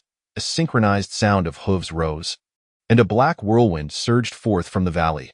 The court mages, following closely behind the black-armored knights, repeatedly cast mud to stone, or floating ice, spells over the treacherous mire and puddles, transforming this foreboding marshland into a charging pathway for the knights under the wondrous arcane powers. When the stone door of the stone prison opened once more, Griffin was satisfactorily whisked away by the Serpent Clan's Jingwei. Kong Duo coldly observed this scene. At the moment the stone door closed, her heart, concealed beneath her icy mask, had perished. At the center of the Serpent Clan's grand temple stood a towering altar, its gray surface etched with intricate and obscure runes. Each hollow in the altar was adorned with gemstones radiating a bluish hue, resembling a myriad of flickering eyes that sent chills down one's spine. All right, comrades, take your positions as per usual. Once the last drop of human blood is spilled, the dawn of a new era for the Serpent Clan shall be imminent. Vargud's hoarse voice invigorated the otherwise dispirited priests, who positioned themselves at the angles of the hexagram magic circle adjoining the altar and began to channel the activated ancient magic circle with dark touch, infusing it with pure dark magic to dismantle the final seal of the altar. Griffin, perched upon the shoulder of a Serpent Clan Jingwei, gazed at the imposing altar and the intricate, obscure symbols etched upon its surface. Seeing the bizarre Serpent Clan members surrounding the altar, he mused, wow, a magical world. Or is this the Jurassic period? It must be said that this usually cautious individual had become somewhat oblivious at that moment, after indulging in the enchanting spectacle before him. He turned back, eager to glimpse the scenery he had left behind, only to be met with a startling sight. The Jingwei bore a mass of snakes, as thick as chopsticks, emerging from its mouth, hissing in a disconcerting manner. Perhaps he could not quite accept this avant-garde hairstyle. Whether from sheer shock or unexpected delight, he fainted in compliance. This unfortunate soul was none other than Griffin, who, after regaining consciousness from his fainting spell, found himself tumbling to the ground with a sound unique to the human body when it falls in a standard backward manner. The excruciating pain imparted a profound revelation to him. This was not merely a fantastical film or a visit to Jurassic Park. His very soul existed in this surreal realm. Despite the agony, he furtively squinted and gazed at the surrounding serpentine beings, intentionally averting his eyes from their heads. Yet, such close observation proved distressing, and, akin to anyone confronted with something revolting, he could not help but retch, defiling the sacred altar of the temple revered by the serpent tribe. Soon, the visual onslaught once more tested the limits of his nerves as a serpent priest extended his elongated form from the fringes of the ancient magical circle, licking clean the vile remnants he had expelled, all while appearing to savor the act. This time, with no further capacity to vomit, Griffith lost all semblance of temper, succumbing to silence. Perhaps it was time for self-pity. The azure glow of the ancient magic circle intensified, and after a brief, fervent discussion in serpentine tongues with the surrounding priests, Volgud nodded at a nearby Jingwei. The latter unsheathed a dark dagger and, with barely a sound, approached the center of the magical circle. Before Griffith could comprehend the situation, his hands were seized, and 2 deep cuts were made across his wrists, down to the bone. Crimson blood gushed forth like a spring, splattering Griffith's face. After an initial piercing pain, panic enveloped him entirely. He struggled to maintain clarity within his mind, intending to cross his hands over his wrists to slow the bleeding, only to despairingly discover that the blade had severed his tendons. Left with no recourse, Griffith could only fix a furious glare upon Volgud, soon finding even the expression of such rage a luxury. As his life force drained away with each heartbeat, he realized his time was fleeting. He refrained from flinching or struggling. Even the slightest movement threatened to draw him closer to death. No one could understand the preciousness of life better than one who had danced with death. And he yearned to live, to truly live, even if it was merely to behold this bizarre world for a moment longer. His pupils dilated, eyelids drooping slowly, leaving only a sliver of sight, a desperate gasp for breath. The azure radiance intensified, swirling around the magical circle like a tangible force, ultimately coalescing into a tempest that surged into the center of the altar. Everything fell into stillness. Every soul within the temple held their breath, fixated on the altar emanating a dim red glow, their tranquil exteriors masking hearts ablaze with fervor, eyes betraying an unbridled greed, mingled with a hint of trepidation. How long had it been? Was it but a fleeting moment? Or a century?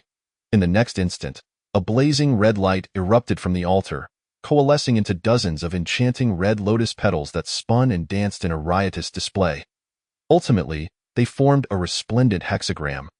Suspended in the center of the altar, shrouded in crimson mist, an eerie sight to behold, gulp, a synchronized sound of swallowed breaths echoed. Every serpent being within the temple sensed that an unknown treasure was about to be revealed. Crack, a sound reminiscent of chicks hatching from their shells, heralding the dawn of new life, starkly contrasting the serpentine greed. A sphere of blue and red light materialized within the hexagram formed by mandala flowers. Distinct yet harmoniously intertwined, in an instant, the radiance vanished. All the serpents were left dumbfounded by this extraordinary spectacle, their covetous red light extinguished, their narrowed eyes now gazing with a serene, warm light, as if entranced. Devoid of any lingering greed. Even the nearly lifeless Griffith found an unexpected strength to gaze at the altar, mouth agape, perceiving what he believed to be a final vision before death, free from the desire to live or the fear of dying. He simply wished to gaze upon it indefinitely. Until the end of time itself. Simultaneously, the once sun-drenched vast continent was now enveloped in crimson leaden clouds, with bolts of black lightning striking fiercely upon the earth, shaking mountains and rivers alike. A miracle? The inhabitants of the vast continent beheld the thick, black lightning intertwining and extending across the blood-red sky, their eyes filled with fear, uttering but two words, miracle. Faced with the inexplicable unknown, people instinctively sought to connect it with the divine, kneeling in reverence. Repeatedly confessing their past disdain for divine authority in the central region of the continent, outside the city of Wembley in the kingdom of Suseya, stood a solitary mountain. It lacked the grandeur of the Alquius Mountains' towering peaks and the verdant splendor of the central mountain range. It seemed to embody only tranquility. At this moment, while all beings trembled in the presence of the miracle, it remained undisturbed, akin to Wembley Cathedral atop the mountain. Here lay the headquarters of the Holy See. The aged Pope, leaning on his ornate staff, diligently cleaned the confessional room, meticulously tending to every corner, mirroring his patient attentiveness to each lost lamb's confession. The relentless black lightning outside did not evoke much astonishment upon his furrowed visage. He merely turned momentarily to gaze at the blood-red sky, murmuring, "Has the first key to the door of the gods emerged? Is this fortune or misfortune for my lord?" In that moment, his compassionate gaze turned hollow. Chapter 23. The Mysterious Eye After the Passage of Time. A singular eye emerged upon the altar at the heart of the Serpent Temple. It was an eye with a blue background and red pupil, though vastly larger than a normal eye. Anyone who beheld it for the first time would deem it an entrancingly beautiful eye, one that ensnared the viewer in an inescapable trance, regardless of the passage of time or the shifting of clouds. They longed to gaze upon it endlessly. The cerulean depths of the eye shimmered like rippling water, exuding an aura of purity and compassion, while countless divine rays danced upon its surface, compelling all the faithful to kneel and worship before it. The crimson pupil housed a dark violet iris, seductively captivating, drawing all who beheld it into the abyss of wickedness. Before this eye, no secrets remained in one's heart, only the desire to prostrate oneself before it, to kiss every inch of the ground surrounding it. The sacred blue and bewitching red, divine essence mingling salvation and wickedness, formed a singular eye that should have been rife with contradiction yet harmoniously united. Inspiring admiration for its beauty and fascination with its allure, ultimately leading to total immersion. This was an eye that ought not to exist in the mortal realm. Words could scarcely convey its essence. If you were fortunate enough to witness it, you could only declare it perfect. Whether filled with fervor, unquenchable greed, or on the brink of death, all stood entranced before this mesmerizing scene, their souls departing their bodies. Succumbing entirely, in that moment, could one still entertain thoughts of desecration? Time flowed silently, yet the beautiful and enchanting eye within the temple froze the ages for all present. Griffith was the first to awaken. Despite his utmost reluctance, for he was on the verge of death, a mere visitor to this strange world who had scarcely glimpsed a few days of sunlight, he felt his eyelids growing heavier. A scroll was cast through the window from outside the temple, and before the serpent priests could react, a blinding white light, fierce and overwhelming, erupted within the temple hall. Accustomed to dim lighting, the serpents felt their eyes burn painfully. instinctively closing them in that moment. Simultaneously, the mandala flower hexagram upon the altar shattered, dissolving into scattered starlight. The unsupported eye suddenly plunged downward, disappearing into the altar. Scrolls were hurled in, and the temple was engulfed in a dazzling white. A figure leapt through the window, swiftly seizing the unconscious Griffith, escaping the encroaching serpent Jingwei before vanishing from the temple. In an unnoticed instant, a streak of red light ascended from the altar and merged with Griffith's body. Then, a voice resonated deep within his soul, sensing the fragrance of blood. I have found the sanctuary of souls. Followed by a sigh, still imbued with that haunting melancholy, as if from a dream. Bewildered and uncomprehending, Griffith felt himself drifting, floating as though in flight. As the splendor waned, the temple returned to serenity. It was only then that the serpent high priest Volgud suddenly recalled something, and in deep anguish. He spat blood and collapsed. In his stupor, he muttered incoherently in serpentine tongue. The other serpents, concerned for their high priest's health, rushed to his side, hearing him lament, "Beautiful, beautiful. Indeed, it is beautiful," remarked a somewhat disgruntled serpent leader, scratching his head, gazing at the now restored altar. "But it has sunk again." A silent tear trickled from the high priest's eye, seemingly in remorse for his earlier carelessness. How could he have missed that slender red light that had darted towards the white glow? "I will surely find you again." In a fit of rage, Volgud seemed to once again behold the enchanting yet sacred, the wicked yet wise gaze of those eyes, a treasure that rightfully belonged to the serpent clan. Yet, Volgud had no time to concern himself with those eyes now. For a horde of unwelcome guests had arrived outside the serpent clan temple, marking the grim onset of their extermination.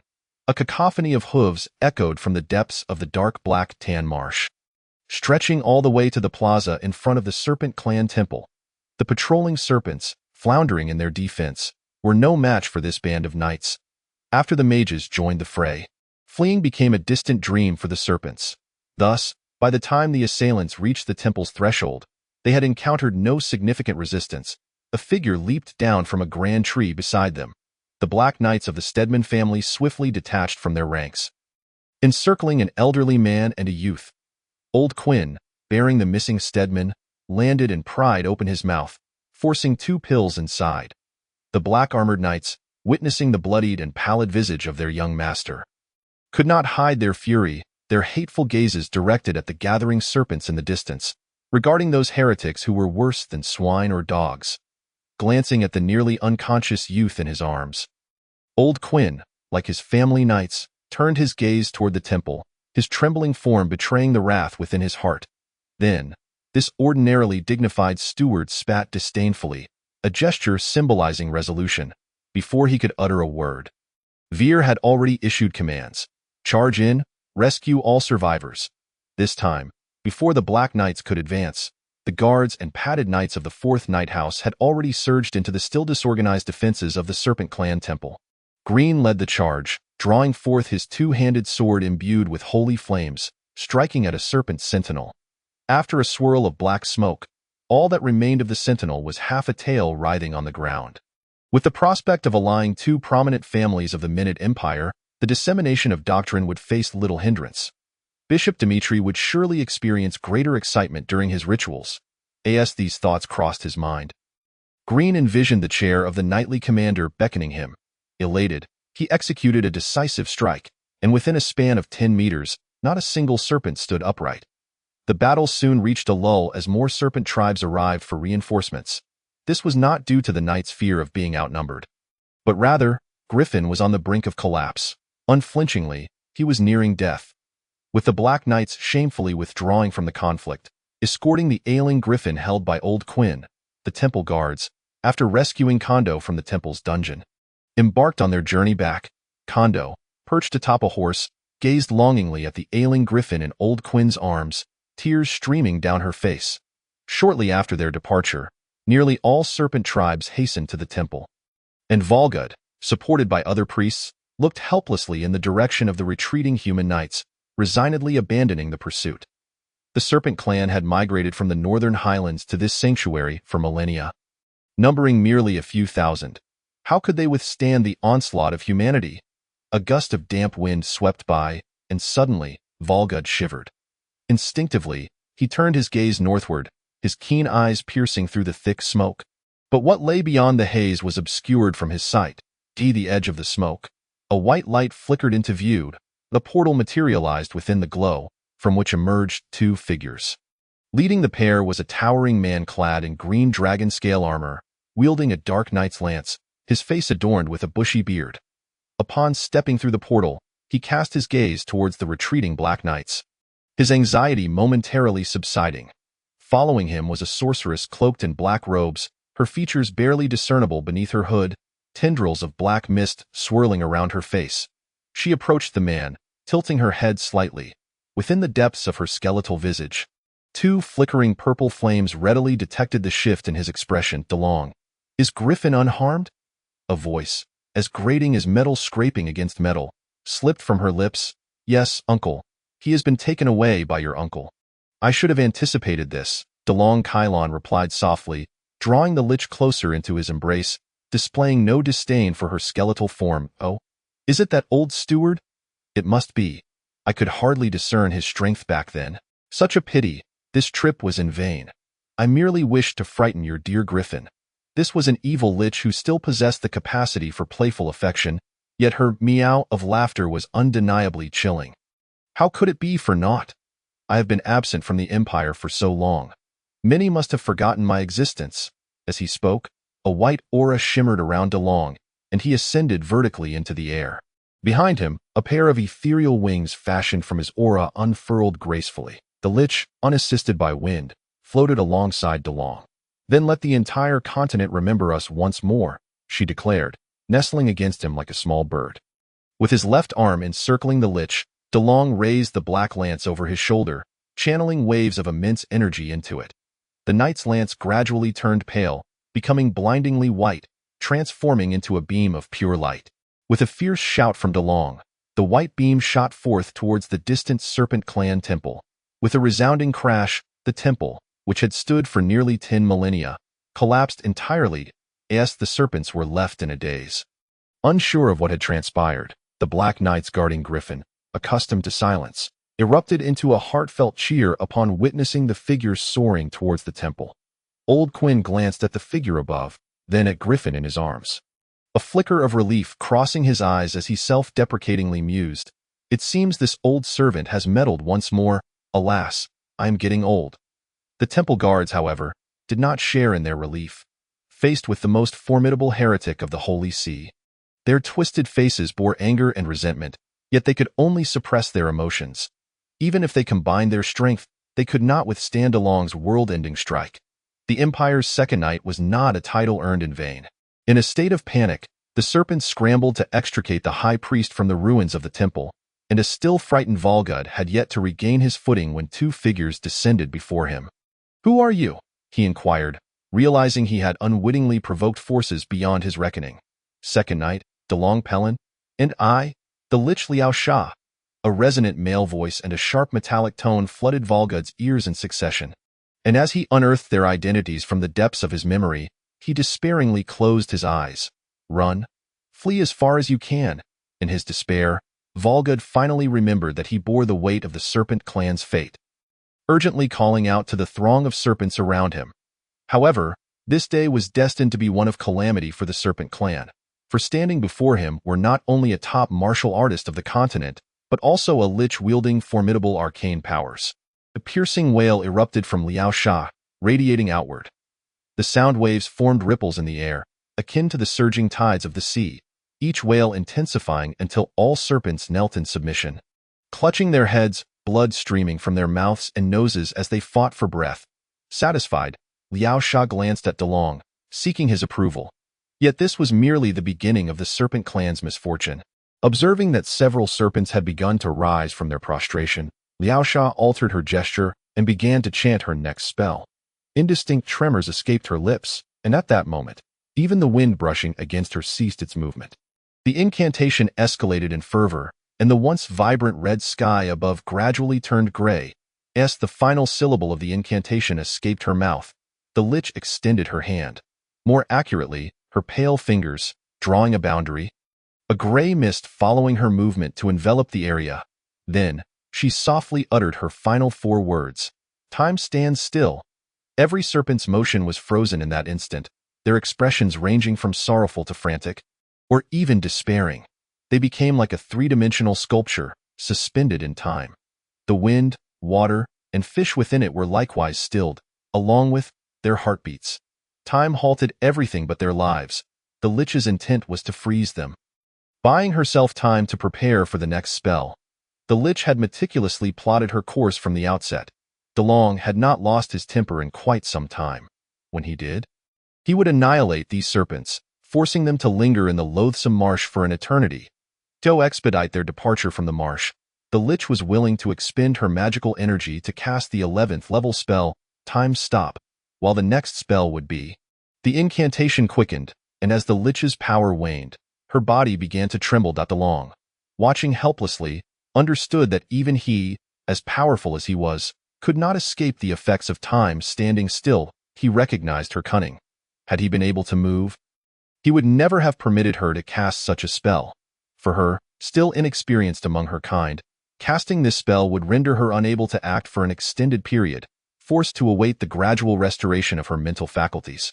Dark clouds rolled in from the horizon, flashes of lightning flickering within the gloom. Soon, blackness enveloped the gray, and a chilling wind swept through, as the 60 seconds of time, standing still, came to an end. DeLong swiftly tore open the portal scroll in his hand, yanking the Lich, who had just uttered its final note. Through the doorway, a flash of white light enveloped them, and in an instant, they vanished as if they had never set foot in this place. The waters of the black-tan marsh began to ripple, fish resumed their playful swimming, flowers unfurled in bloom, and ancient trees continued to sprout fresh green leaves. The pause in time had elapsed, and they returned to the normal order of temporal existence. The snake people, their souls scattered in disarray, finally grasped the reality of their situation. Believing they had narrowly escaped a disaster, they had just begun to rise and prepare for a hasty retreat when dark clouds suddenly descended from the sky. Then, the clouds dissipated swiftly, revealing a brilliant sun and a sky tinged with a faint crimson hue, creating a scene of exquisite beauty. Almost simultaneously, the fish plunged to the lake's bottom, crashing violently into the mud. While the once vibrant flowers became transparently bright, and the leaves that had recently danced in the wind abruptly stiffened, rendered immobile as if turned to stone by the onslaught of the damp breeze. Equally motionless were the thousands of snake people within the magical range. Their bodies remained unchanged like the trees by the pond, yet their hearts, along with their blood, froze into a singular mass beneath their skin. A 12th level spell, Absolute Zeroed, the tardy Liaosha presented this spell as a gift to Griffith, marking the moment when the snake tribe would no longer exist on the vast continent. Chapter 24. Ambushed, inhaling the fragrant scent of blood. I discovered the Hall of Souls, a scene of desolation unfolded, as phantoms sang their raucous melodies. Black rosemary blossomed, its tendrils twisting and growing. Souls gazed longingly under the sanguine moonlight, inhaling the fragrant scent of blood. I discovered the Hall of Souls. The long-haired vampire king pushed open a dust-covered window, the shadows of withered branches casting a pure light upon his face, reminiscent of a maiden's innocence. His mournful voice harmonized with the spirits. My beloved, do you still remember my visage? On the night I was interred, did you remain in sorrow? Inhaling the fragrant scent of blood, I discovered the Hall of Souls that I in the distance. A statue lay with a severed arm hidden beside it. A wild vision of the goddess pointing the way with her middle finger. A small red flower bloomed beside him, a symbol of paradise. The song echoed through the past, haunting and beautiful. Despite hearing this melody in dreams, Griffith still could not comprehend its meaning. Yet he grasped a fragment of the singer's sentiment, steeped in melancholy and despair. The voice rang clear, no longer ethereal as before, but today, within his dream, Griffith discerned a tangible quality. As if a faint echo lingered, was she within him? Just as this thought crossed his mind, before he could investigate further, the dream faded, and an indescribable pain engulfed him, akin to placing his soul in flames. He sensed something slipping away from his consciousness, yet he could not articulate it. All he felt was intense suffering, unbearable agony. In the depths of this torment, he even contemplated surrendering to death. This excruciating pain, carving into his very essence, compelled him to open his eyes. Before him lay a pair of delicate, pale hands, the dark purple veins visible on the translucent skin. One hand held a pristine handkerchief, gently wiping the cold sweat from his brow. Through this hand, Griffith glimpsed its owner, an old man with a wrinkled face and a head of white hair. How could Griffith, whose mind was filled with alluring visions of beautiful maidens, accept this? He opened his mouth, seemingly ready to express his discontent. Yet, as you can see, his body, nearly drained of blood, lacked the strength to speak. "Young master." The old servant, riding alongside Griffith, leaned closer to his ear and whispered a gentle greeting upon noticing his awakening.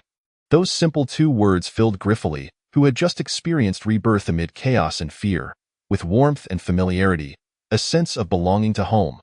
Observing the trace of concern in the old servant's eyes, Griffith silently cheered within. "I've finally found my kin." Indeed, how could he not feel exhilarated? In Griffith's memories, the old servant was nearly omnipotent. Whenever he encountered formidable opponents in the capital, as soon as danger arose, the old servant would appear like a specter to whisk him away, often having been lounging in the shade of the old estate just moments prior. After such occurrences, Griffith had grown accustomed to it. The old servant was his assurance against calamity. With this golden ticket protector by his side, Griffith seemed to regain a semblance of vitality that he struggled to turn his somewhat numb neck, eager to glimpse the world beyond the old man's chest. The old servant lifted one arm, which had been resting against Griffith's back, easing his movement significantly. A group of knights clad in silver and black rode along the dim mountain path, with a steep cliff to their left and a jungle of jagged stones to their right.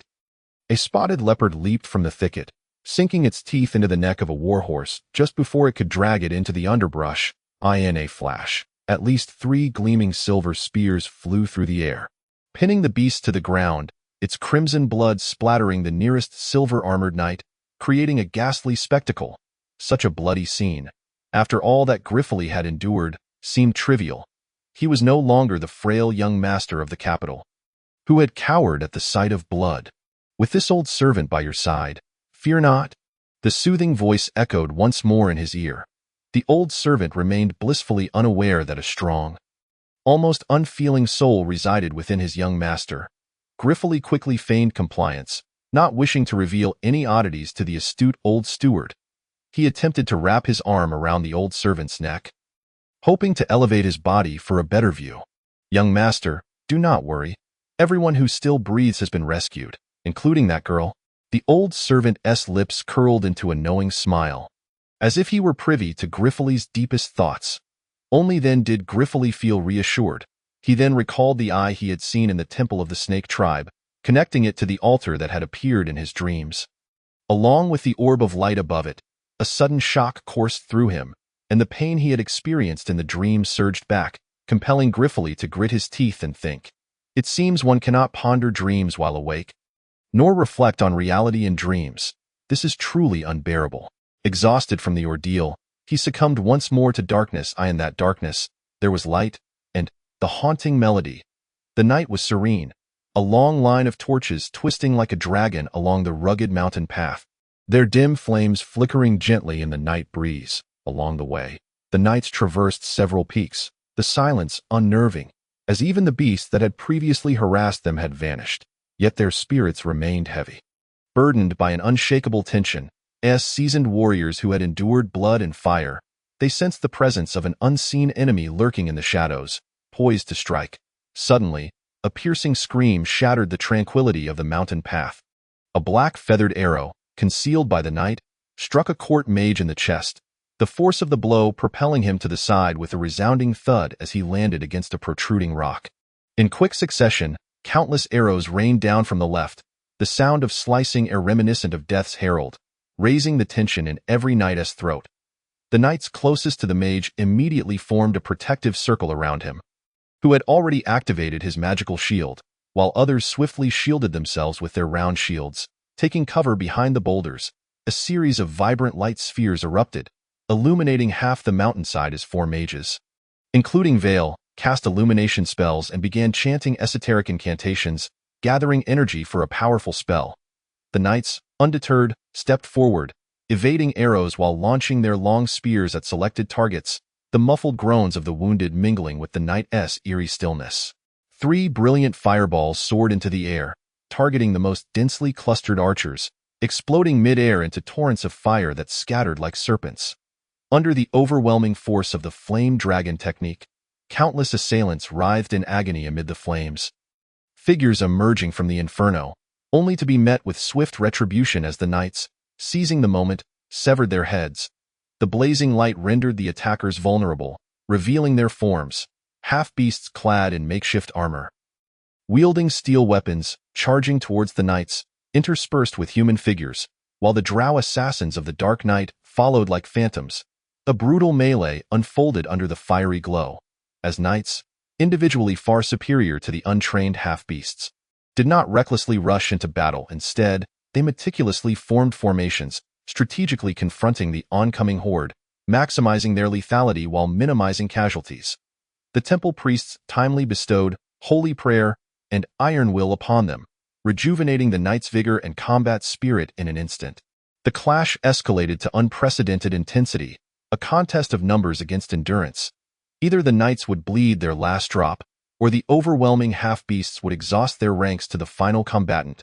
The flames roared, blades flashed, and blood flowed over the cliff's edge, dripping onto the rocks below with a sound that resonated like a rallying horn. Stedman, who oscillated between clarity and drowsiness throughout the day, lay in the embrace of old Quinu. Perceiving the brutality of the war from a detached perspective, he beheld the vibrant magic swirling through the sky, along with its formidable lethality, and his heart quivered slightly at the thought that among the blood roses there were no such mages. Had there been, they would surely have been reduced to ashes before reaching the valley of no return. As his gaze gradually softened, he pretended that everything before him was akin to watching a three-dimensional fantasy film from a past life, awkwardly donning the mask of a proud noble scion who was indifferent to life. All of this unfolded without the slightest impact on old Quinu, who refrained from offering further consolation to the last hope of the Sturter family. A noble youth who had never endured the horrors of bloodshed and the machinations of conspiracy could never truly become a grand aristocrat, even if cloaked in the majestic garb passed down from ancestors. His heart would remain that of a weak coward. Quinu observed Stedman, unperturbed by the sanguinary tableau before them, instead gazing with a cold, almost numbed expression at the vibrant lives extinguishing in the slaughter. His eyes fixed intently, embracing the young master, who had swiftly matured through adversity. Quinu's wrinkled eyes gently narrowed, blossoming into an inexplicable smile as he mused, "Indeed, he is a hero who has slain the illustrious Blood Rose." In the midst of a temporary stalemate between the half-orcs and the knights, it resembled a precariously balanced scale, poised to tip with the slightest addition of weight. Each side possessed a straw. On the knight side, for grand mages who had fallen silent after casting a flame dragon spell, and on the attacker's side, the lurking underground dark elves, eager to strike. These were their final trump cards. The one who could seize the moment and wield their skills adeptly might tilt the scales of victory in an instant. In the following moment, the long-hidden Nightborn could no longer suppress their thirst for blood. Rising from the shadows, they left behind fleeting afterimages in the air, their silver blades gleaming as they targeted their chosen victims. After the blood of their foes sprayed and the sweet taste of victory lingered on their lips, they reveled in the exhilarating power that surged from their decisive strikes. However, the expressions of these devoted servants of the Eternal Night morphed from sinister glee to sheer terror as fireballs and ice arrows, silent and swift, claimed their lives in the very moment they struck. They scarcely had time to retract their tongues, which had reached toward their bloodied lips. For the 4 grand mages, casting these rudimentary spells with precise targeting was hardly a formidable challenge. What mattered was that these spells merely tickled the half-orcs or armored knights, while against the frail Nightborn assassins, they would transform into lethal blows. Following a blood-for-blood interlude, 50 assassins struck, leaving half of their number lifeless, while the remainder retreated into the shadows, too fearful to act recklessly. After wobbling precariously, the scales returned to equilibrium. The slaughter continued, yet the battlefield gradually shrank. All combatants and spectators understood that blood could not flow indefinitely. The key factors determining victory and defeat often resided with the higher-ups who remained aloof from the fray. A burly half-orc beat his chest with both hands, howling towards the heavens, his eyes ablaze with a crimson light that cleaved through the darkness. With weapons discarded, he waved his hands carelessly, bending the steel spears of several guardian knights into U-shapes, and followed up with a punch that reduced an unwary knight before him to a pulp. The rampaging half-orc leader moved like a heavy tank, leaving a trail of carnage in his wake. Declaring, "Is this what you call frenzy?" Having witnessed the transformation of the Jiao skeleton into its flamboyant form, Griffith voiced his bewilderment for the first time. "Young master, this is rage. Among the half-orcs, the strong can unleash their potential, tripling their attack power or more. As for frenzy, it is said that only the royal lineage among the beast tribes may awaken this divine skill, though the chances are slim.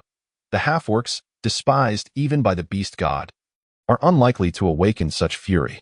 Old Quinu patiently clarified Griffith's doubts. Yet, Griffith pondered, could the Jiao skeleton be a hybrid of beast royalty and humans? As they conversed, Green soared into the air, proclaiming, "May my lord protect." He drew his knightly sword imbued with holy flame, blocking the path of the half-orc leader like a celestial being. The encounter between the devout and the heretical unfolded once more, devoid of any pretense or pleasantries, only a struggle for life and death. Following a discreet gesture from Old Quinu, the black-armored knights discarded their dark lances, swiftly drawing their curved blades as they seamlessly transformed into smaller units. Their heavy armor did not hinder their agility. Their graceful and nimble footwork made even the lurking Nightborn assassins feel a sense of shame. Having shed the solemn demeanor of the knightly garb, these black-armored warriors moved like phantoms among the half-orcs, reaping lives with ease. In that moment, Griffith, consumed by vengeful fervor, regarded their actions with an unsettling sense of enjoyment. The black-armored warriors displayed their most formidable prowess in a ghostly manner, tipping the scales increasingly in their favor. Amidst the dark crimson flames, a pair of bright eyes fixed their gaze on Griffith from afar. Sensing something, he turned to seek the light, only to find Kando hastily averting her gaze, leaving Li Fei with a delicate profile, a faint dimple gracing her cheek, where the coldness of ice and snow had long melted away. Replaced by a subtle shyness, a gust of wind swept through the mountains, but it was insufficient to perturb the fierce battle between the two sides. However, this wind descended from above, accompanied by an almost imperceptible pressure. Under this intangible weight, both combatants instinctively parted ways, swords drawn and poised, glancing skyward, including the half-orc leader, still caught in a frenzy. The flames that had burned through the night had cleared the mist swirling above, and in the gentle moonlight of Zamana, a dark silhouette approached from the horizon.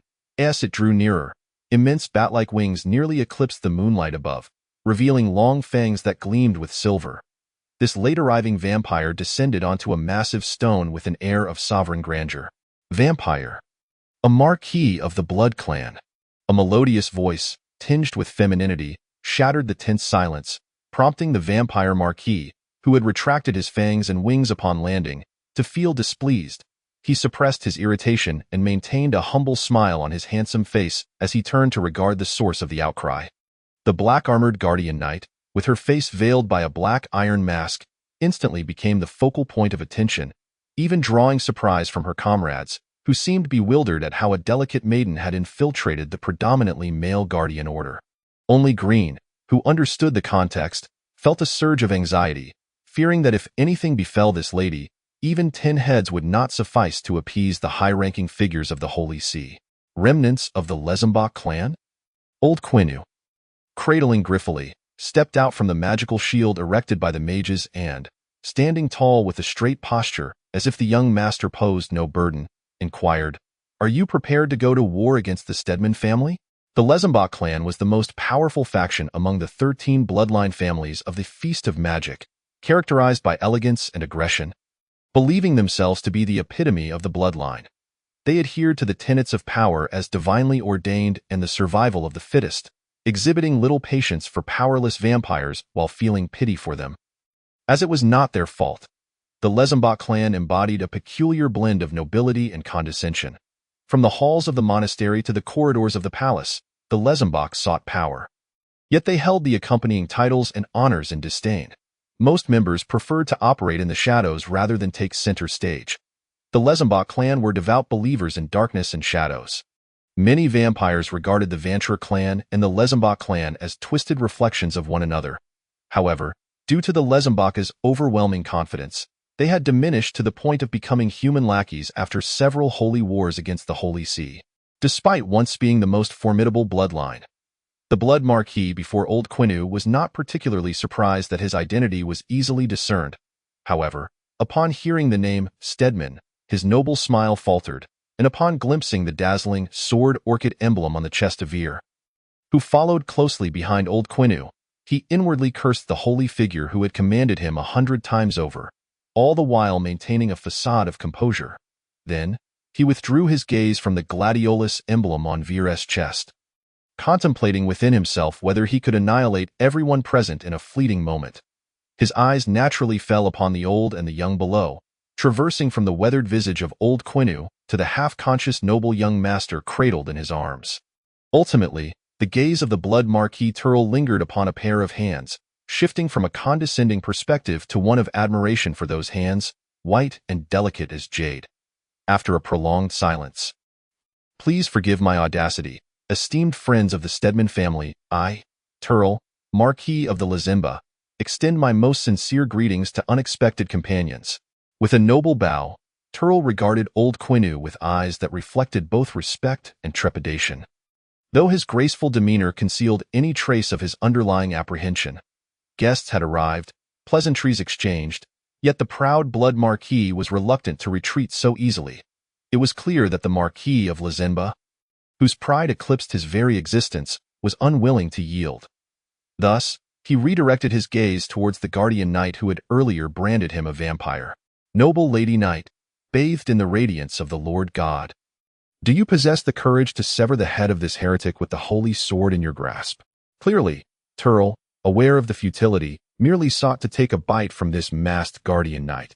The virgin's fragrant blood was a splendid indulgence for the Blood clan, and he hoped to gracefully conclude the encounter on that note. Silence. Old Quinu turned his gaze towards the young Master Griffin nestled in his arms, eager to discern the lad's position on the matter. Especially after the unexpected surprises he had encountered today. The Stedman family has never abandoned a comrade, nor do we forsake women. A frail voice rang out, yet it carried the undeniable authority of a higher power. Old Quinu continued to observe the young master whose strength seemed to wane with every word. The guardian knights exchanged glances, filled with confusion at this apparent display of favoritism. In their lexicon, nobles were not supposed to relinquish everything for mere interests or lives, were they? Clang. The masked knight drew his sword and stepped forward, standing defiantly before Turl. "I, the holy light knight Yelia, accept your provocation. Despicable heretic, I shall sever your head to testify to the glory of the Lord God."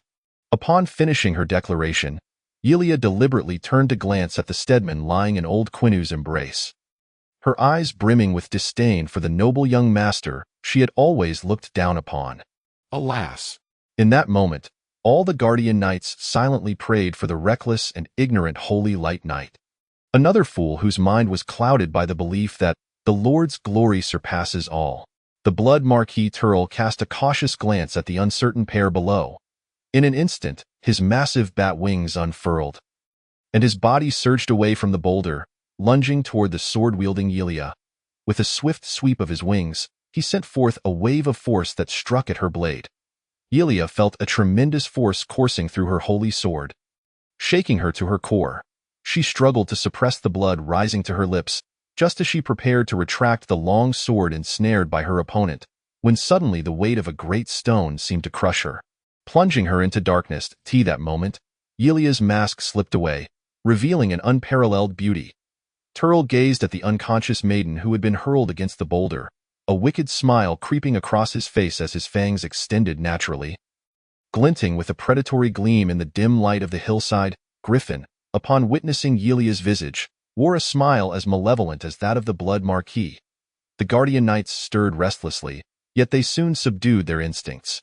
The tale of knights and maidens was an immortal theme, yet the demon before them was so terrifying that they lacked even the courage to stand against it. Moreover, their doctrine clearly stated that when confronted with a formidable foe, one should prioritize preserving strength to avoid unnecessary sacrifice. They were devoted followers of their faith, and thus, they recalled the teachings of the Lord. Subsequently, the guardian knights once again turned their gaze towards the frail figure nestled in old Quinu's embrace. At this juncture, the blood Marquis Turl had approached the unconscious Yelia, seemingly poised to pierce her alabaster neck with his fangs. Old Quinu moved, taking a single, unhurried step forward. That singular step rendered Turl, who had already bent slightly, unable to bend further. Old Quinu remained silent. As a steward to a noble, he needed only to act according to his master's wishes, leaving the ostentatious words to be spoken by his lord. The standoff did not last long. The guardian knights heard the weak voice once more, as if they were receiving the Lord Goddess gospel. "So, are you prepared to face the wrath or revenge of the Schuster family?" Griffin, cloaked in feigned authority, began to embellish his words, deliberately infusing them with emotion, showcasing the arrogant side of a noble scion. Turl promptly retracted his wings and fangs, standing tall with a smile directed at the Stedman. In an instant, he transformed from a devil to an angel. The noble Stedman family and our Lazimba clan have always coexisted peacefully. We harbor no intentions of offense. This was merely an unfortunate incident. The Earl Mogis retracted his previously defiant demeanor. Now resembling a noble attending a banquet with concealed daggers, elegantly bowing towards Stedman in a formal noble greeting, cautiously retreating a few steps before turning to vanish into the swirling smoke above. His massive bat wings unfurling gently. The haughty blood clan would never reveal even a hint of words that might tarnish their dignity in front of others. Perhaps they would express their apologies or offer appropriate reparations to the Stedman family through intermediaries afterward. But certainly not now. Stedman raised his right hand to rub his right eye, which had felt as if it were filled with sand since awakening, and then, as was his habit, succumbed to unconsciousness. Behind him, Condor cast a glance at Yelia, privately comparing their beauty in her mind. Yet she was filled with inexplicable jealousy. Chapter 25. Pain and pleasure. It was not until half a month later that Elena encountered the notorious artifact. The Red Soon, within the palace. In that fleeting moment, her eyes mirrored the eyes of the phoenixes atop the Red Soon, devoid of luster after losing their anchorage. Upon returning from the palace, Elena resumed her usual ethereal coldness. Donning a knee-length skirt that had been fashionable 2 decades prior, as she ascended the wooden staircase at the base of the secret Star Tower. Her perfectly curved calves, illuminated by the diffused candlelight within the tower, appeared lush and full. Each step she took was steady and resolute, echoing with a distinct crack sound on the rosewood steps, reverberating hauntingly within the narrow confines of the tower, each sound eerily chilling. She raised her smooth, white chin slightly, her calm eyes having turned cold and lifeless the moment she beheld the Red Sun in the palace. Elena gently pushed open the window on the 14th floor of the tower. The night view of Rone-Gu was ablaze with lights, revealing a picturesque landscape. Yet it was not the sanctuary of her soul, since even longing had become futile, and since we, in life, bear too many shackles that render our reunion impossible, let us shed our fetters and venture into another world to rekindle our destinies. However, you, who have departed first, must wait for me on the path of the afterlife. That a subtle smile, as radiant as summer blossoms, blossomed upon Elena's glacier-like face, the last bloom of her life. Her unwavering heart held not a trace of hesitation. She fixed this smile, capable of enchanting all beings, upon her face and leaped from the window. "My love, wait for me." The plea of her soul. Did he in the world beyond hear it? Marquis of the Menid Empire. Fourth Knight, governor of the southern frontier, Ursa, upon learning of Gaoza's demise, did not initiate a counterattack. Instead, he entrusted all military and political affairs to his deputy and rode through the night back to Rone-Gu. 3 days and nights of relentless riding left him in a disheveled state, a stark contrast to his usual poise, yet it paled in comparison to the anxiety gripping his heart. "Elena, please do not do anything foolish. You know Gaoza's death was never my desired outcome. You must understand." Ursa galloped through the grand gates of Rone-Gu. His anxious heart did not ease but rather quickened with trepidation. He felt the blood in his veins stagnating as he approached the street corner, beyond which lay his marquis residence. His heart raced to his throat. A cluster of white, drifting like clouds and as pure as orchids, fell abruptly to the ground before the sharply narrowed eyes of Ursa. There were no screams, no fear, only the exquisite smile frozen on her face. Ursa's body soared into the air, desperately reaching for the rapidly plummeting white form. In the next moment, that white figure lay upon the hard street. Bloodstains seeping through her white gown, resembling cold plum blossoms falling upon the snow. Tragically beautiful, he gently descended, cradling her in his arms, feeling her warmth fade with each passing moment. He gazed deeply into her face, lowering his eyelids, devoid of sorrow or joy. Mourning and regret, in the capital of the empire. Whispers abound regarding the Marquis of the Empire, the Fourth Knight, and the governor of the Southern Territories, Ursa, following the demise of the enemy commander. Gaoza, Ursa did not mount a significant counteroffensive to reclaim lost territories, but instead hastily returned to the capital to seek accolades and rewards. The emperor, incensed, stripped Ursa of his title and ordered him to reflect upon his actions in seclusion. The citizens of the capital were filled with righteous indignation, vocally condemning Ursa for disregarding the loss of several cities and tarnishing the esteemed name of the Fourth Knight. Rumors also circulated about Ursa's wife, the renowned beauty of the Menid Empire, Lady Elena. Upon Ursa's return to the capital, eager to welcome her husband, she stood atop the tower of the secret star, only to inadvertently lose her footing and fall, tragically perishing. The populace mourned her demise, lamenting that Ursa's negligence had led to such a grim fate for his beloved. As for the truth surrounding these events, no one sought to investigate thoroughly. Even those few who were privy to the details dared not speak. For the reputation of the Fourth Knight was deemed far more significant than the integrity of the empire itself. The title of Knight of the Empire is a rare privilege, one that permits a degree of disdain towards imperial authority, provided one remains loyal. Yet, Ursa refrained from defending himself, tacitly acquiescing to the rumors circulating in the capital. Beneath the blazing sun, a rugged dirt road lined with flourishing maple trees stretched out, shafts of white light filtering through the leaves to cast peculiar patterns upon the ground. The paladins returning from the Dark Lands, alongside the black-armored knights of the Stedman family, advanced slowly with a dark carriage at their center. Bloodied and battered, they bore silent witness to the brutal carnage of 7 days prior.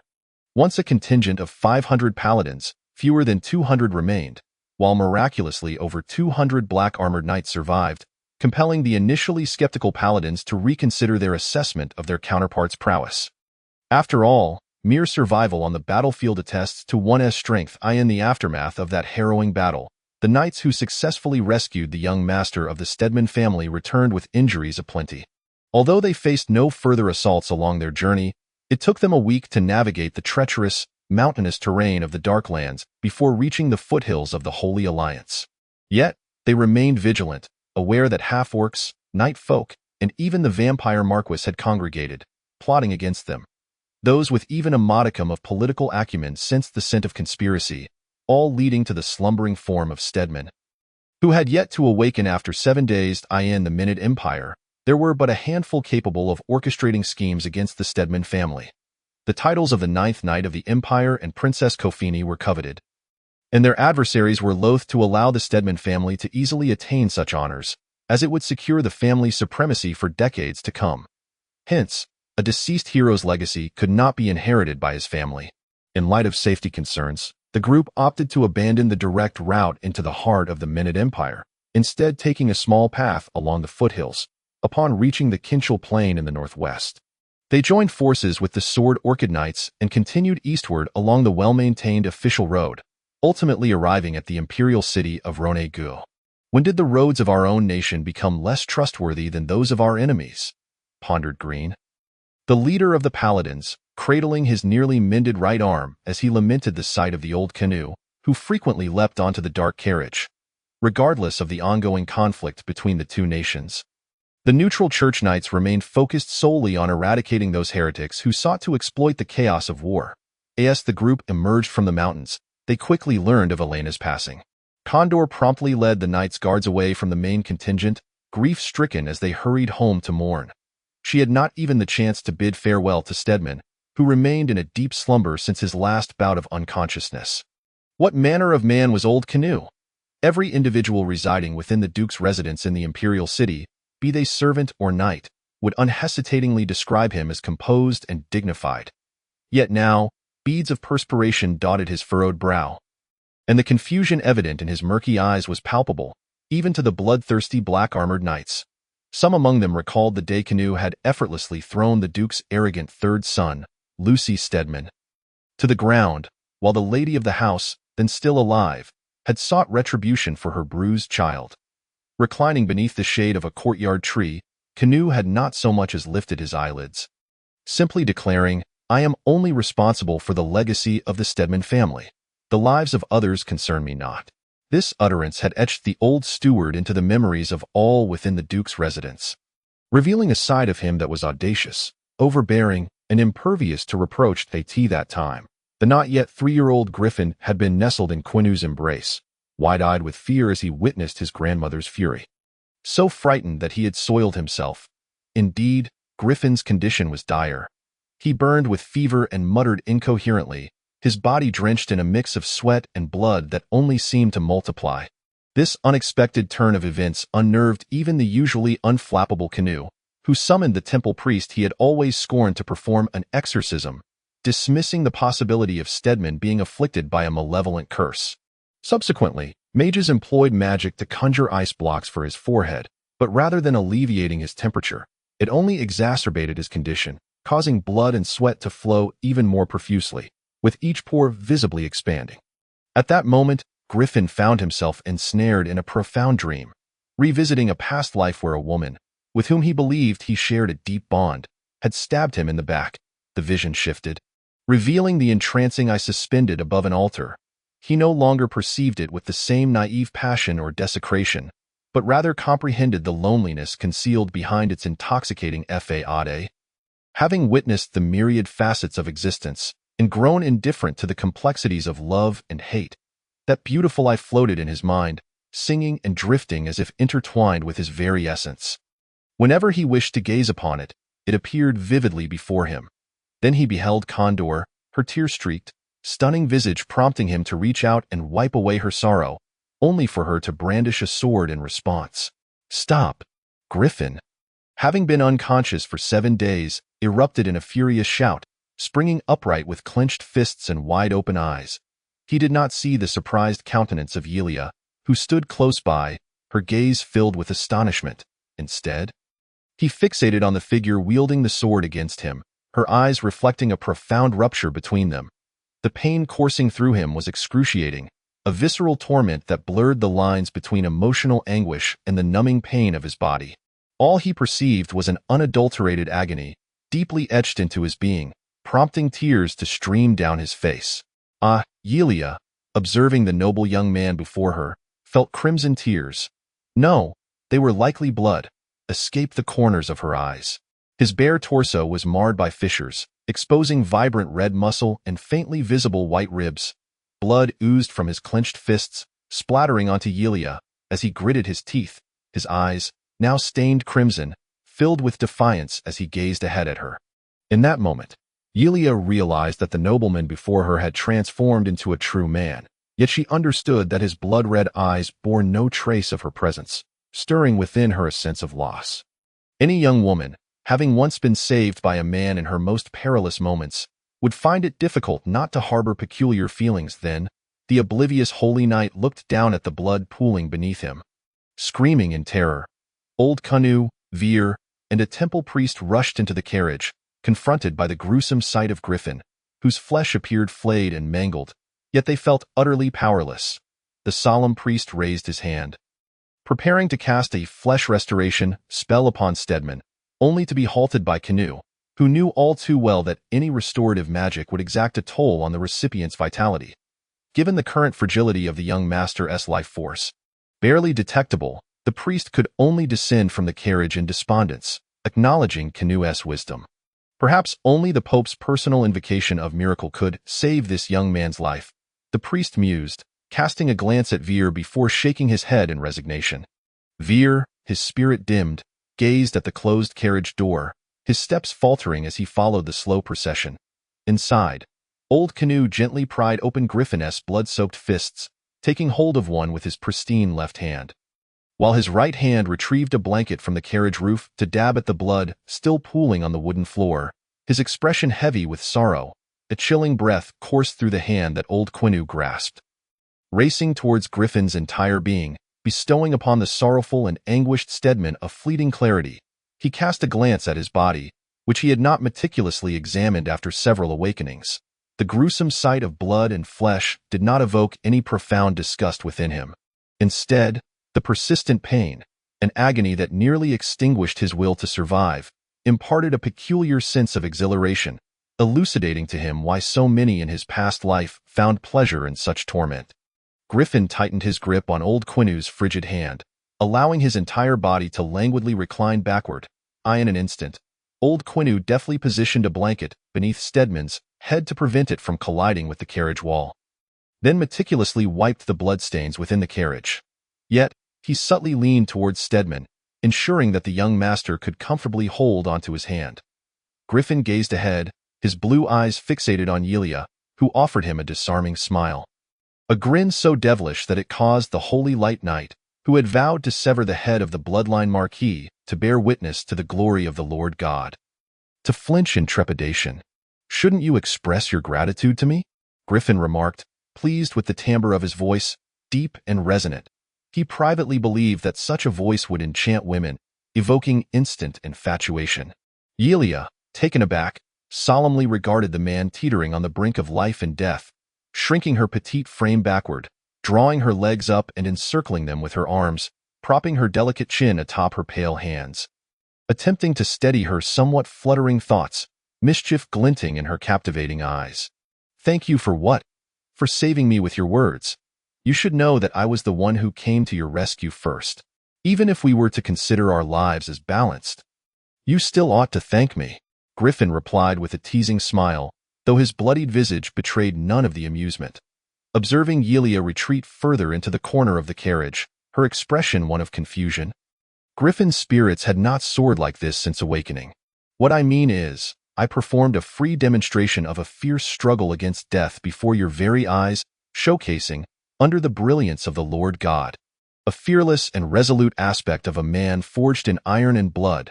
As a holy light knight, you should feel proud to have a courageous and tenacious subject such as myself. After feeling such pride, shouldn't you say thank you?" Initially, it was Griffin who had been grappling with life and death, but Yelia seemed to find a hint of logic in his grandiose words. Raising her gaze once more to the bloodied yet jovial man, her eyes becoming dreamy. "Thank you." Griffin, hearing her voice, weaker than his own, could hardly suppress a laugh, though he lacked the strength to do so. Merely casting a playful glance at the anxious Yelia. "It seems the young master is not quite the same as before." Old Quinu, who had tidied the carriage, glanced at Stedman, observing that his skin was visibly regenerating, and silently exited the carriage, his gaze steady. "You must be in great pain, am I right?" After posing the question, Yelia felt rather foolish. How could someone who had shed a layer of skin not be in pain? "Do you wish to hear the truth, or a falsehood?" Griffin noted that Yelia appeared entirely unembarrassed under his scrutiny and continued to tease the girl. "The truth is, in my unwavering faith in the Lord God, I shall disdain the pain brought by this evil, proclaiming to all, I feel no pain, I am well. I believe the Lord God will forgive my benevolent hypocrisy." Griffin's words, which he considered nonsensical, evoked a sense of reverence in Yelia, who nearly retorted, "The Lord God will forgive you," yet was suddenly struck by laughter, unable to comprehend how his pain could relate to the divine, despite the righteous fervor with which he spoke. "And what of the falsehood?" Yelia, eager to mask her embarrassment, pressed on. "A falsehood, you say?" Stedman regarded the curious Holy Light Knight with a knowing look. "Are you certain you want to hear it?" Upon witnessing Yelia's cheeks flush and her gaze drop, Griffin wore a playful smile as he slowly articulated, as any self-respecting man, when seated before a beautiful holy light maiden, even if faced with death, he would smile and declare, "I fear not, I shall endure." Yelia's already awkward demeanor grew increasingly tumultuous. His words, like a siren's call, tempted her to impulsively think, this must be the truth. Her steadfast faith began to waver at that moment. "Do you fear death?" The naive Yelia appeared blissfully unaware of the taboos surrounding such a question in this context. Thus, "I cherish every moment of life. One must live joyfully and die without regret." It seemed to awaken a nerve she believed she had concealed well, as Griffin deliberately averted his gaze from Yulia, staring at the carriage ceiling, his expression sorrowful. What does it mean to live joyfully and die without regret? What he means is, heh heh, hee hee. The carriage echoed with weak laughter and silvery giggles, effortlessly dispelling the clouds that had loomed over the nights for days. When they lifted their gazes to the blazing sun above, it no longer seemed so blinding. The white beams of light illuminated the stern faces of the knights. Life, indeed, is beautiful. Chapter 26. The talent scout Yulia observed with keen interest as Griffin, whether asleep or awake, habitually varied his gestures while rubbing his right eye. At one point, old Quinu had come to check on the young master, and Griffin's azure eyes, aside from a few traces of blood, appeared as clean as a placid lake, devoid of any debris. Yet, Griffin still felt discomfort and continued to rub. Over the past 3 days, a layer of soft, tender skin had regrown over his body, delicate as that of a newborn, albeit marred by the web-like scars left by previous wounds. A priest from the ancient temple, upon witnessing this, had exclaimed, "A miracle!" eager to strip away that layer of skin for close examination. However, Griffin's condition remained precarious. Despite his body being frail, he oscillated between lucidity and unconsciousness. The sole consolation was that his spirit had substantially improved, largely due to Yulia's incessant conversation during his waking moments. Whenever he slipped into unconsciousness, the image of her enchanting and ethereal eyes would linger in his mind. Although her graceful form appeared solitary, it no longer felt lonely. Griffin meticulously observed every detail of her movements, seemingly grasping something profound. Yet each time he awoke, he found himself perplexed. Yet his enthusiasm remained undiminished as he focused intently on her, convinced that one day he would unravel the mystery behind those eyes. Thus, he continued to watch, immersed in dreams filled with both purity and wickedness. In that moment, despite enduring the searing pain of his soul and sensing something being drawn from his very essence, he was resolute in his belief that this was no mere dream. Griffin was unequivocally certain of this assertion. Could it be that the eye from the altar of the serpent demon temple has entered my body? Griffin, a former atheist, struggled to provide a rational explanation for this bizarre phenomenon. Yulia observed as Griffin rubbed his eyes, awakening from slumber. Over the past 3 days, regardless of day or night, she had lost count of how many such moments she had witnessed. Yet she always felt an insatiable desire to see more. That instant, her heart inexplicably soared, and her words flowed freely. Yulia perceived Griffin to be unlike other noble youths. He lacked the arrogance and boorishness typical of his peers, possessing a humorous wit and gentle elegance, enduring the inhumane torment without lamenting his fate. However, this time, as Griffin awoke, Yulia's excitement bubbled over, prompting her to exclaim an ambiguous sound that left those outside the carriage puzzled. "Ow!" "Ah!" The tone of her voice was somewhat ambiguous, causing Green to rush into the carriage ahead of old Quinu. He first beheld Yulia, pale and breathless, pointing with her slender index finger at Griffin, who was bare-chested across from her. Confused, Green followed her gaze and was immediately startled, instinctively exiting the carriage to grant the limited space to old Quinu, who followed closely behind. Griffin glanced at his fair skin, now speckled with tiny droplets of blood, as a sensation of tightening pain coursed through every inch of his being. He felt a powerful force roaring and surging within him. Once more, he grasped old Quinu's icy right hand, gradually calming his tumultuous emotions. In truth, since awakening, Stedman had never succumbed to fear. Old Quinu, with his free left hand, used a towel to wipe the blood droplets from Griffin's skin, casting an apologetic glance at the ever-smiling young master. Observing the anxious expressions of both the old and young men before him, Griffin decided to share a joke. "I encountered a tale within a forbidden book, which spoke of a horse capable of traversing 1,000 miles by day and 800 by night. When it gallops with all its might, it sweats blood, akin to the blood and sweat that flows from me. Though such horses are not rare, few can recognize them. Those who can instantly identify such remarkable steeds are often revered as bull, held in high esteem by society. Observe how I, even when not running, shed blood and sweat. This surely indicates that I will surpass the 1,000-mile horse in the future, while you should consider yourselves fortunate to have the opportunity to become a great bull," Griffith concluded. grinning through gritted teeth, his sweat glands bursting, leaving a multitude of fine wounds across his body. He reveled in this pain and pleasure. A fleeting sorrow in his eyes was captured simultaneously by both the young and old. Yelia first let out a chuckle, followed by tears cascading down her cheeks. Her heart ached to share in the man's suffering. Helpless, she could only accompany him in laughter, shedding tears for the noble young master she had once scorned. "I am honored, my lord." Old Quinu's tremulous voice echoed softly in the carriage. The young master had truly matured, now understanding the feelings of others. The muscles beneath his skin swelled once more, and the delicate fissures converged, revealing the crimson flesh within. His chest, abdomen, arms, and legs bore such ghastly wounds, a sight both horrifying and shocking. Crimson droplets seeped through the carriage floor, dripping down, leaving the knights aghast. Old Quinu ceased his attempts to wipe away the blood, staring pensively at the young master's wounds. Those fissures were located at the most densely muscled parts of the body, the very areas one relies upon for strength. Could it be? Old Quinu gazed at the young master, who had fallen into unconsciousness after sharing a jest, his eyes filled with confusion. Griffith's life in this foreign realm continued to unfold slowly, accompanied by inhumane torment. After enduring this suffering for the third time, his spirit gradually revived, and he did not even lose consciousness. Instead, he was met with an even sharper pain. Observing the pale red marks on his swollen skin, he realized he indeed possessed the potential to become extraordinary. Laughter occasionally echoed from within the carriage, yet to the knight's ears, it carried a bitter undertone. Can we endure this? Each fortunate witness to Griffith's plight silently pondered. He is an extraordinary noble young master. They all unanimously and sincerely assessed. This marked the 10th day since their departure from the Darklands, and according to the pattern of his affliction, which occurred every 3 days, Griffith need not worry about anything in the next couple of days. In truth, he had never worried.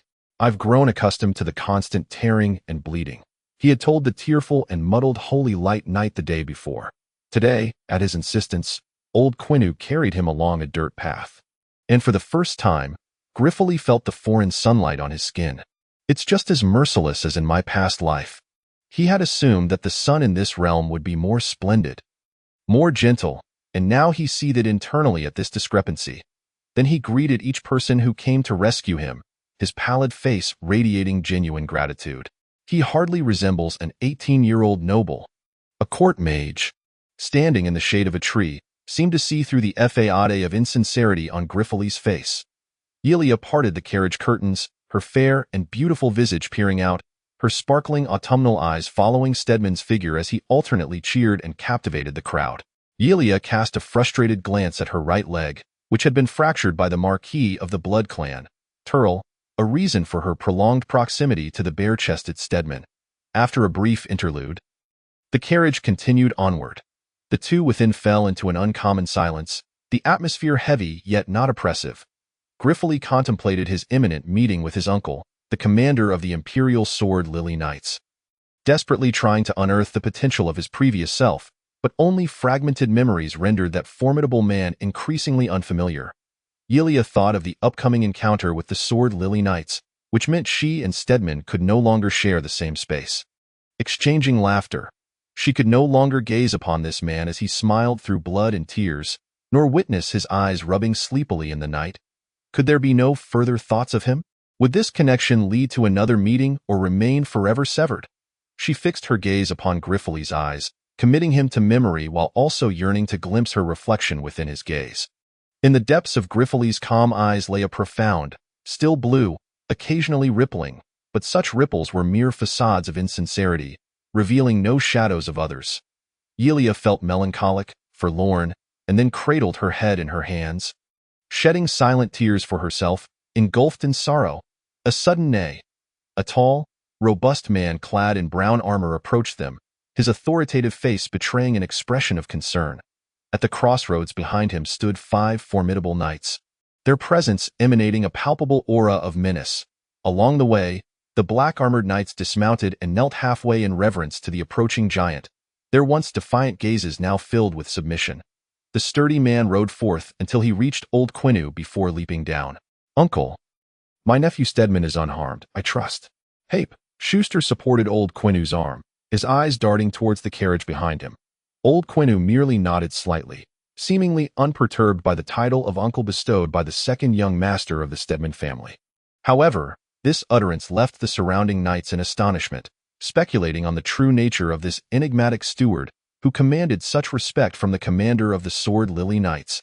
Vale halted Hape, who was eager to rush into the carriage, and succinctly recounted the situation before granting him entry. Beneath rugged brows lay eyes exuding an aggressive intensity, instilling trepidation. His austere, chiseled visage bore no stubble, rendering his appearance a combination of weariness and care. Uncle. The bond of blood severed Griffith's prior intentions for eloquent speech, reducing it to a single word. He struggled to rise, wishing to bow respectfully to the uncle who had traveled great distances for him, even at the cost of repercussions. Yet a powerful hand pressed him down, and he found himself enveloped in a broad chest, feeling a profound sense of security. Well, the coarse man's simple utterance seemed to evoke a torrent of grievances from Griffith, who wept openly against his uncle's chest, crying without restraint. It was as if a child, having endured a beating, had suddenly found a mighty protector, pouring forth all his pent-up resentment, embracing his nephew, whom he had not seen for a decade due to military service. Hape's eyes brimmed with unshed tears as he surveyed the myriad shallow scars adorning Griffith's body. "Leave the rest to your uncle." His trembling words conveyed an undeniable resolve. "Uncle," old Quinu once said, "if someone strikes me, I shall retaliate tenfold." "Uncle, I have grown." Griffith lifted his chin, wiping his tear-stained face, making a face at Yelia beside him, and beaming a radiant smile at Hape. Hape, recognizing Griffith's height nearly matching his own, sighed inwardly at his nephew's intentions and gently laid him back down in the carriage before dismounting. Shortly after, two broad four-wheeled carriages approached. Grin opened the door and assisted the limping Yelia down first, followed by old Quinu, who carried Griffith by the carriage. The two, leaning against others, exchanged glances. "I am Kailaya, holy light, residing in the Duchy of Jia." Yelia's eyes sparkled with hope. All she needed was for the man before her to utter, "I will seek you out," and she would wait a lifetime. Griffith gazed at the woman before him, filled with affection, words lodged in his throat, as if 1,000 sentiments clamored to be expressed.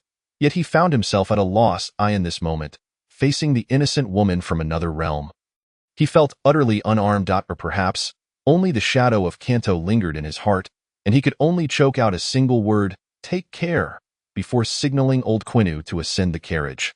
Even Hape, still unmarried, felt a surge of anger. Grin, witnessing the scene, could only assist Yelia, whose tears brimmed at the corners of her eyes, into another carriage. Seemingly influenced by the atmosphere of parting, his expression dimmed. They would travel eastward for 2 days before veering northward, passing through the Safi Empire and crossing the Lutzer River to reach the Holy See at Mount Diamond, completing their mission of escorting Yelia to the Holy Light Knights, after which they would return to the imperial capital of Rone-gu. "My lord, that girl is truly a remarkable person," old Quinu remarked as he placed Stedman on the spacious couch within the carriage, appearing to remind, yet subtly teasing his young master. "Old Quinu, rest assured in the future, you shall undoubtedly have countless grandchildren." Griffith concealed the poignant sorrow of parting deep within his heart. Teo claimed that he held no affection for Yelia, who had been by his side, speaking to him during his moments of uncertainty regarding life and death. Would be a blatant falsehood, however. His feelings for her amounted to nothing more than mere fondness. It is truly a pity to easily forsake such a beautiful and affectionate woman. Hep, who had just entered, gazed at his nephew with an expression of deep regret. "A man without a family has no right to judge women before me." Griffith shot his uncle a triumphant glance, simultaneously mocking the so-called older youth, who was rumored to have a history of fleeing from marriage. Hep, unperturbed by his nephew's jibe, instead felt a sense of warmth, reminiscent of the long-lost feeling of home. "Uncle, what on earth is happening?" An entire Dark Knight tribe, a half-orc and a blood marquis, who possesses such immense power. Hep turned abruptly to Griffith. "And you, young man, who had been comfortably at home, why did you rush to Dolas for a mere title? Do you think this is a hunting competition?" Griffith could only express his guilt, which was plainly evident on his face. The old servant will handle it. Old Quinn timely interjected, alleviating Griffith's awkwardness. As for you, having mobilized troops without divine sanction, prepare your letter of apology. Furthermore, upon reaching Pujing Fortress, leave 2,000 knights to escort us back to the capital while you return to your station. After all, as a commanding officer of the Empire, it is unwise to linger outside for too long. The pack of hounds around His Majesty show no mercy when they bite. Old Quinn, who had not spoken so much in one breath for a long time, found it somewhat tiresome and took a sip from the teacup on the low table. The aroma of authentic toldo flower tea filled his mouth, leaving a lingering fragrance. Observing the worry etched on the face of the usually prudent second heir of the Stedman family, Old Quinn, slightly flushed from drinking the tea, revealed a hint of mockery, even if we encounter difficulties along the way. With me and the young master, no one will be able to stop us. Hep was taken aback, but soon felt reassured. Indeed, regarding the capabilities of this old steward, from the moment he was born until now, and even into the future, Hep would always regard him with admiration rather than condescension, having never questioned this. Chapter 27. Power as the crimson sun set. Another day came to a close. The four-wheeled carriage, drawn by 8 magnificent ant-old horses, glided smoothly along the broad road, banishing the drowsiness that usually enveloped Stedman at this hour. He propped himself up, drawing back the curtain on the side of the carriage to gaze ahead. A carriage identical to his own, escorted by the Knights of the Temple, traveled several meters ahead, but the window obscured by the curtain lacked the pair of lively, spring-like eyes that once sparkled with life. Old Quinn appeared like a specter within the carriage and, after settling Stedman comfortably, initially intended to draw the curtains shut entirely. However, at Griffith's insistence, he reluctantly left a small portion open, allowing a gentle breeze to waft in, dispelling the cabin's monotony. Old Quinn, can I trust you? Griffith, laden with doubts and confusion, found no confidant but the old steward who had carried him on his back since childhood. Young master, that depends on your heart. Old Quinn seated himself beside Griffith, gently grasping his hand. As long as you remain the heir of the Stedman family, Old Quinn will always be behind you. No, you cannot stand behind me, whether shielding me from the storm in front or standing beside me to face the scorn and worship of the world. You must not stand behind me, Griffith insisted, straining to turn and point to the space behind him. This place I shall reserve for my enemies, those who covet the power and glory of the Stedman family. Old Quinn nodded gently, gazing serenely at the young master, who seemed to undergo a transformation overnight, feeling a sense of contentment. He noticed a flicker of uncertainty in Griffith's eyes, as if he was on the verge of speaking but hesitated. The seasoned elder's lips curled into a profound smile. The children around are all trained by me since they were young. They know what to listen to and what to ignore. Moreover, with me around, even if someone wishes to listen, they may not be able to. Griffith finally felt at ease, gripping Old Quinn's hands tightly, his eyes sparkling with hopeful light as he gazed intently at the elder before him. Old Quinn, can you grant me strength? I cannot. Despite anticipating this response, Griffith could not suppress the disappointment that surfaced on his face. Indeed, in this land devoid of miracles, any acquisition of power must rely on his relentless efforts. However, Old Quinn can provide you with the means to acquire strength. Old Quinn observed the naive aspirations of the young master, his lips finally breaking into a smile. But the process will be arduous. More arduous than this. Griffith gestured to the scars on his body, a look of disdain crossing his face at the unknown cruelties that lay ahead in his pursuit of power. As long as you ensure that I can survive through this process, that will suffice. That will be an exceedingly tedious long-term endeavor. Are you prepared to be distant from splendor, power, and wealth for years, even decades? Those are trifles, compared to this potentially monotonous and painful journey. A dead person standing in a dark corner, enduring a life devoid of sunlight, feels akin to wandering in paradise. Seeing the young master's unwavering dedication to pursuing strength, Old Quinn felt compelled to further seal off his retreat. My young master, the mundane world does not simply refrain from disturbing you because you avoid it. Moreover, as the heir of the Schuster family, Are you truly willing to forsake the honors passed down for hundreds of years for the sake of power? Griffith understood that the last statement of Old Quinn was the crux of the matter. The Stedman family could be stripped of power and wealth, but they could never relinquish their legacy.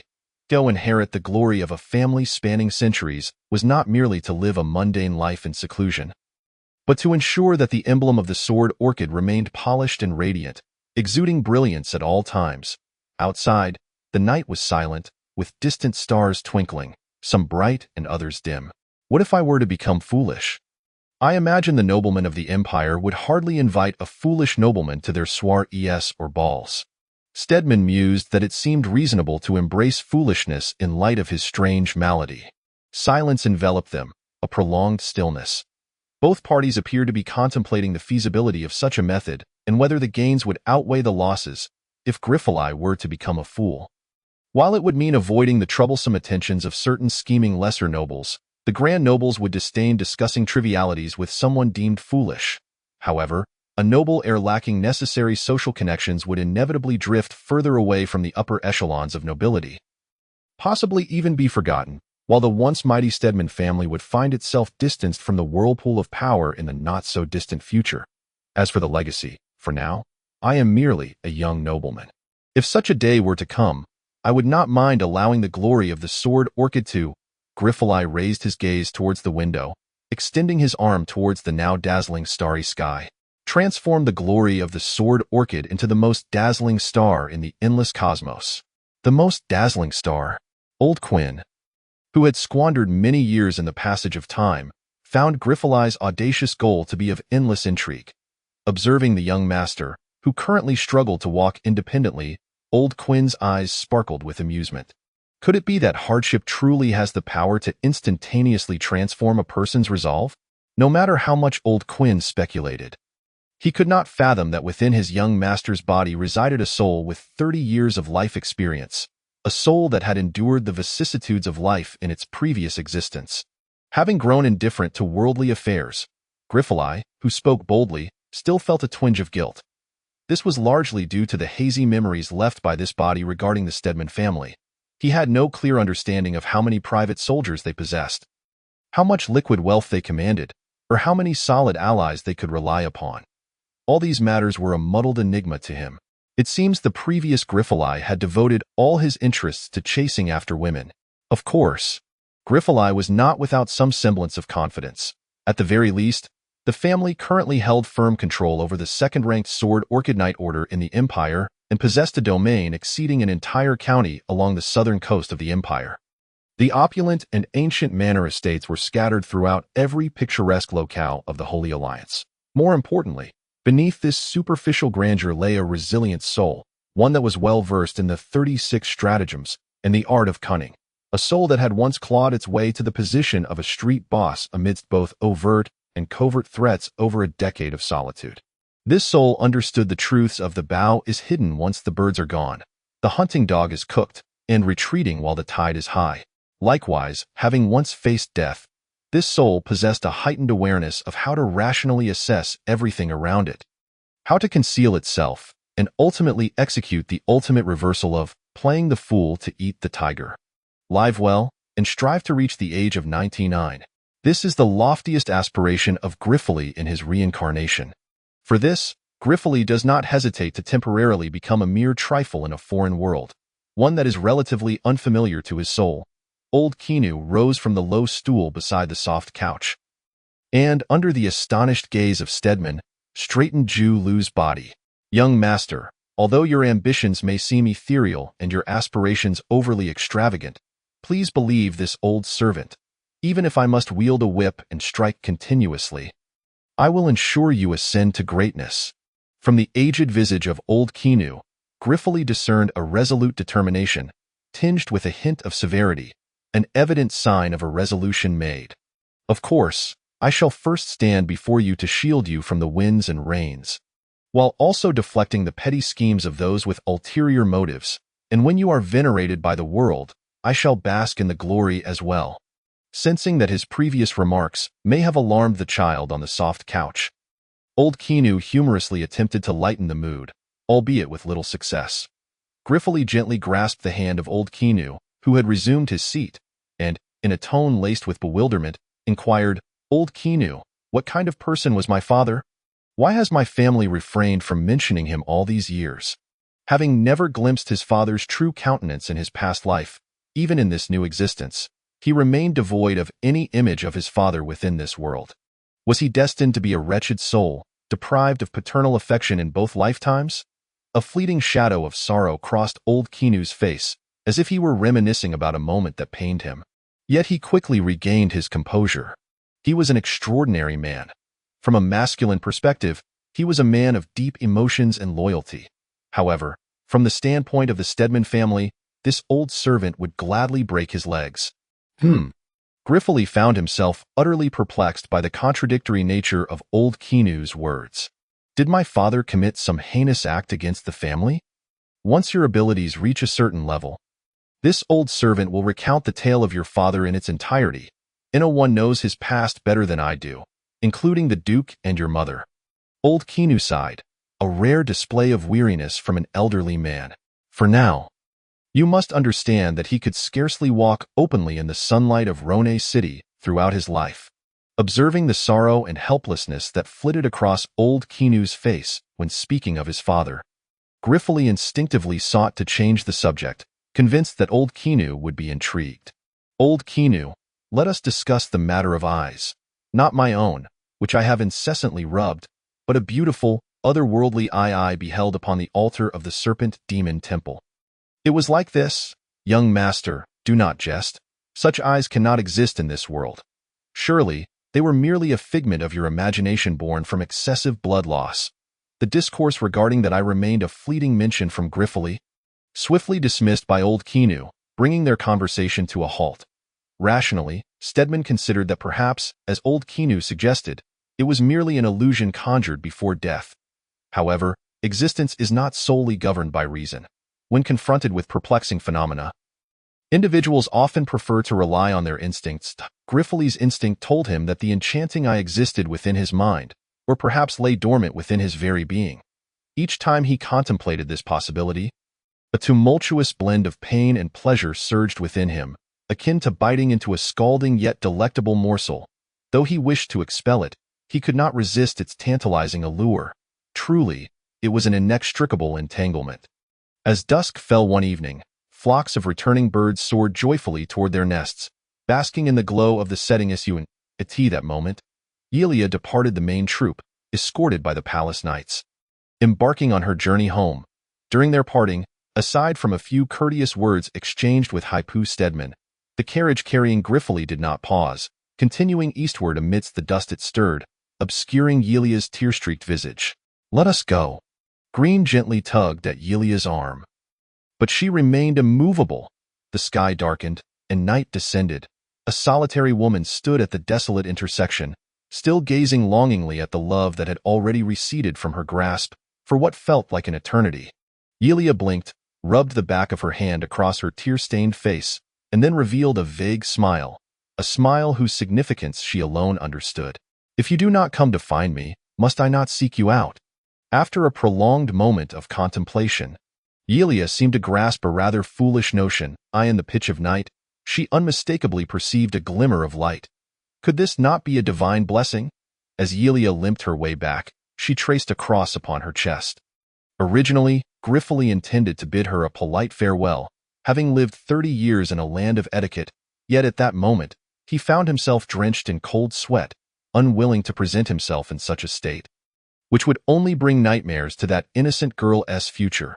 Confronted for the 4th time by the torment of his ailment, Griffith maintained his usual composure, even managing to exchange playful banter with old Kinu, who lingered nearby. Remembering the adage, the ancients would laugh and chat while tending to their wounds, Griffith considered himself to be even more carefree than those valiant ancients, as his body swelled with pressure.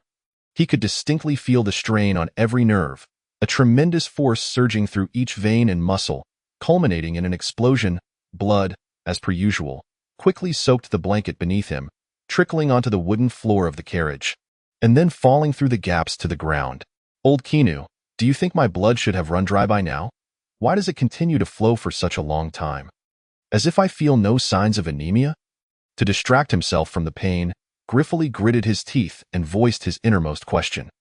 Old Kinu remained silent, for even the elderly steward, with his extensive years, harbored doubts about this matter. Could it be that the young master possesses the constitution of a bloodline? Though he knew it improbable, old Kinu still brought his blood-stained fingers to his nose for a whiff, before gently shaking his head. Noticing old Kinu's lack of response, Griffith closed his eyes and naturally conjured the image of that eye, which then appeared vividly in his mind, not merely an image, but a vision that captivated him. In his attempt to escape the unbearable torment, Stedman wished to immerse his consciousness within that intoxicating eye, and so he did, only to endure even greater suffering. He concentrated all his energy, fixating on the exquisite blend of blue and red in his mind, forgetting himself and the existence of his soul, rendering the concept of suffering non-existent. The ethereal eye seemed to tire of its drifting, settling into its own corner, its radiant brilliance gradually dimming, the once full iris narrowing into a mere slit. A thin veil of moisture began to rise, ultimately transforming into a droplet that cascaded from the corner of the eye, landing squarely on Stedman's heart. That I was undeniably weeping. Stedman found himself bewildered by the clarity with which he sensed this sorrow, despite being so thoroughly enchanted by the eye's appearance. A profound melancholy enveloped his mind and chest. There were no heart-wrenching sobs, nor any tear-streaked visage of extraordinary beauty, only an ordinary eye, now silently shedding tears within him, leaving him desolate. In this poignant yet unhurtful sentiment, Griffith found himself overwhelmed with countless words of comfort. Yet he could not voice them.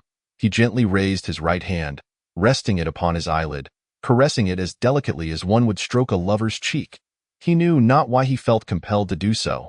He simply wished to console that eye, now dulled and lifeless within his mind. Thus, in a state of unawareness, his right hand tenderly brushed against his brow, shifting from the past's rough kneading to a gentle caress, akin to soothing a weeping child to sleep. The swelling of Griffith's skin and the trickling of blood ceased at that moment, as new skin rapidly enveloped his blood-soaked form, leaving only a pool of blood as testament to the inhuman ordeal he had just endured. Old Kinu gazed in astonishment at this increasingly unbelievable scene. Evidently, the duration of Griffith's affliction this time was significantly shorter than before. Perhaps, as the young master suggested, that enchanting eye has indeed entered his being. Could it be that a sentient artifact is seeking a new vessel? Contemplating this possibility, a glimmer of insight sparked in old Kinu's eyes, as he began to envision the implications of such an occurrence. Yet, throughout his lengthy life, he had never encountered any legends concerning a single eye. Then, old Kinu witnessed an even more shocking spectacle.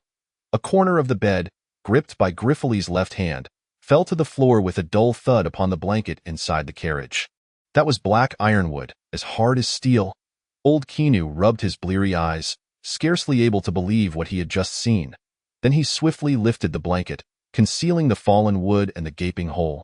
And he became increasingly convinced that his young master had encountered a miracle. Old Kinu gazed at the nearly awakening Stedman, promptly wiping the bloodstains from around his eyes. He then opened the carriage door, allowing the hastily arriving Haipu to enter. Just then, Stedman timely opened his eyes, startling both Haipu and old Kinu. They distinctly perceived a divine light swirling within his blue irises, only to be replaced by a look of bewilderment moments later. Hee hee. Please do not misunderstand. This is not the joyous laughter of Griffith, who has survived a calamity. Amidst his somewhat neurotic chuckles, saliva began to trickle from the corners of his mouth. Young master, nephew, old Kinu and Haipu exclaimed in unison, each instinctively grasping one of Griffith's hands. In the next moment, a foul odor wafted from beneath Stedman, turning their astonishment into sheer shock. The foolish laughter, drooling, and loss of bladder control were behaviors only a simpleton would exhibit. Haipu, still unwilling to give up, repeatedly shook Griffith's hand, calling his name. Yet, aside from his silly grin, it seemed he had entirely forgotten the uncle he had been so close to just the day before. Uncle, could it be that he has become foolish from pain? Haipu, reluctant to voice such a question, still clung to a glimmer of hope, wishing old Kinu would reassure him that this temporary state followed Griffith's peculiar affliction. Old Kinu appeared oblivious to Haipu's anxious gaze. Just as he prepared to maintain his silence, the hand holding Stedman's trembled slightly. Griffith traced a circle with his pinky in his palm. Finally realizing, Old Kinu quickly turned his face away to prevent Haipu from seeing the anguish etched upon it. He had never anticipated that Griffith would so decisively play the fool. Even the astute Old Kinu had initially been ensnared. Alas, my young master, you have suffered. Breathing in the foul stench that pervaded the carriage and witnessing the drool cascading down Stedman's chest, Old Kinu silently offered his solace. Noticing Old Kinu's prolonged silence and observing Griffith's state, Haipu's heart sank further. Moments ago, after bidding farewell to Yelia, he had been following the trail of blood. It was conceivable that anyone enduring such inhuman torment from this bizarre ailment would become unhinged. The notion that Griffith might have devolved into folly was not beyond imagination. Gazing at his once close nephew, now reduced to this pitiful state, Haipu was overwhelmed with sorrow. With reddened eyes, he joined Old Kinu in meticulously wiping Stedman's body, ultimately allowing a warm tear to fall, landing upon Griffith's chest, a symbol of that strange yet familiar kinship. The young master of the Stedman family had lost his mind. This news, unguardedly divulged by Old Kinu, swiftly spread throughout the entire entourage through the words of Veer and several court magicians who had come to provide assistance, that in stark contrast to the furious cries of the Sword Orchid Knights, who called for vengeance against the Darklands on behalf of young Master Stedman.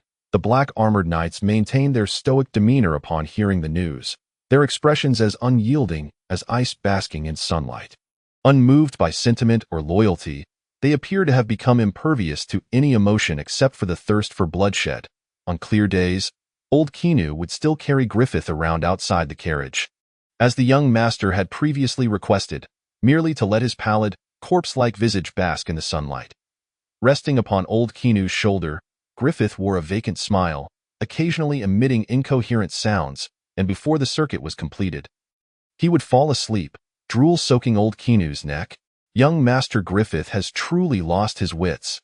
Each night witnessing this scene cast aside any lingering doubts and hopes. They recalled the courteous and jovial young master they had first encountered.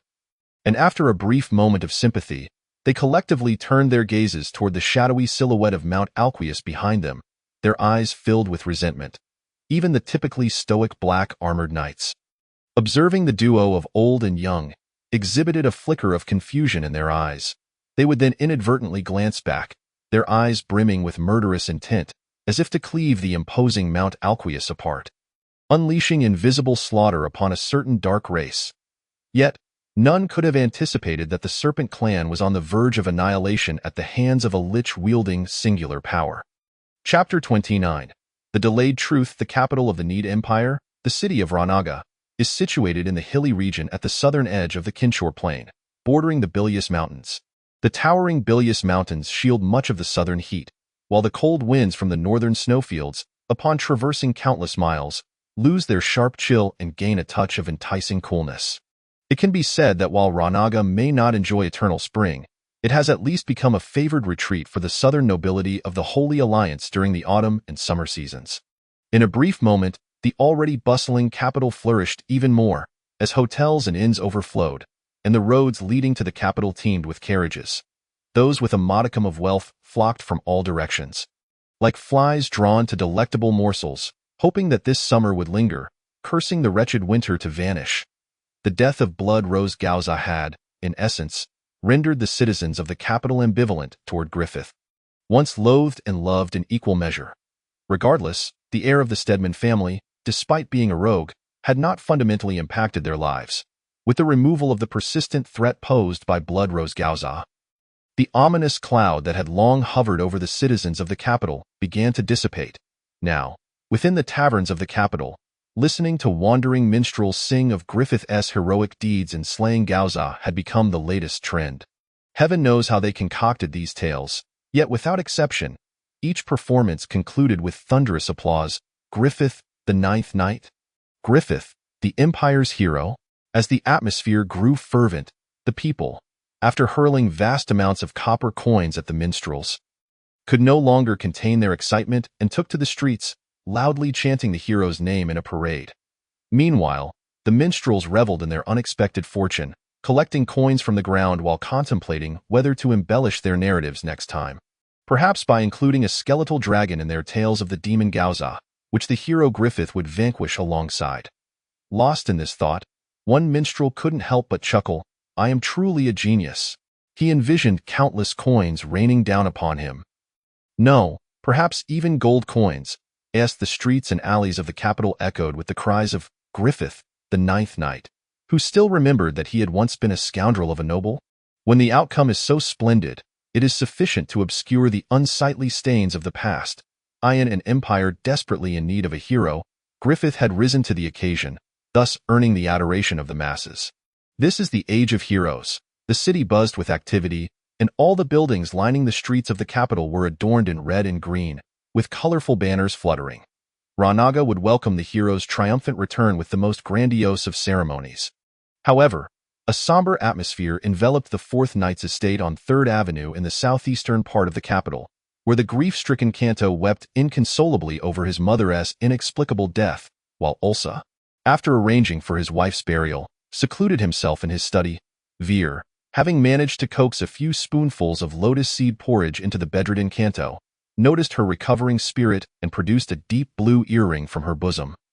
Handing it to Kanto. On the day I returned, my lady had just come back from the palace. She asked me to deliver this earring to you, and that very night, she met with tragedy. Woo-woo, as she spoke, she was already in tears on that day. She had distinctly sensed her lady's unease, but had been too fatigued from her long journey to pay heed. Kanto gazed at the earring in her left hand. Her right hand already pressed against her right ear, where a matching earring rested, one given to her by Gauza before his demise. She removed the earring and placed it beside the other. Perfectly identical. After 2 decades of separation, the 2 earrings had finally reunited, yet their owners were no longer present. Did the shimmering blue light flow with sorrow? Why did they both give me an earring? Although the answer was apparent, Kanto still sought to question her father for clarity, burdened by countless uncertainties. Is it true that it was that scoundrel from the Stedman family who killed Gauza? Ulsa, visibly haggard from the pain of losing his beloved wife, experienced a pang in his heart as he gazed at the pair of earrings on the table. He did not respond to Kanto's inquiry, but instead sought to confirm who had truly brought about Gauza's end. Yes. Kanto's voice was devoid of warmth. It wasn't you who killed him? Ulsa, seemingly hesitant, sought reassurance once more. I didn't have the chance. A dull ache began to stir within Kanto's heart, and as the moment of revelation drew near, she felt an overwhelming urge to flee. Ulsa's hands gently brushed over the translucent earrings, his eyes betraying a mix of unwillingness and humiliation. He then lifted his gaze, locking eyes with Kanto, his daughter whom he had painstakingly taught to ride and shoot. Though he felt an immense reluctance, he had no choice but to sever the final thread of connection in his heart. He closed his eyes, bowing his head. Gauza was your father, your biological father. S mouth gaped in horror. She had always believed that Gauza was merely her mother's lover.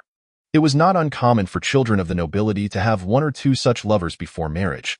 She had guessed the beginning but failed to foresee the conclusion. Gauza was indeed Elena's lover, and she was the very fruit of their love.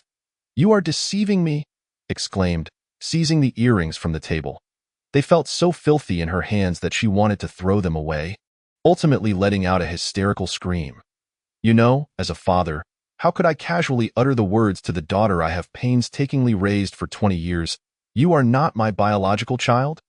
Ursar said in a low voice. Yes, as a father, Gauza would rather suffer himself than let Hong Sun harm. Still remembered the gentleness and satisfaction in Gauza's eyes before he died. Even in death, he would not wish to hurt her. Your mother is a sorceress.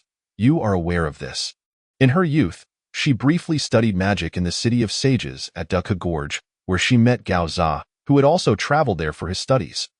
They participated together in the war against the orcs.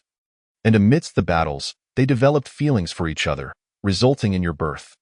After the war, Elena was supposed to elope with Gauza, but he was of noble lineage. Such an act would be tantamount to treason, and her family would face devastating repercussions. For the sake of her family's survival, your mother gifted Gauza a pair of earrings as a token of her affection. Then, under family pressure, she married me. The one who had come to propose, Ursar said with a faint smile, as if marrying Elena was the greatest happiness of his life. Then why do you want me to protect Shui Qi to attract Gao Za? Do you wish for us, father and daughter, to turn against each other? The moment the words left her lips, regretted it. Remembering her father's care for her over the years, how could he possibly have the heart to do such a thing? More importantly, her father was a true knight. Ha ha! Ursar laughed in fury. Do you know? You are just as ruthless as your mother Elena. All these years, I have treated you as my own, and I have been utterly compliant with your mother. Yet have you ever seen her smile at me? Yes, the once naive had thought her cold-faced mother was simply her nature, unaware of the many stories hidden behind in the entire knight's manner. She was the only one who had seen her mother smile, and each time it was when she asked why she only wore one earring. Now, understood that those were not smiles but her mother's attempts to conceal the longing that had never ceased. All right? Today, I shall relinquish the dignity of a man and make things clear to you. Without further hesitation, Ursar lifted his teacup and took a sip. For many years, Gao Za has acted like a madman, devouring nearly a quarter of the Empire's cities and lands. The smoke of war spreads from south of the Bilious Mountains. Countless subjects of the Empire have lost their homes. His sole aim is to breach the Bilious Pass. March into Rhone, and take your mother away after toppling the Empire, for only with the Empire's demise will your mother follow him. Your mother is evidently aware of Gao Za's intentions, yet how could she bear to watch countless citizens perish for her sake? How could she endure seeing Gao Za become a murderer? Perhaps she also harbored a slight concern for me, fearing that I would be defeated by Gao Za and suffer disgrace. Thus, she wrote to me, requesting that I hand you over to Gao Za. If I refused, she would leap from the Tower of Secret Stars. Ursar glanced at and continued, many years ago, even though she was pregnant, I still chose her. And in that moment, years later, between you and her, I chose her again. I wrote to Gao Za, informing him of your existence. I knew that when he faced you, as a peak power in the continent, he would surely sense his blood flowing within you. Capturing you would be far better than letting you ultimately learn the truth of treason. This is the true nature of the entire incident. Do you understand? As a knight, to quell disputes and maintain peace, I have had no choice but to send away my daughter, whom I have painstakingly raised for 20 years. Do you think it is easier for me than for Gao Za? Bit her lip tightly, tears shimmering in her eyes. No, this is not true. You are lying. Ursar smiled bitterly, no longer offering explanations. If I had told you from the start that I killed Gao Za, would you have been unwilling to reveal the truth to me? Who had intended to leave, suddenly asked at the door. Yes, Ursar answered without hesitation. Why? No one understands better than I do how fierce your temperament is. Rather than let you bear the guilt of patricide and suffer through it, it is better to keep it hidden and let you live in suspicion. Ursar calmly concluded. Do you know, father, that compared to killing Gao Za with my own hands, I am in more pain now? It felt as if she could see the fatal sword strike from Griffith aimed at Gao Za. At that moment, felt a heart-wrenching agony, and she screamed silently in her heart, why did it have to be you? In the throes of budding emotions, facing the lover who had killed her father, could you truly comprehend this pain? Ursar did not understand. He was completely unaware that the proud had secretly entangled herself with the disgrace of the capital. Griffith, he stood up and grabbed, who was trying to escape, solemnly saying, do not think about betrayal. If you do, I will be the first to kill you. Violently shook off Ursar, her voice sharp, are you afraid I will implicate the family? Implicate? Ursar shook his head. I am an imperial knight. As long as I remain in the Empire, no one can place the sin of treason upon my family. Likewise, as an imperial knight, I will never allow those around me to betray. Sneered, wanting to retort, but ultimately opened her mouth without a sound. Her gaze fixed southward, beyond the towering Bilious Mountains, across the Dolas Plains, and over the Lanlanea River, landing in the capital of the Osu Empire, Samor. There lay her father's homeland and her own. She shifted her gaze northwest, where her father's murderer, her lover, whom she wished to protect even amidst the chaos of life and death, was slowly returning.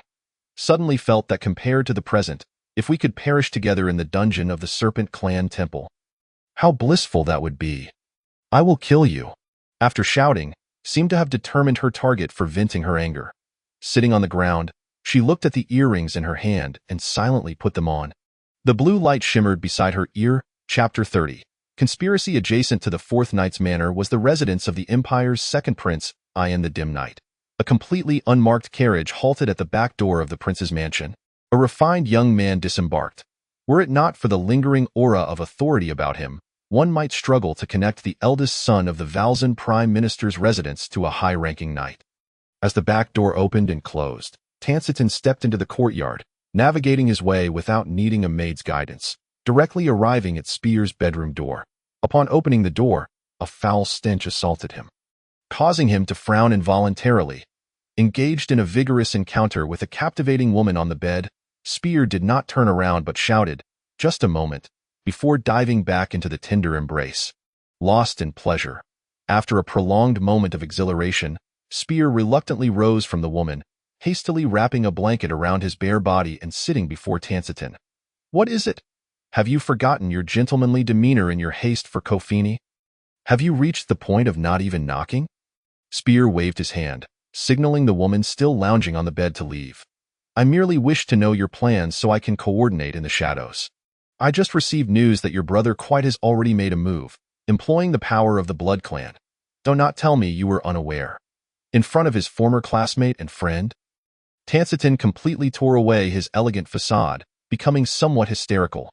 Spear paid no heed to Tansitin's agitation. He poured 2 glasses of red wine, pushed one towards Tansitin, and took a sip from his own. Once the pallor of Tansitin's face turned a shade of red, he leisurely remarked, "I thought my brother would bring me unexpected surprises. Alas, he remains as inept as ever, resorting to bribing my forces to frame me. This scheme is so evident that even a discerning eye can see through it, which truly disappoints me. So, what do you intend?" Tansitin was all too familiar with the person before him. This seemingly brash and lecherous prince was, in fact, a schemer of profound cunning. In truth, every noble living within the whirlpool of power wears a mask. Since our Prince Quite is so intent on framing me, let us assist him in his endeavor. After all, I still command a portion of the Imperial Guards. Let them deliver a little surprise to our newly formed Ninth Knight. Upon seeing Spear finally make up his mind, Tansitin felt a surge of joy. As for the conspiracy he spoke of, it was quite easy to understand. Who would be foolish enough to repeatedly dump the blame onto themselves? Such antics could be seen through even by a child.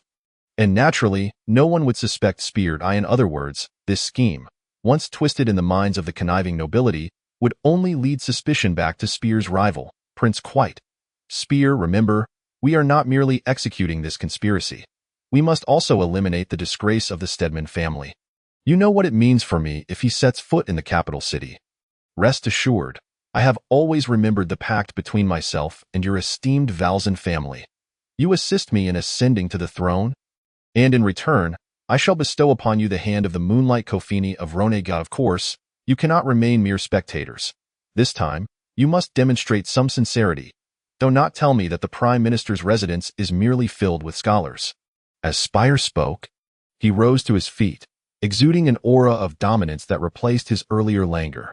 Tansitin, seeing that Spear insisted on dragging him into this affair, met it with a confident smile. "That is precisely the reason I sought you out today. I doubt anyone would link the Fortress of the Gods with us, especially since I have heard a Dragon Knight is among the visitors this time." Upon hearing the mention of the Dragon Knight, Spear's eyes brightened, and he raised his goblet to clink with Tansitin's. His Majesty, Emperor Ukins of the Midnight Empire, has 2 sons and 4 daughters, which, for a royal family known for its numerous progeny, renders their bloodlines somewhat thin. This has indirectly concentrated power around the 2 princes, creating 2 rival factions in the court. For the sake of the throne beneath His Majesty's seat, the entire imperial power structure is fraught with undercurrents. As politicians begin to align themselves for the survival of their families and the pursuit of greater glory, the eldest prince, Quit, now in his 30s, has spent his adulthood learning state affairs at His Majesty's side, who treats him as the crown prince. However, his naturally suspicious nature has rendered him indecisive. Apart from a few loyal elder statesmen who still harbor hopes for him, the newer aristocrats have largely rallied around the second prince. Spear. The reputation of the second prince, Spear, far surpasses that of his brother Quit. Graduating with honors from the Imperial Royal Knights Academy, he was dispatched to the front lines of the war against the Osu Empire at Dolas shortly thereafter. A year later, he was awarded the Golden Wisteria medal personally conferred by the Emperor for his military achievements, and upon his return to the capital, he served in the Royal Lionheart Knights. However, what truly catapulted this prince to fame was his participation in a holy war after reaching adulthood, not for the number of heretics he vanquished, but for encountering a strikingly beautiful male elf who had stealthily escaped from the southern Chelan Sea Bend for training. This prince, who had lost his innocence at the tender age of 12, was utterly captivated and pursued the elf for over 20 miles before capturing him, only to discover that this exceptional beauty was indeed a male elf, an inherent trait of elves, regardless of gender. In a fit of frustration, Spire publicly unveiled the male elf's intimate secrets, and upon this scandal reaching the capital, he became synonymous with debauchery, earning the moniker of lustful fiend. Spire's mother hails from a family whose fief lies in the largest port city of the Menite Empire, Shubal.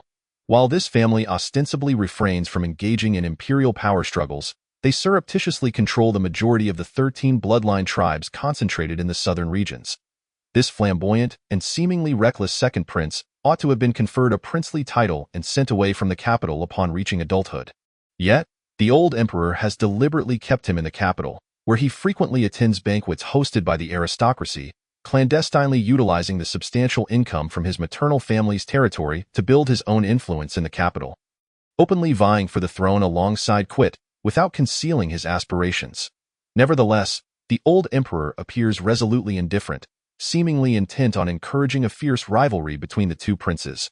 The newly minted ninth knight, Griffith, has undoubtedly become the prime pawn in the contest between the two princes. If one could ensnare the other into eliminating the infamous knight, such a move would spell irreparable doom for the adversary.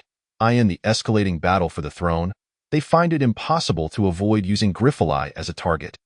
On the surface, the imperial chancellor Valzan supports the eldest prince, yet his son Tanstin covertly aligns himself with the second prince, illustrating the adage that a wise nobleman never places all his eggs in one basket.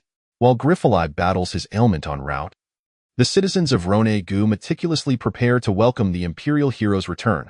A series of plots against him has already begun to unfold. Chapter 31. The ambush before the capital in the northern expanse. 10 miles from the capital, a long line of knights clad in brown armor advances, flanked by a handful of black-armored knights guarding a black carriage as they proceed slowly toward the capital. "Young master, we are nearly home." Old Quinu, having boarded the carriage, firmly shut the door, observing Griffith, whose body has nearly recovered.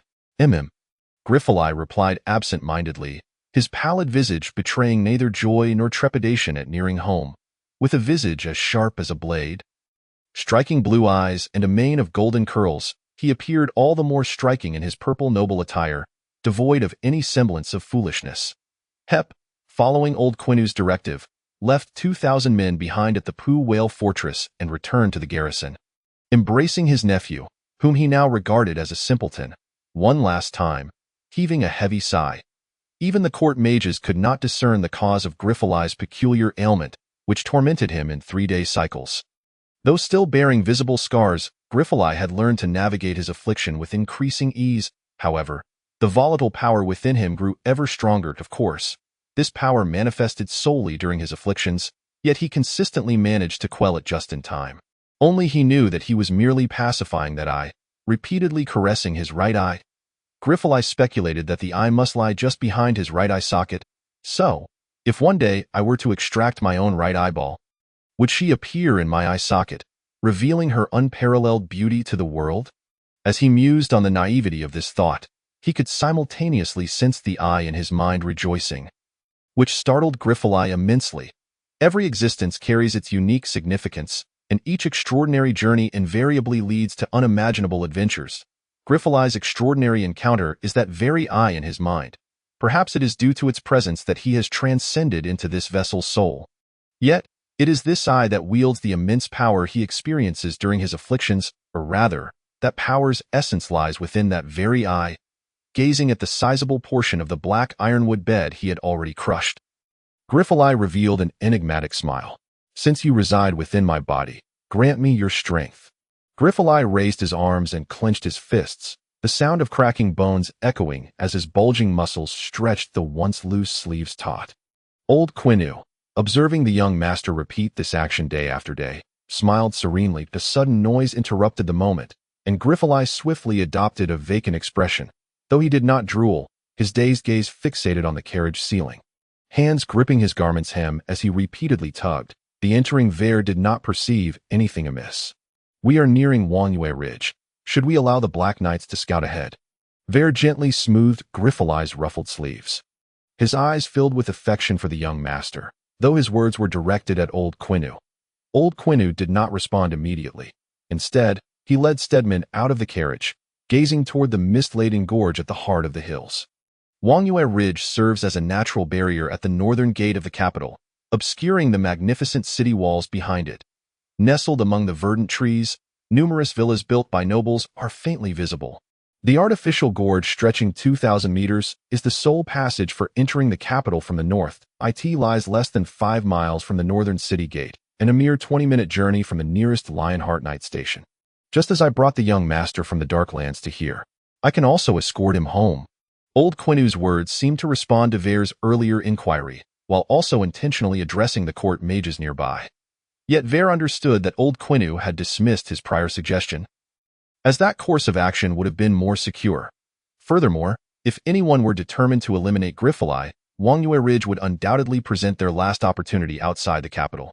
Young master, are you afraid? Old Quinu inquired of the seemingly simple-minded young master, eliciting surprised glances from those around them. Old Quinu, why should I be afraid? Are there wolves inside? Griffith's question prompted everyone to shake their heads, affirming his foolishness.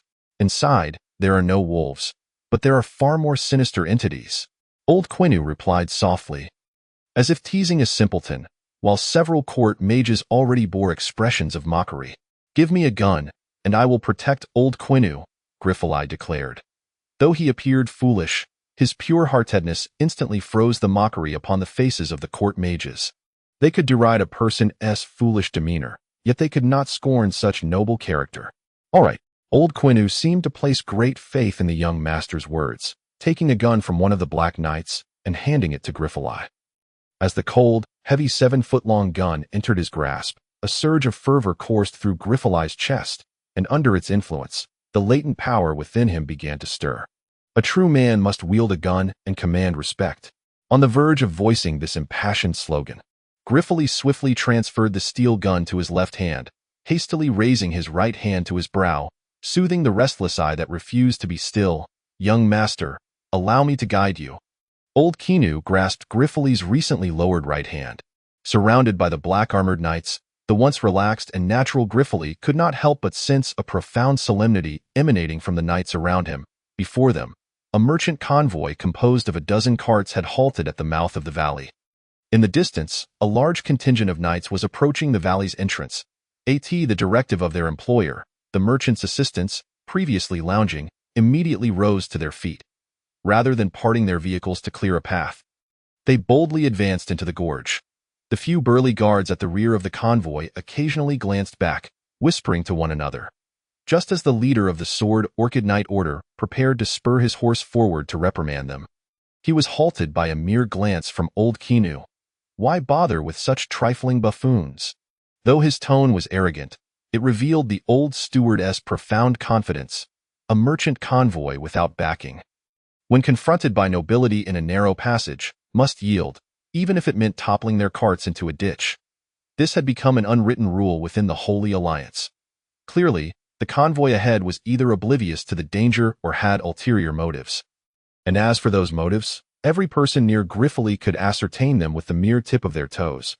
Was this what they referred to as a conspiracy? A sardonic smile curled at the corners of Griffith's mouth. If this were indeed a scheme, then those executing it were decidedly unprofessional. He could not fathom that the influential figures wishing him dead could be so dim-witted.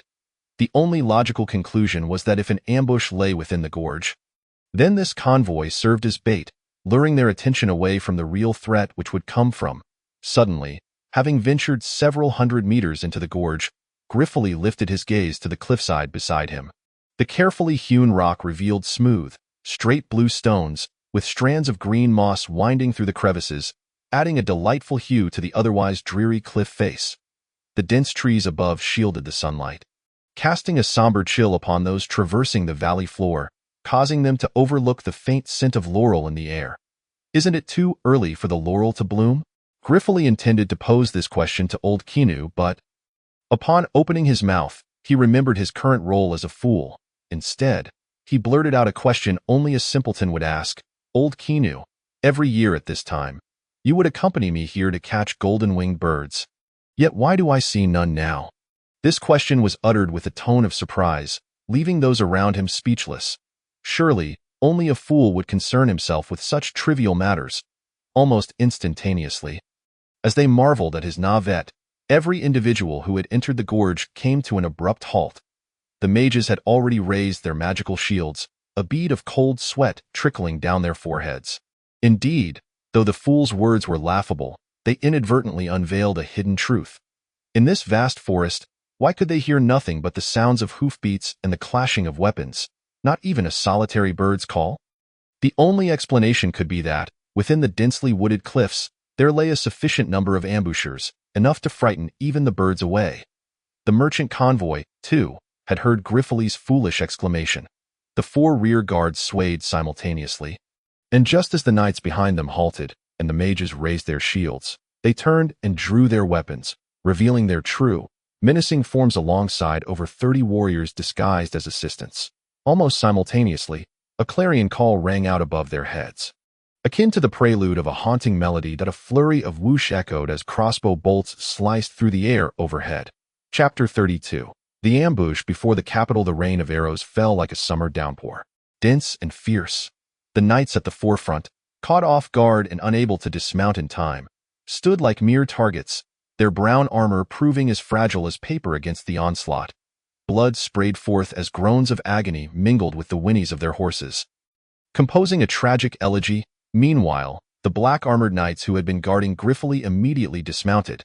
Yet contrary to Griffith's expectations, they did not form a protective formation before him and old Kinu. Instead, to Griffith's astonishment, these formidable and cold-blooded family knights turned and fled. Yes, they abandoned their horses, armor, and weapons, executing the maneuver as if they were seasoned escape artists, swiftly retreating along the canyon walls toward the rear exit. Only the 2 young gentlemen remained, utterly dumbfounded. In truth, only Griffith, whose mind had yet to catch up, was genuinely stunned.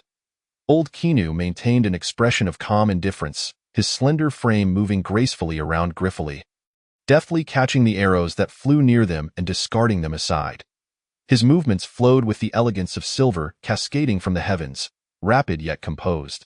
Observing the trail of afterimages left by old Kinu, Griffith was finally struck with clarity. He understood why his uncle, a commanding leader of 50,000 imperial knights, would respectfully address this family steward as uncle. He realized that throughout their journey, both the black-armored knights and mages had obeyed old Kinu without question. Why they had boldly traversed the gorge, undeterred by the knowledge of an ambush, it all stemmed from a foundation of formidable strength. In the face of absolute power, any scheme or trickery loses its significance. Although Griffith was unaware of old Kinu's true prowess, he recalled the old steward's words to Hypuzaister. No matter what we encounter on the road, as long as I am with the young master, no one can impede us. Such words may seem conceited, yet they were more a reflection of profound confidence. Under the protection of this exceedingly self-assured elder, Griffith had endured 5 waves of arrows without a single scratch. Consequently, the normally anxious Stedman had become the most leisurely individual present, casually glancing around. This sequence, from Griffith's startled proclamation to the black-armored knight's retreat, and finally to old Kinu's leisurely pacing around Stedman, resembled an artist meticulously crafting a refined masterpiece as he intercepted every arrow that came near them. It all transpired in an instant. The mages took shelter beside the carts, each arrow striking the magical shields, sending ripples cascading outward. Lacking the protection of warrior shields, their magical prowess felt stifled in this close-quarters encounter. Immediately after the attack, they shot up several magical distress signals into the sky, simultaneously sensing a surge of magical elements from above.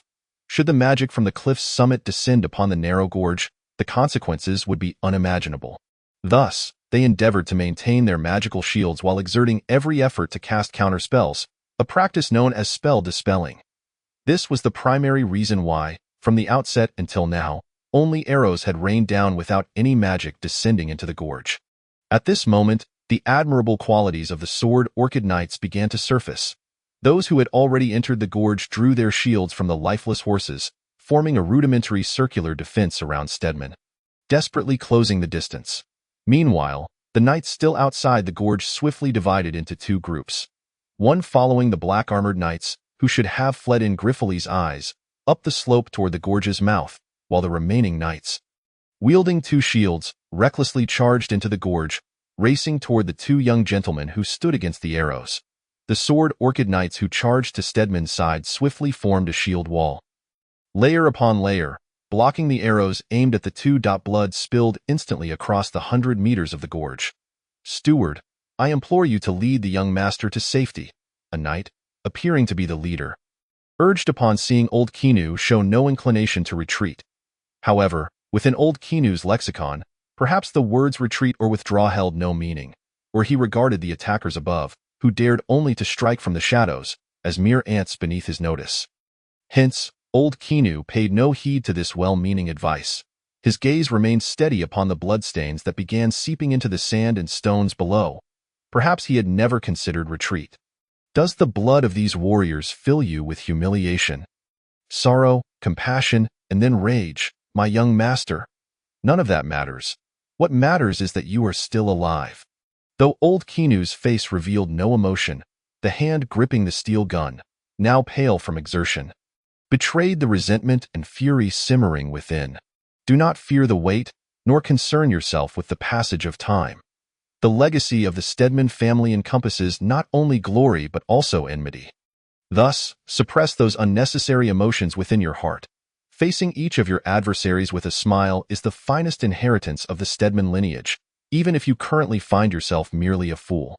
The words of old Quinu gradually quelled the resentment within Stedman, yet they could not erase it entirely. At the very least, the soul within him, which had traversed the civilized world, could not disregard the blood shed by these warriors because of him. In this moment, all he could do was feel a pang of guilt amidst his anger for the blood spilled around him. The arrows continued their relentless assault, clanging against the shields in a cacophony of sound.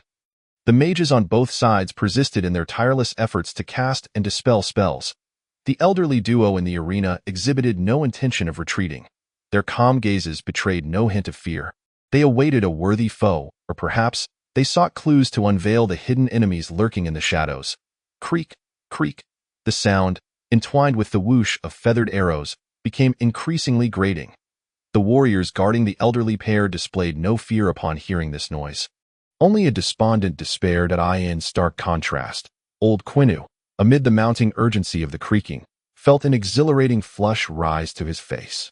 "Damn it, it's the city crossbow. We must retreat."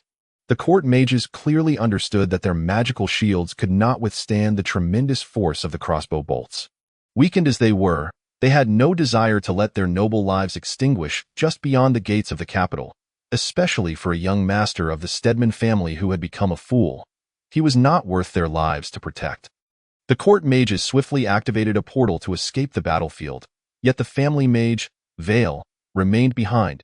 He cast a bewildered glance at the elderly duo, shielded by layers of protection, before unceremoniously rolling beneath a four-wheeled carriage. Surely, a carriage made of black ironwood could withstand the impact of crossbow bolts. Boom! A 3-meter-long crossbow bolt tore through the air, descending with ferocity from an oblique angle, striking the heavy carriage and causing it to leap. Upon landing, the shock reverberated through Vale, leaving him momentarily dazed, his mind swirling, yet not a speck of dust arose. Only bloodstains marred the ground. Before Vale could recover from his dizziness, a second crossbow bolt came hurtling down. With a resounding crash, it failed to penetrate the carriage but shattered a side panel, sending thick wooden planks tumbling backward like fallen leaves, ultimately covering the body of a fallen warrior one by one. The crossbow bolts struck the carriage, determined to break it apart before retreating, yet the assailants had not anticipated that their true target lay not within the carriage, but rather, they had been duped by the seemingly benign mage. The rain of arrows showed no sign of abating. Instead, it intensified, leaving the warriors gripping their shields numb. A series of searing fireballs cascaded down from the cliff, dispelling the shadows of the canyon, yet instilling a chill in every soul below, and no longer hindered by magical countermeasures. The mages atop the cliff finally unleashed their savage fangs. They even approached the edge of the cliff, eager to witness the effects of their flames upon those below. However, the purveyors of nightmares, upon slightly revealing themselves, inadvertently invited their own doom. In the instant the fireballs ascended, old Quinu, with Griffin in his left hand, deftly swerved to evade arrows aimed at him, seizing one mid-flight and casting it not downward, but upward. These arrows, as if endowed with sentience, sped toward the four mages with a swiftness surpassing their initial flight, each striking precisely, 3 for each. Curiosity, indeed, can be fatal. At last, the sight of enemy blood was before them. Griffin, still enveloped in confusion under old Quinu's guidance, barely had time to marvel before a wave of heat engulfed him, nearly suffocating him. He could even feel his eyebrows and hair curling. The brave warriors who had rushed to Griffin's side met their fate as the fireballs collided with them, engulfing them in explosive flames. They screamed, writhed, desperately attempting to extend their lives by just a minute, only to be reduced to ashes in an instant, their souls forever denied salvation. The flames did not extinguish. They spread along the ground, following the countless arrows, igniting a path of destruction. This is war, blood, and fire. Requiring no further elucidation, accompanied by old Quinu, Griffin could no longer repress the fury swelling within him, directing that rage toward the cliff above, where no trace of foolishness remained. Boom! The black carriage, battered by the relentless barrage of crossbow bolts, finally succumbed, splintering into a myriad of pieces, yet maintaining its dignity without shattering completely. The once resplendent sword lily emblem embedded in the wood had now fallen, rolling upon the ground, stained with blood. As a wayward arrow struck it, producing a resonant chime, as if to cry out, "Who will uphold my dignity?" Chapter 33. The ambush before the capital. In the instant the carriage shattered, Vale raised his magical shield and swiftly retreated toward the canyon's edge. His task was complete. At the very least, he had drawn the crossbow bolts fired from the city toward the carriage. The assailants on the cliff were momentarily stunned. Where was the noble young master amidst the now desolate ruins of the carriage? They had clearly been deceived by that seemingly benign mage, who was now fleeing with the speed of a rabbit. Naturally, the attackers redirected their focus toward the only surviving elderly duo below. Their leisurely stroll amidst the dense rain of arrows igniting a fury within the assailants, a fury born of being outwitted, as if their wounds ran deeper than those of the attackers below. Thus, they hastily adjusted the aim of the city crossbow, winding the winch once more. Yet would they have the chance to fire? A group of black-clad figures leapt forth from behind them, their uncanny movements weaving through the assailants. And in the blink of an eye, the glint of their dark daggers flickered, splattering blood that stained their eyes with exhilaration. They were the Black Knights, shedding their armor and discarding their long spears. The Reapers of Death, born for slaughter, indeed, slaughter. This band of warriors, their skills rivaling those of the shadowy assassins, cast aside their armor as if shedding the guise of compassion, pouncing upon the unsuspecting attackers like a pack of ravenous wolves. With unparalleled ruthlessness, they dispatched their foes with ease. The chaos atop the cliff directly resulted in the arrows raining down becoming sparse and erratic, losing their former precision. Old Quinu, alongside Griffin, found respite, effortlessly brushing aside a few feeble arrows. Then turning to the young master with a gentle smile, "With this old servant here, there is no need for fear." Griffin, seemingly oblivious to the old man's reassurance, released old Quinu's hand and rushed toward the now dismantled carriage. Crouching to search intently for something, after the initial turmoil, the assailants atop the cliff decisively abandoned their bows and arrows, hastily tossing ropes down to descend before the approaching warriors of the Purple Blossom Knights.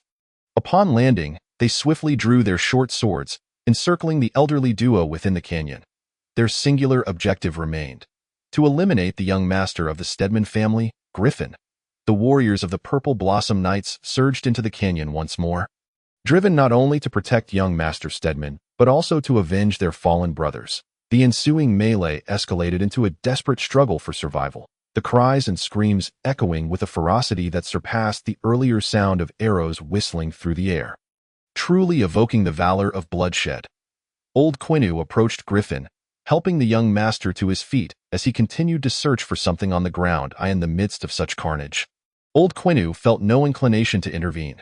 The throngs of warriors surrounding them required no assistance from him. Thus, he turned his gaze toward the merchant guards, who were hesitating on whether to join the fray. The battlefield had become crystal clear. The assailants on the cliff had been thrown into disarray by the dual assault of the Black Knights and the advancing warriors of the Purple Blossom Knights. Some had leapt from the cliff, while the remaining resistance was crumbling under pressure. With merely 100 or so attackers left, the prospect of swiftly assassinating their target amidst the hundreds of guards was utterly implausible. Consequently, the 30 or so merchant guards, witnessing the diminishing rain of arrows, hesitated rather than rushing forward. They were poised for action, yet frequently glanced back at the only carriage in the convoy that bore a cabin. The carriage door swung open, and a slender figure emerged, her face veiled in a pristine white cloth, long, smooth brown hair cascading down. Beneath delicately arched brows lay a pair of dark, spring-like eyes and her petite chin. Paired with a form-fitting green outfit that accentuated her curves, rendered her beauty so striking that one might easily overlook the features hidden beneath her veil. However, the glimmering short sword in her hand reminded all the entranced men that she was indeed a rose with thorns. "Charge!" The masked woman's voice rang out, resolute yet betraying a hint of trepidation in its drawn-out cadence.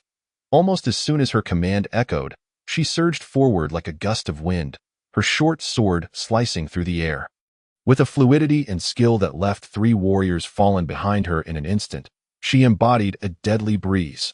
Under her command, over 30 subordinates surged forth like a tempest, carving a bloody path through the dense ranks of warriors, their swords gleaming as they aimed directly at Griffith. Upon catching a glimpse of the woman as she dismounted, Griffith crouched down once more, searching intently through the cracks of the wooden planks for something. For those who had beheld that singular eye, no beauty in this world could ever beguile their minds. As he observed the approaching reinforcements, old Quinu finally narrowed his eyes, nodding to Vare, who had just arrived at his side, signaling him to take care of the young master before he swiftly departed. "Old Quinu, I want that woman." Griffith, still wrestling with the wooden planks on the ground, caught a whiff of the fragrant laurel blossom. Like all young scions, he made a small display of his boundless yearning for the enchanting beauty before him, oblivious to the dangers that surrounded him. After all, he was but a fool. Indeed, only a fool would covet the enemy's beauty amidst such perilous circumstances. Vare gently stroked his sparse beard, watching the young master's silhouette as he clutched a gun in one hand and continued to grapple with the planks, his eyes filled with amusement. This foolish young master is sometimes rather endearing, seemingly eager to prevent the young master from waiting too long. Old Quinu was the first to confront the woman, whose hands were now stained with the blood of at least 10 slain warriors. She deftly sidestepped an assailant's lethal strike from behind, then pivoted her body, her left leg executing a swift kick that struck the wrist of the sword-wielding woman. The short sword flew high into the air, and in that fleeting moment of her hesitation, old Quinu lightly tapped her shoulder with his right foot, producing a crisp crack sound. The woman, who had just moments ago danced like a specter, now crumpled to the ground, writhing in agony as tears of resentment welled in her dark eyes. Then, she beheld her short sword, now plummeting towards her, its trajectory unerringly aimed at her ample bosom. Yet, with her shoulders shattered and her internal wounds grievously inflicted by old Quinu's strike, she found herself drained of even the slightest strength to move. Despair washed over her as she closed her eyes, the crystalline tears on her lashes perhaps a manifestation of regret for her hasty decisions. In a flash, old Quinu shattered an assailant's skull with a single hand, sending the lifeless body flying, while he kicked the short sword away, driving it into another attacker's chest. He recalled the young master's desire for this woman. At that moment, the 4 towering guards from the merchant convoy suddenly let out a collective roar. Their bodies surging upwards, their bulging muscles tearing through their armor as they charged at the half-orc, their eyes ablaze with fury. It's half-orcs, frenzied half-orcs. Though fear gripped them, the sword-wielding warriors pressed forward, determined to block the onslaught, their fearless spirit honed on the battlefield shining through. They resolved to uphold the dignity of the sword lily with their very flesh and blood, even if it meant merely stalling the inevitable for a moment. Griffith found himself in dire straits, or rather, the nightmare that had long haunted him was now manifesting prematurely when it should have struck later in the day. The explosive force surged violently within him, blood clouding his vision and drenched his garments, yet he continued to search the ground for something, striving to mask his discomfort. He did not wish to distract old Kinu at this critical juncture. Clad in purple, Stedman believed he had concealed his distress well, but the fine beads of sweat trickling down his neck caught Ver's discerning gaze. Thus, Ver lifted his eyes towards old Kinu, seemingly about to call out to him, but in that instant, his complexion turned ashen.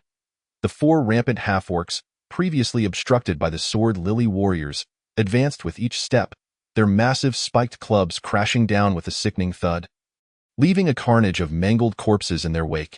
Yet, not a single warrior yielded beneath the bloodied, gore-splattered clubs. Their eyes, resolute and unflinching, remained fixed on the half-orc's bloodthirsty gaze, refusing to retreat, should the battle remain stalemated. With old Kinu returning or the black-armored knights descending from the cliff, the 4 half-orcs would have no chance of survival, rendering the merchant convoy's final assault utterly futile. However, fate is often unpredictable. As was the case now, one half-orc suddenly retreated a few steps before leaping forward, using another half-orc's spiked club as a springboard. The club soared upward, and the half-orc, like a colossal bomb, raised the club high above his head, preparing to strike down upon the oblivious Griffith, who crouched on the ground. In that very moment, Ver caught sight of this unfolding scene. Stedman was directly behind him. He could neither retreat nor escape. So he conjured a magical shield while simultaneously launching a fireball towards the airborne half-orc. Then he closed his eyes, bracing himself for the impending blow of the still-dripping spiked club. This sudden turn of events left everyone astounded. Old Kinu's expression shifted as he abandoned the attacker he was about to crush, his body darting back like a sword, but he knew all too well that he could not reach in time. Moreover, no one believed that the weakened Ver could withstand the descending spiked club with his fragile form. The black-armored knights, already halfway down the cliff, propelled themselves with all their might against the rocky wall.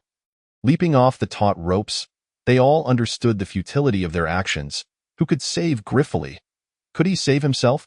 Should they rely on a noble scion who had only secured his knighthood through connections to confront the frenzied half-orc? Or should they place their hopes on the 3 court mages, who, terrified by the arrows, were now cowering in the distance? No one could aid him. Many had even resigned themselves to despair, closing their eyes. Ver's fireball merely produced a wisp of smoke upon striking the half-orc, accompanied by a foul stench, causing the creature little distress. The half-orc's spiked club hurtled towards Ver's head and Stedman's back, excitement igniting in its bloodshot eyes. Die! The half-orc seemed to envision the noble scion's flesh being torn apart like that of an ant. In that critical moment of impending doom, Ver, whose eyes were shut in resignation, was unexpectedly nudged aside by a long spear from behind. When he opened his eyes in bewilderment, he beheld a scene that would forever be etched in his memory. Oh no! Griffith, who appeared utterly defenseless in the eyes of others, sprang up, his long spear still clutched tightly in hand, sweeping it aside to push Ver out of the way. Then, with blood splattered across his face, he let out a furious roar, gripping his spear with both hands and propelling himself towards the massive spiked club descending from above. Clang! The sound of weapons colliding echoed. Thud! The sound of a weapon penetrating flesh followed. Apart from these 2 resounding noises, few could discern what transpired in that fleeting moment. When they finally grasped the reality of it, Griffith had landed on the ground, while the half-orc, meant to splatter the noble scion into mincemeat, was impaled by Griffith's dark spear. Raised high in the air, Stedman, having landed, did not relent. Without pause, he shouted again. Charging towards the half-orc that had yet to fully succumb to its wounds, scrape! The sound of weaponry grinding against rock resounded. All eyes froze in that moment, fixated on the blood-streaked noble scion, who, brandishing the half-orc he had just felled from the air, sprinted and leapt, driving the half-orc viciously into the solid cliff wall 10 meters above the ground. Due to the sheer force of his thrust, the iron-forged spear bent upwards. What a shocking spectacle! Everyone wiped the sweat from their foreheads, unsure if it stemmed from anxiety, worry, or fear, all while pondering a single question. Who the hell told me this noble scion was merely an intermediate knight? Indeed. Even old Kinu and Vare, who had watched Stedman grow up, were baffled by this turn of events. Had the young master, in that moment, become possessed by some divine force? Griffith released his spear, his body gracefully descending from the air. And as he knelt on the ground, he coughed up blood, followed by a series of violent retches. Old Kinu swiftly appeared before Griffith, gently patting his back, whispering, "Young master." Griffith shook his head, signaling old Kinu to help him rise. In that fleeting moment, fueled by the raging power of his ailment, he had magnificently charged forth, using that force to deflect the half-orc's club, piercing it with a single thrust. Upon landing, he realized that the surge of power within him had not yet dissipated. Thus he elegantly pinned the half-orc to the cliff wall 10 meters high. However, he soon discovered that the force had finally vanished, leaving him to pay the price with torrents of blood. However, after old Quinu helped him to his feet and gazed upon the half-orc still struggling against the cliff face, he felt that the blood he had spilled was well worth it. A source of great satisfaction, albeit a reckless gamble. A wave of familiar dizziness washed over him, and Griffith, gritting his teeth, tugged at old Quinu as they made their way towards the place where he had previously sought something. Once again, the two sides clashed in battle. After a brief moment of shock, the fervor in their hearts seemed ignited by Griffith's valor. With the addition of the black armored knights, the time for the half-orc's frenzy had passed, and the already scant enemy forces were swiftly annihilated. When they turned to search for the family hero, the young master Griffith, who had single-handedly pinned the berserk half-orc warrior to the cliff, they expected to find him in a striking pose, gracefully accepting their admiration. Instead, they found him, pulling at old Quinu, rummaging through the bloodied remnants of the ground, much to their astonishment, realizing that the young master was, in fact, quite foolish. "I found it," Griffith exclaimed joyfully, rising to vigorously wipe the object in his hands against his clothing. The crowd's attention refocused on Griffith, eager to discover what this foolhardy young master had sought for so long. The answer soon revealed itself, a blood-stained sword lily insignia, emanating a faint glow from Stedman's trembling palm. At that moment, everyone held their breath. Gah! The crowd bowed in a solemn half-kneel towards Stedman and the bloodied insignia in his hand, their eyes reflecting a unified gaze of reverence and submission. Such an honor was reserved only for audiences with the family head or in the presence of heroes who had rendered extraordinary service to the Stedman family. Kneeling on the ground, Vale vaguely recalled how Stedman's father had also been graced with such honor 15 years prior. What defines a family hero? It is one who can uphold the honor of the sword lily insignia. And at this moment, the mere 18-year-old Griffith faced no challenge to the validity of this reverence. Indeed, he was merely a fool. Chapter 34. The bloodied welcome ceremony. Griffith shook his body slightly. Supported by old Quinu, the only one remaining standing, before collapsing, he placed the bloodied insignia into old Quinu's hands. "Master, I concede. You are worthy to guard this sword lily insignia." Old Quinu embraced the unconscious Griffith, secretly delighted. The same words he had spoken only to one other person, a long time ago. Was it a century, 2 centuries, or even longer? The Stedman family had seen many capable heirs over the centuries. Yet few were those who would vow to defend the dignity of the sword lily insignia. Old Quinu shook his muddled head, cleaning the insignia before solemnly affixing it to Griffith's chest. A cacophony of galloping hooves approached. It was the Lionheart Knights, arriving 20 minutes later than expected, patrolling the outer perimeter of the capital. "Sever the heads of all assailants," old Quinu commanded, cradling Griffith as he strode forward. While Vale directed the others to clean the battlefield, he summoned the leader of the black armored knights for a brief exchange. The latter then hoisted the unconscious woman from the ground and vanished into the northern valley within moments. Harboring no lustful intentions for the beauty upon his shoulder, for this is a woman meant for the young master's enjoyment, today, the rotation at the northern gate of the Lionheart Knights was under Baron Kixons. A scion of a once noble family, he had secured his position as a squad leader through merit, executing his duties with diligence. However, when they were unexpectedly called to aid the city patrol, who were struggling to quell a riot at a nearby and just within the northern gate of the capital, Baron Kixins promptly led his knights to provide assistance. Upon arrival, he spotted the magical distress signal in the sky, prompting a swift turn of his horse back towards the city, yet the throngs of people on the streets severely hampered their speed. By the time they reached the gorge at Wangwei Ridge, they were met with a scene of carnage and bloodshed its over, upon seeing an elderly steward carrying a bloodied and unconscious noble youth. And then noticing the glimmer of the sword lily insignia upon the youth's chest, Kixins realized that his reputation, future, and even his life had all come to an end. What astounded him even more were the 4 siege crossbows dangling from the cliff. He felt as if he might faint. Who possessed such formidable power? After a moment of dizziness, Kixins regained his composure, understanding that this matter was beyond the purview of a mere pawn like himself. Thus, he relinquished any concern, dismounting to carefully explain his apologies to the approaching Vale and instructing the accompanying knights to handle the aftermath. On the official road outside the northern gate of the capital, with a contingent of Lionheart knights clearing the way, all merchants and travelers instinctively stepped aside. A steady stream of solemn-faced Lionheart knights in red armor continued to arrive, rendering the once broad thoroughfare congested. Then, the merchants beheld an elderly man surrounded by knights, cradling a noble youth adorned with the sword lily insignia, whose body was drenched in blood, his pale face bearing closed eyes, teetering between life and death.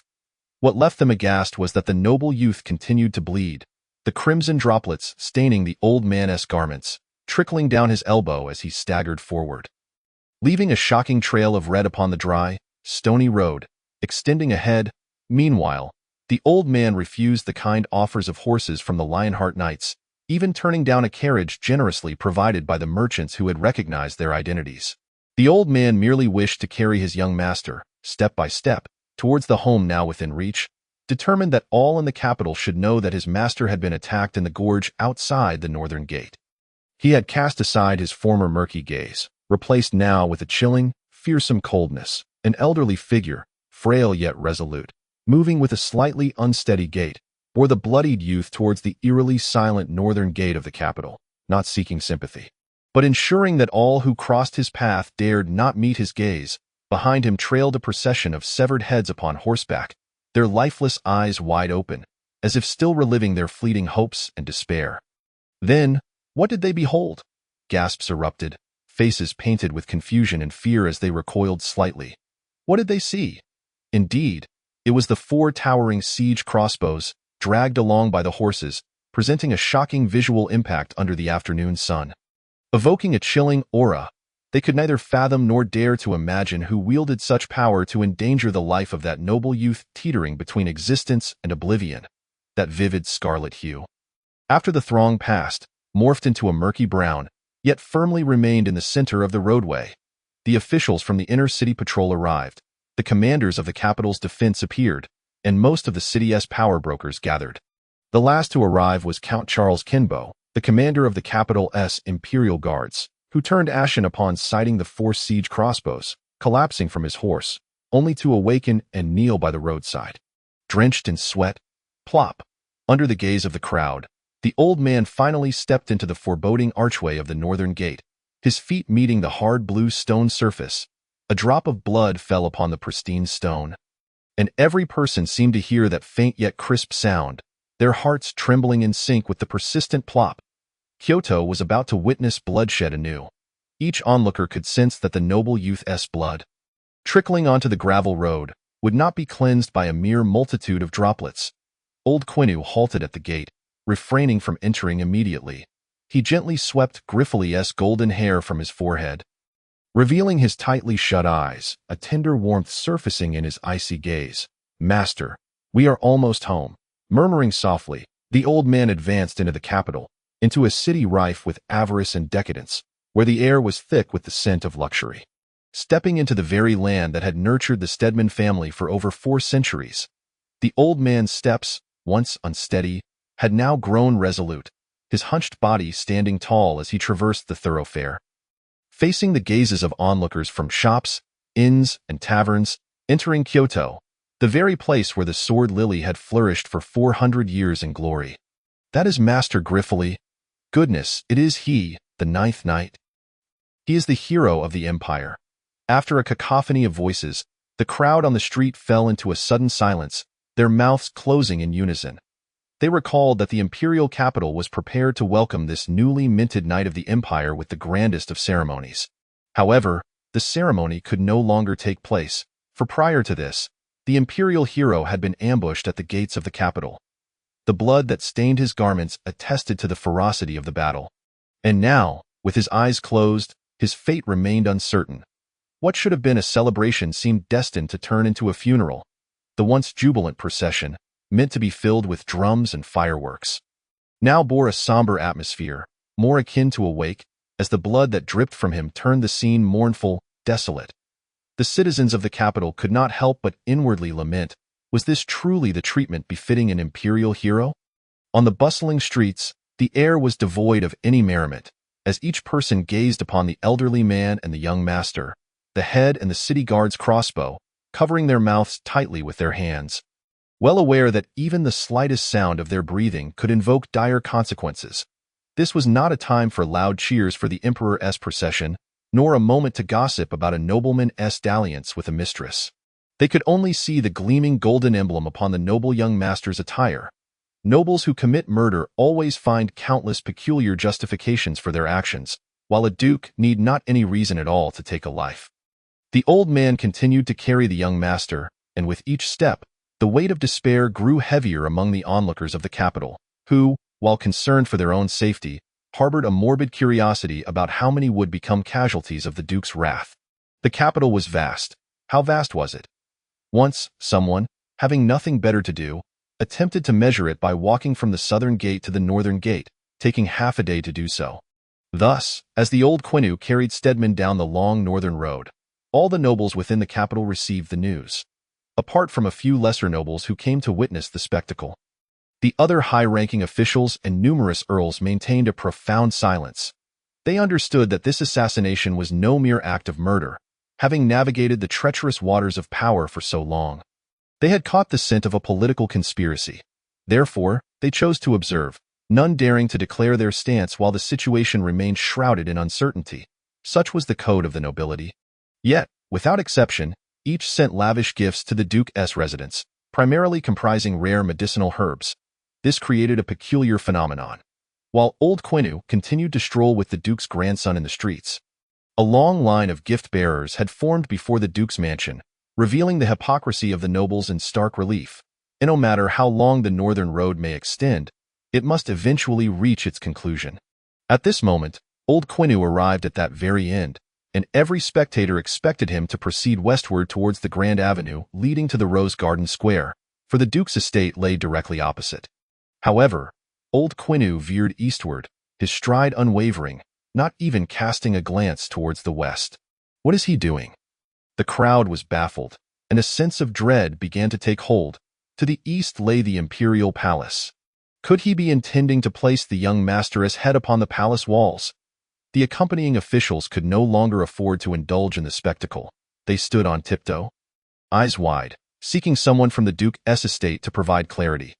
Yet, to their dismay, they realized that no one from the duke's residence had come forth to greet the procession, intensifying their anxiety. Was this truly an incident that might escalate beyond control? Chapter 35. Urine and fire amidst the gaze of the multitude, with the officials trembling and their legs weak as they accompanied him. Old Quinu finally arrived before the towering Huabiao at the gates of the palace. At that moment, the blood upon Griffith ceased to drip, and he opened his eyes. The Huabiao bore a dazzling inscription, causing every onlooker to gasp in astonishment. Very well, cowards, let me, the great Stedman, protect you. As long as I stand here, there shall be no enemy before me. This proclamation, not only brimming with arrogance, exuded an air of disdain for all living beings. Yet this Huabiao stood resolutely at the entrance of the imperial palace, a symbol of supreme imperial authority, and for 3 centuries, no emperor had dared to uproot it, as it was deemed to undermine royal majesty. The Huabiao was also adorned with the image of a formidable knight, gripping a dark lance in his left hand while holding a bloody dragon's head in his right. The dragon slayer, Philid Stedman. Every child of the Holy Alliance heard tales of him upon their birth. Every warrior regarded him as a lifelong aspiration from the moment they grasped their swords. He was also the most frequent apparition in the dreams of women, and even when they uttered his name in slumber, their partners felt no jealousy. This man was the patriarch of the Stedman family over 300 years ago. Philippe Stedman died in his youth. He earned the title of Butcher for his fierce and brutal exploits on the battlefield, having slaughtered thousands of captives in a single night. Later, when the Persia Empire could not contain the advances of the Minute Empire, they sent assassins to ambush the Minute Emperor during his outing, leaving him gravely wounded. Upon hearing of this, Philippe Stedman disregarded the tens of thousands of troops at his command and rode forth alone to the royal palace of the Persia Empire.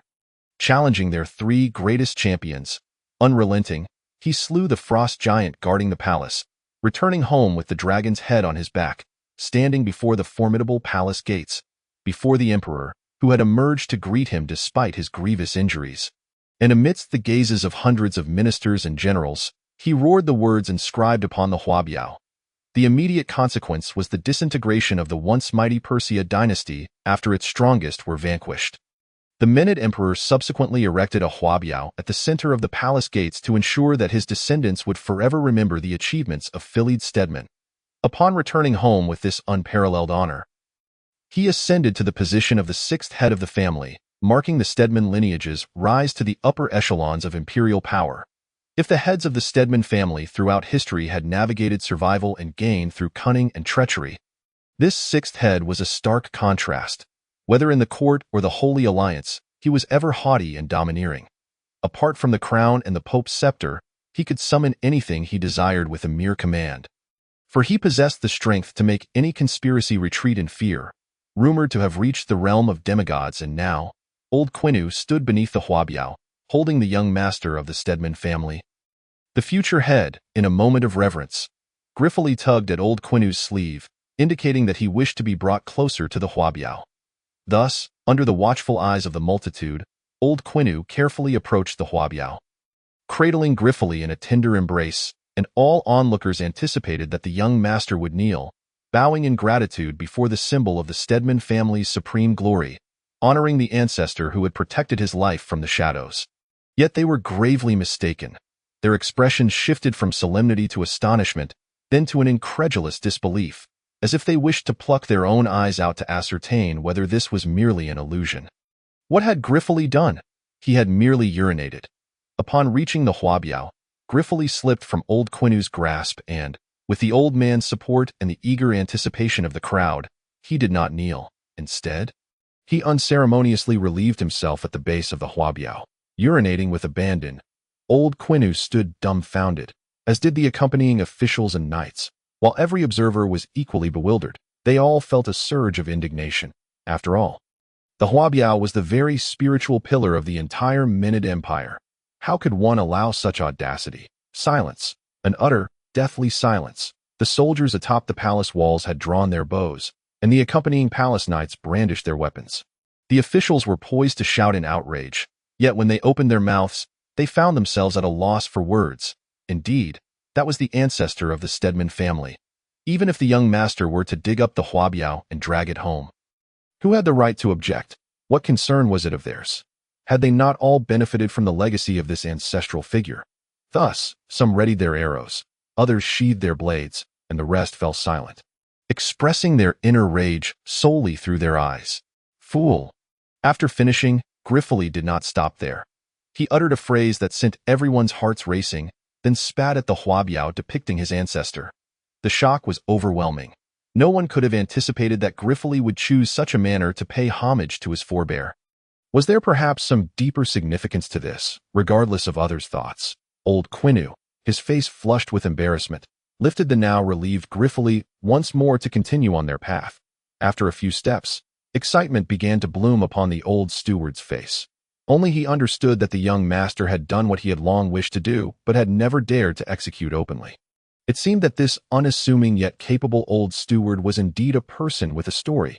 As the crowd once again turned their gaze towards Griffith, the pity that once resided in their eyes had been replaced by a look reserved for the insane or the foolish. Was this not precisely the effect that Griffith desired?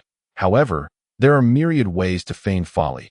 Yet Griffith chose this self-destructive method to tarnish his own reputation. Old Quinu could scarcely believe that. Compared to his past, the young master had undergone such a profound transformation without ulterior motives. Yet, as he pondered, he was at a loss to fathom the rationale behind Griffith's actions. The two continued their journey southward. Following the palace walls, flanked by a throng of onlookers, behind them trailed a gruesome procession of severed heads and 4 siege crossbows, accompanied by the wounded guards of the Schuster family and the lifeless bodies of fallen warriors. They pressed onward, ever southward, until the sun hung low in the sky. A stately manor loomed in the corner of the imperial city, standing in stark contrast to the surrounding dwellings, which appeared diminutive by comparison. At the entrance, Gothic spires bore the imposing insignia of a sword and shield, above which was etched a blood-red crown that glimmered ominously in the evening light. The only entity permitted to establish its headquarters at the foot of the royal city was none other than the Royal Garrison Command. Old Quinu, bearing the grievously injured Griffith, had traversed much of the capital to arrive here. Those within the command, already alerted to the unfolding events, lined up at the entrance, their faces etched with trepidation as they awaited the arrival of young Master Stedman, who had just desecrated the palace grounds. They had anticipated that inquiries would be made upon discovering that the assailants had utilized the siege crossbows exclusive to the capital's garrison, but they had not expected such a swift arrival. Siege crossbows were equipped in every strategically significant city of the Minute Empire, with the sole distinction being that those on the capital's walls were larger, boasting greater power and range. With a thud, a cluster of severed heads was unceremoniously cast upon the stone steps of the command's entrance, crimson and alabaster staining the ground. The crowd recoiled in horror, covering their noses in disgust. The sound of more heads being flung continued. And soon, over 300 severed heads formed a small mound, some rolling through the open doors, leaving a trail of filth upon the pristine marble floor. Yet, not a single member of the garrison command dared voice a protest. Their eyes fixated on the subsequent arrival of the siege crossbows. The sleek frames, crafted entirely from maple and pear wood, bore no signs of damage. The critical stress points had been reinforced with tempered steel. Beneath the firing port, a steel beam was inscribed with a crown emblem that would pale the faces of all present. Indeed, these were the very siege crossbows stationed upon the walls of the capital and the royal citadel, directly under the jurisdiction of the garrison command. This was precisely why Old Quinu insisted on bringing Griffith here. "Have you all taken note?" Old Quinu inquired, casting his gaze upon the pale-faced, apprehensive officials of the command. Upon hearing the question, they nodded vigorously, fearful that a delayed response might lead to them becoming part of the grim tally of severed heads on the ground. "Since you have seen, then burn them," Old Quinu declared. Turning sharply to make his way towards the Duke's residence, the black-armored knights swiftly procured oil to douse the siege crossbows, and the mound of heads as flames leapt into the air. Thick black smoke billowed forth, shrouding half the sky above the royal city. "Do not burn them! Do not burn them! What are you fools waiting for? Extinguish the flames!" Baron Charles Kinber, the commander of the garrison, finally extricated himself from the crowd. Witnessing the conflagration that engulfed the 4 siege crossbows, his already ashen face grew even more pallid. It was not merely the precious crossbows he mourned, but rather the fact that should they be reduced to ashes, the blame for the assassination of the Schuster family's young master would undoubtedly fall squarely upon the garrison command.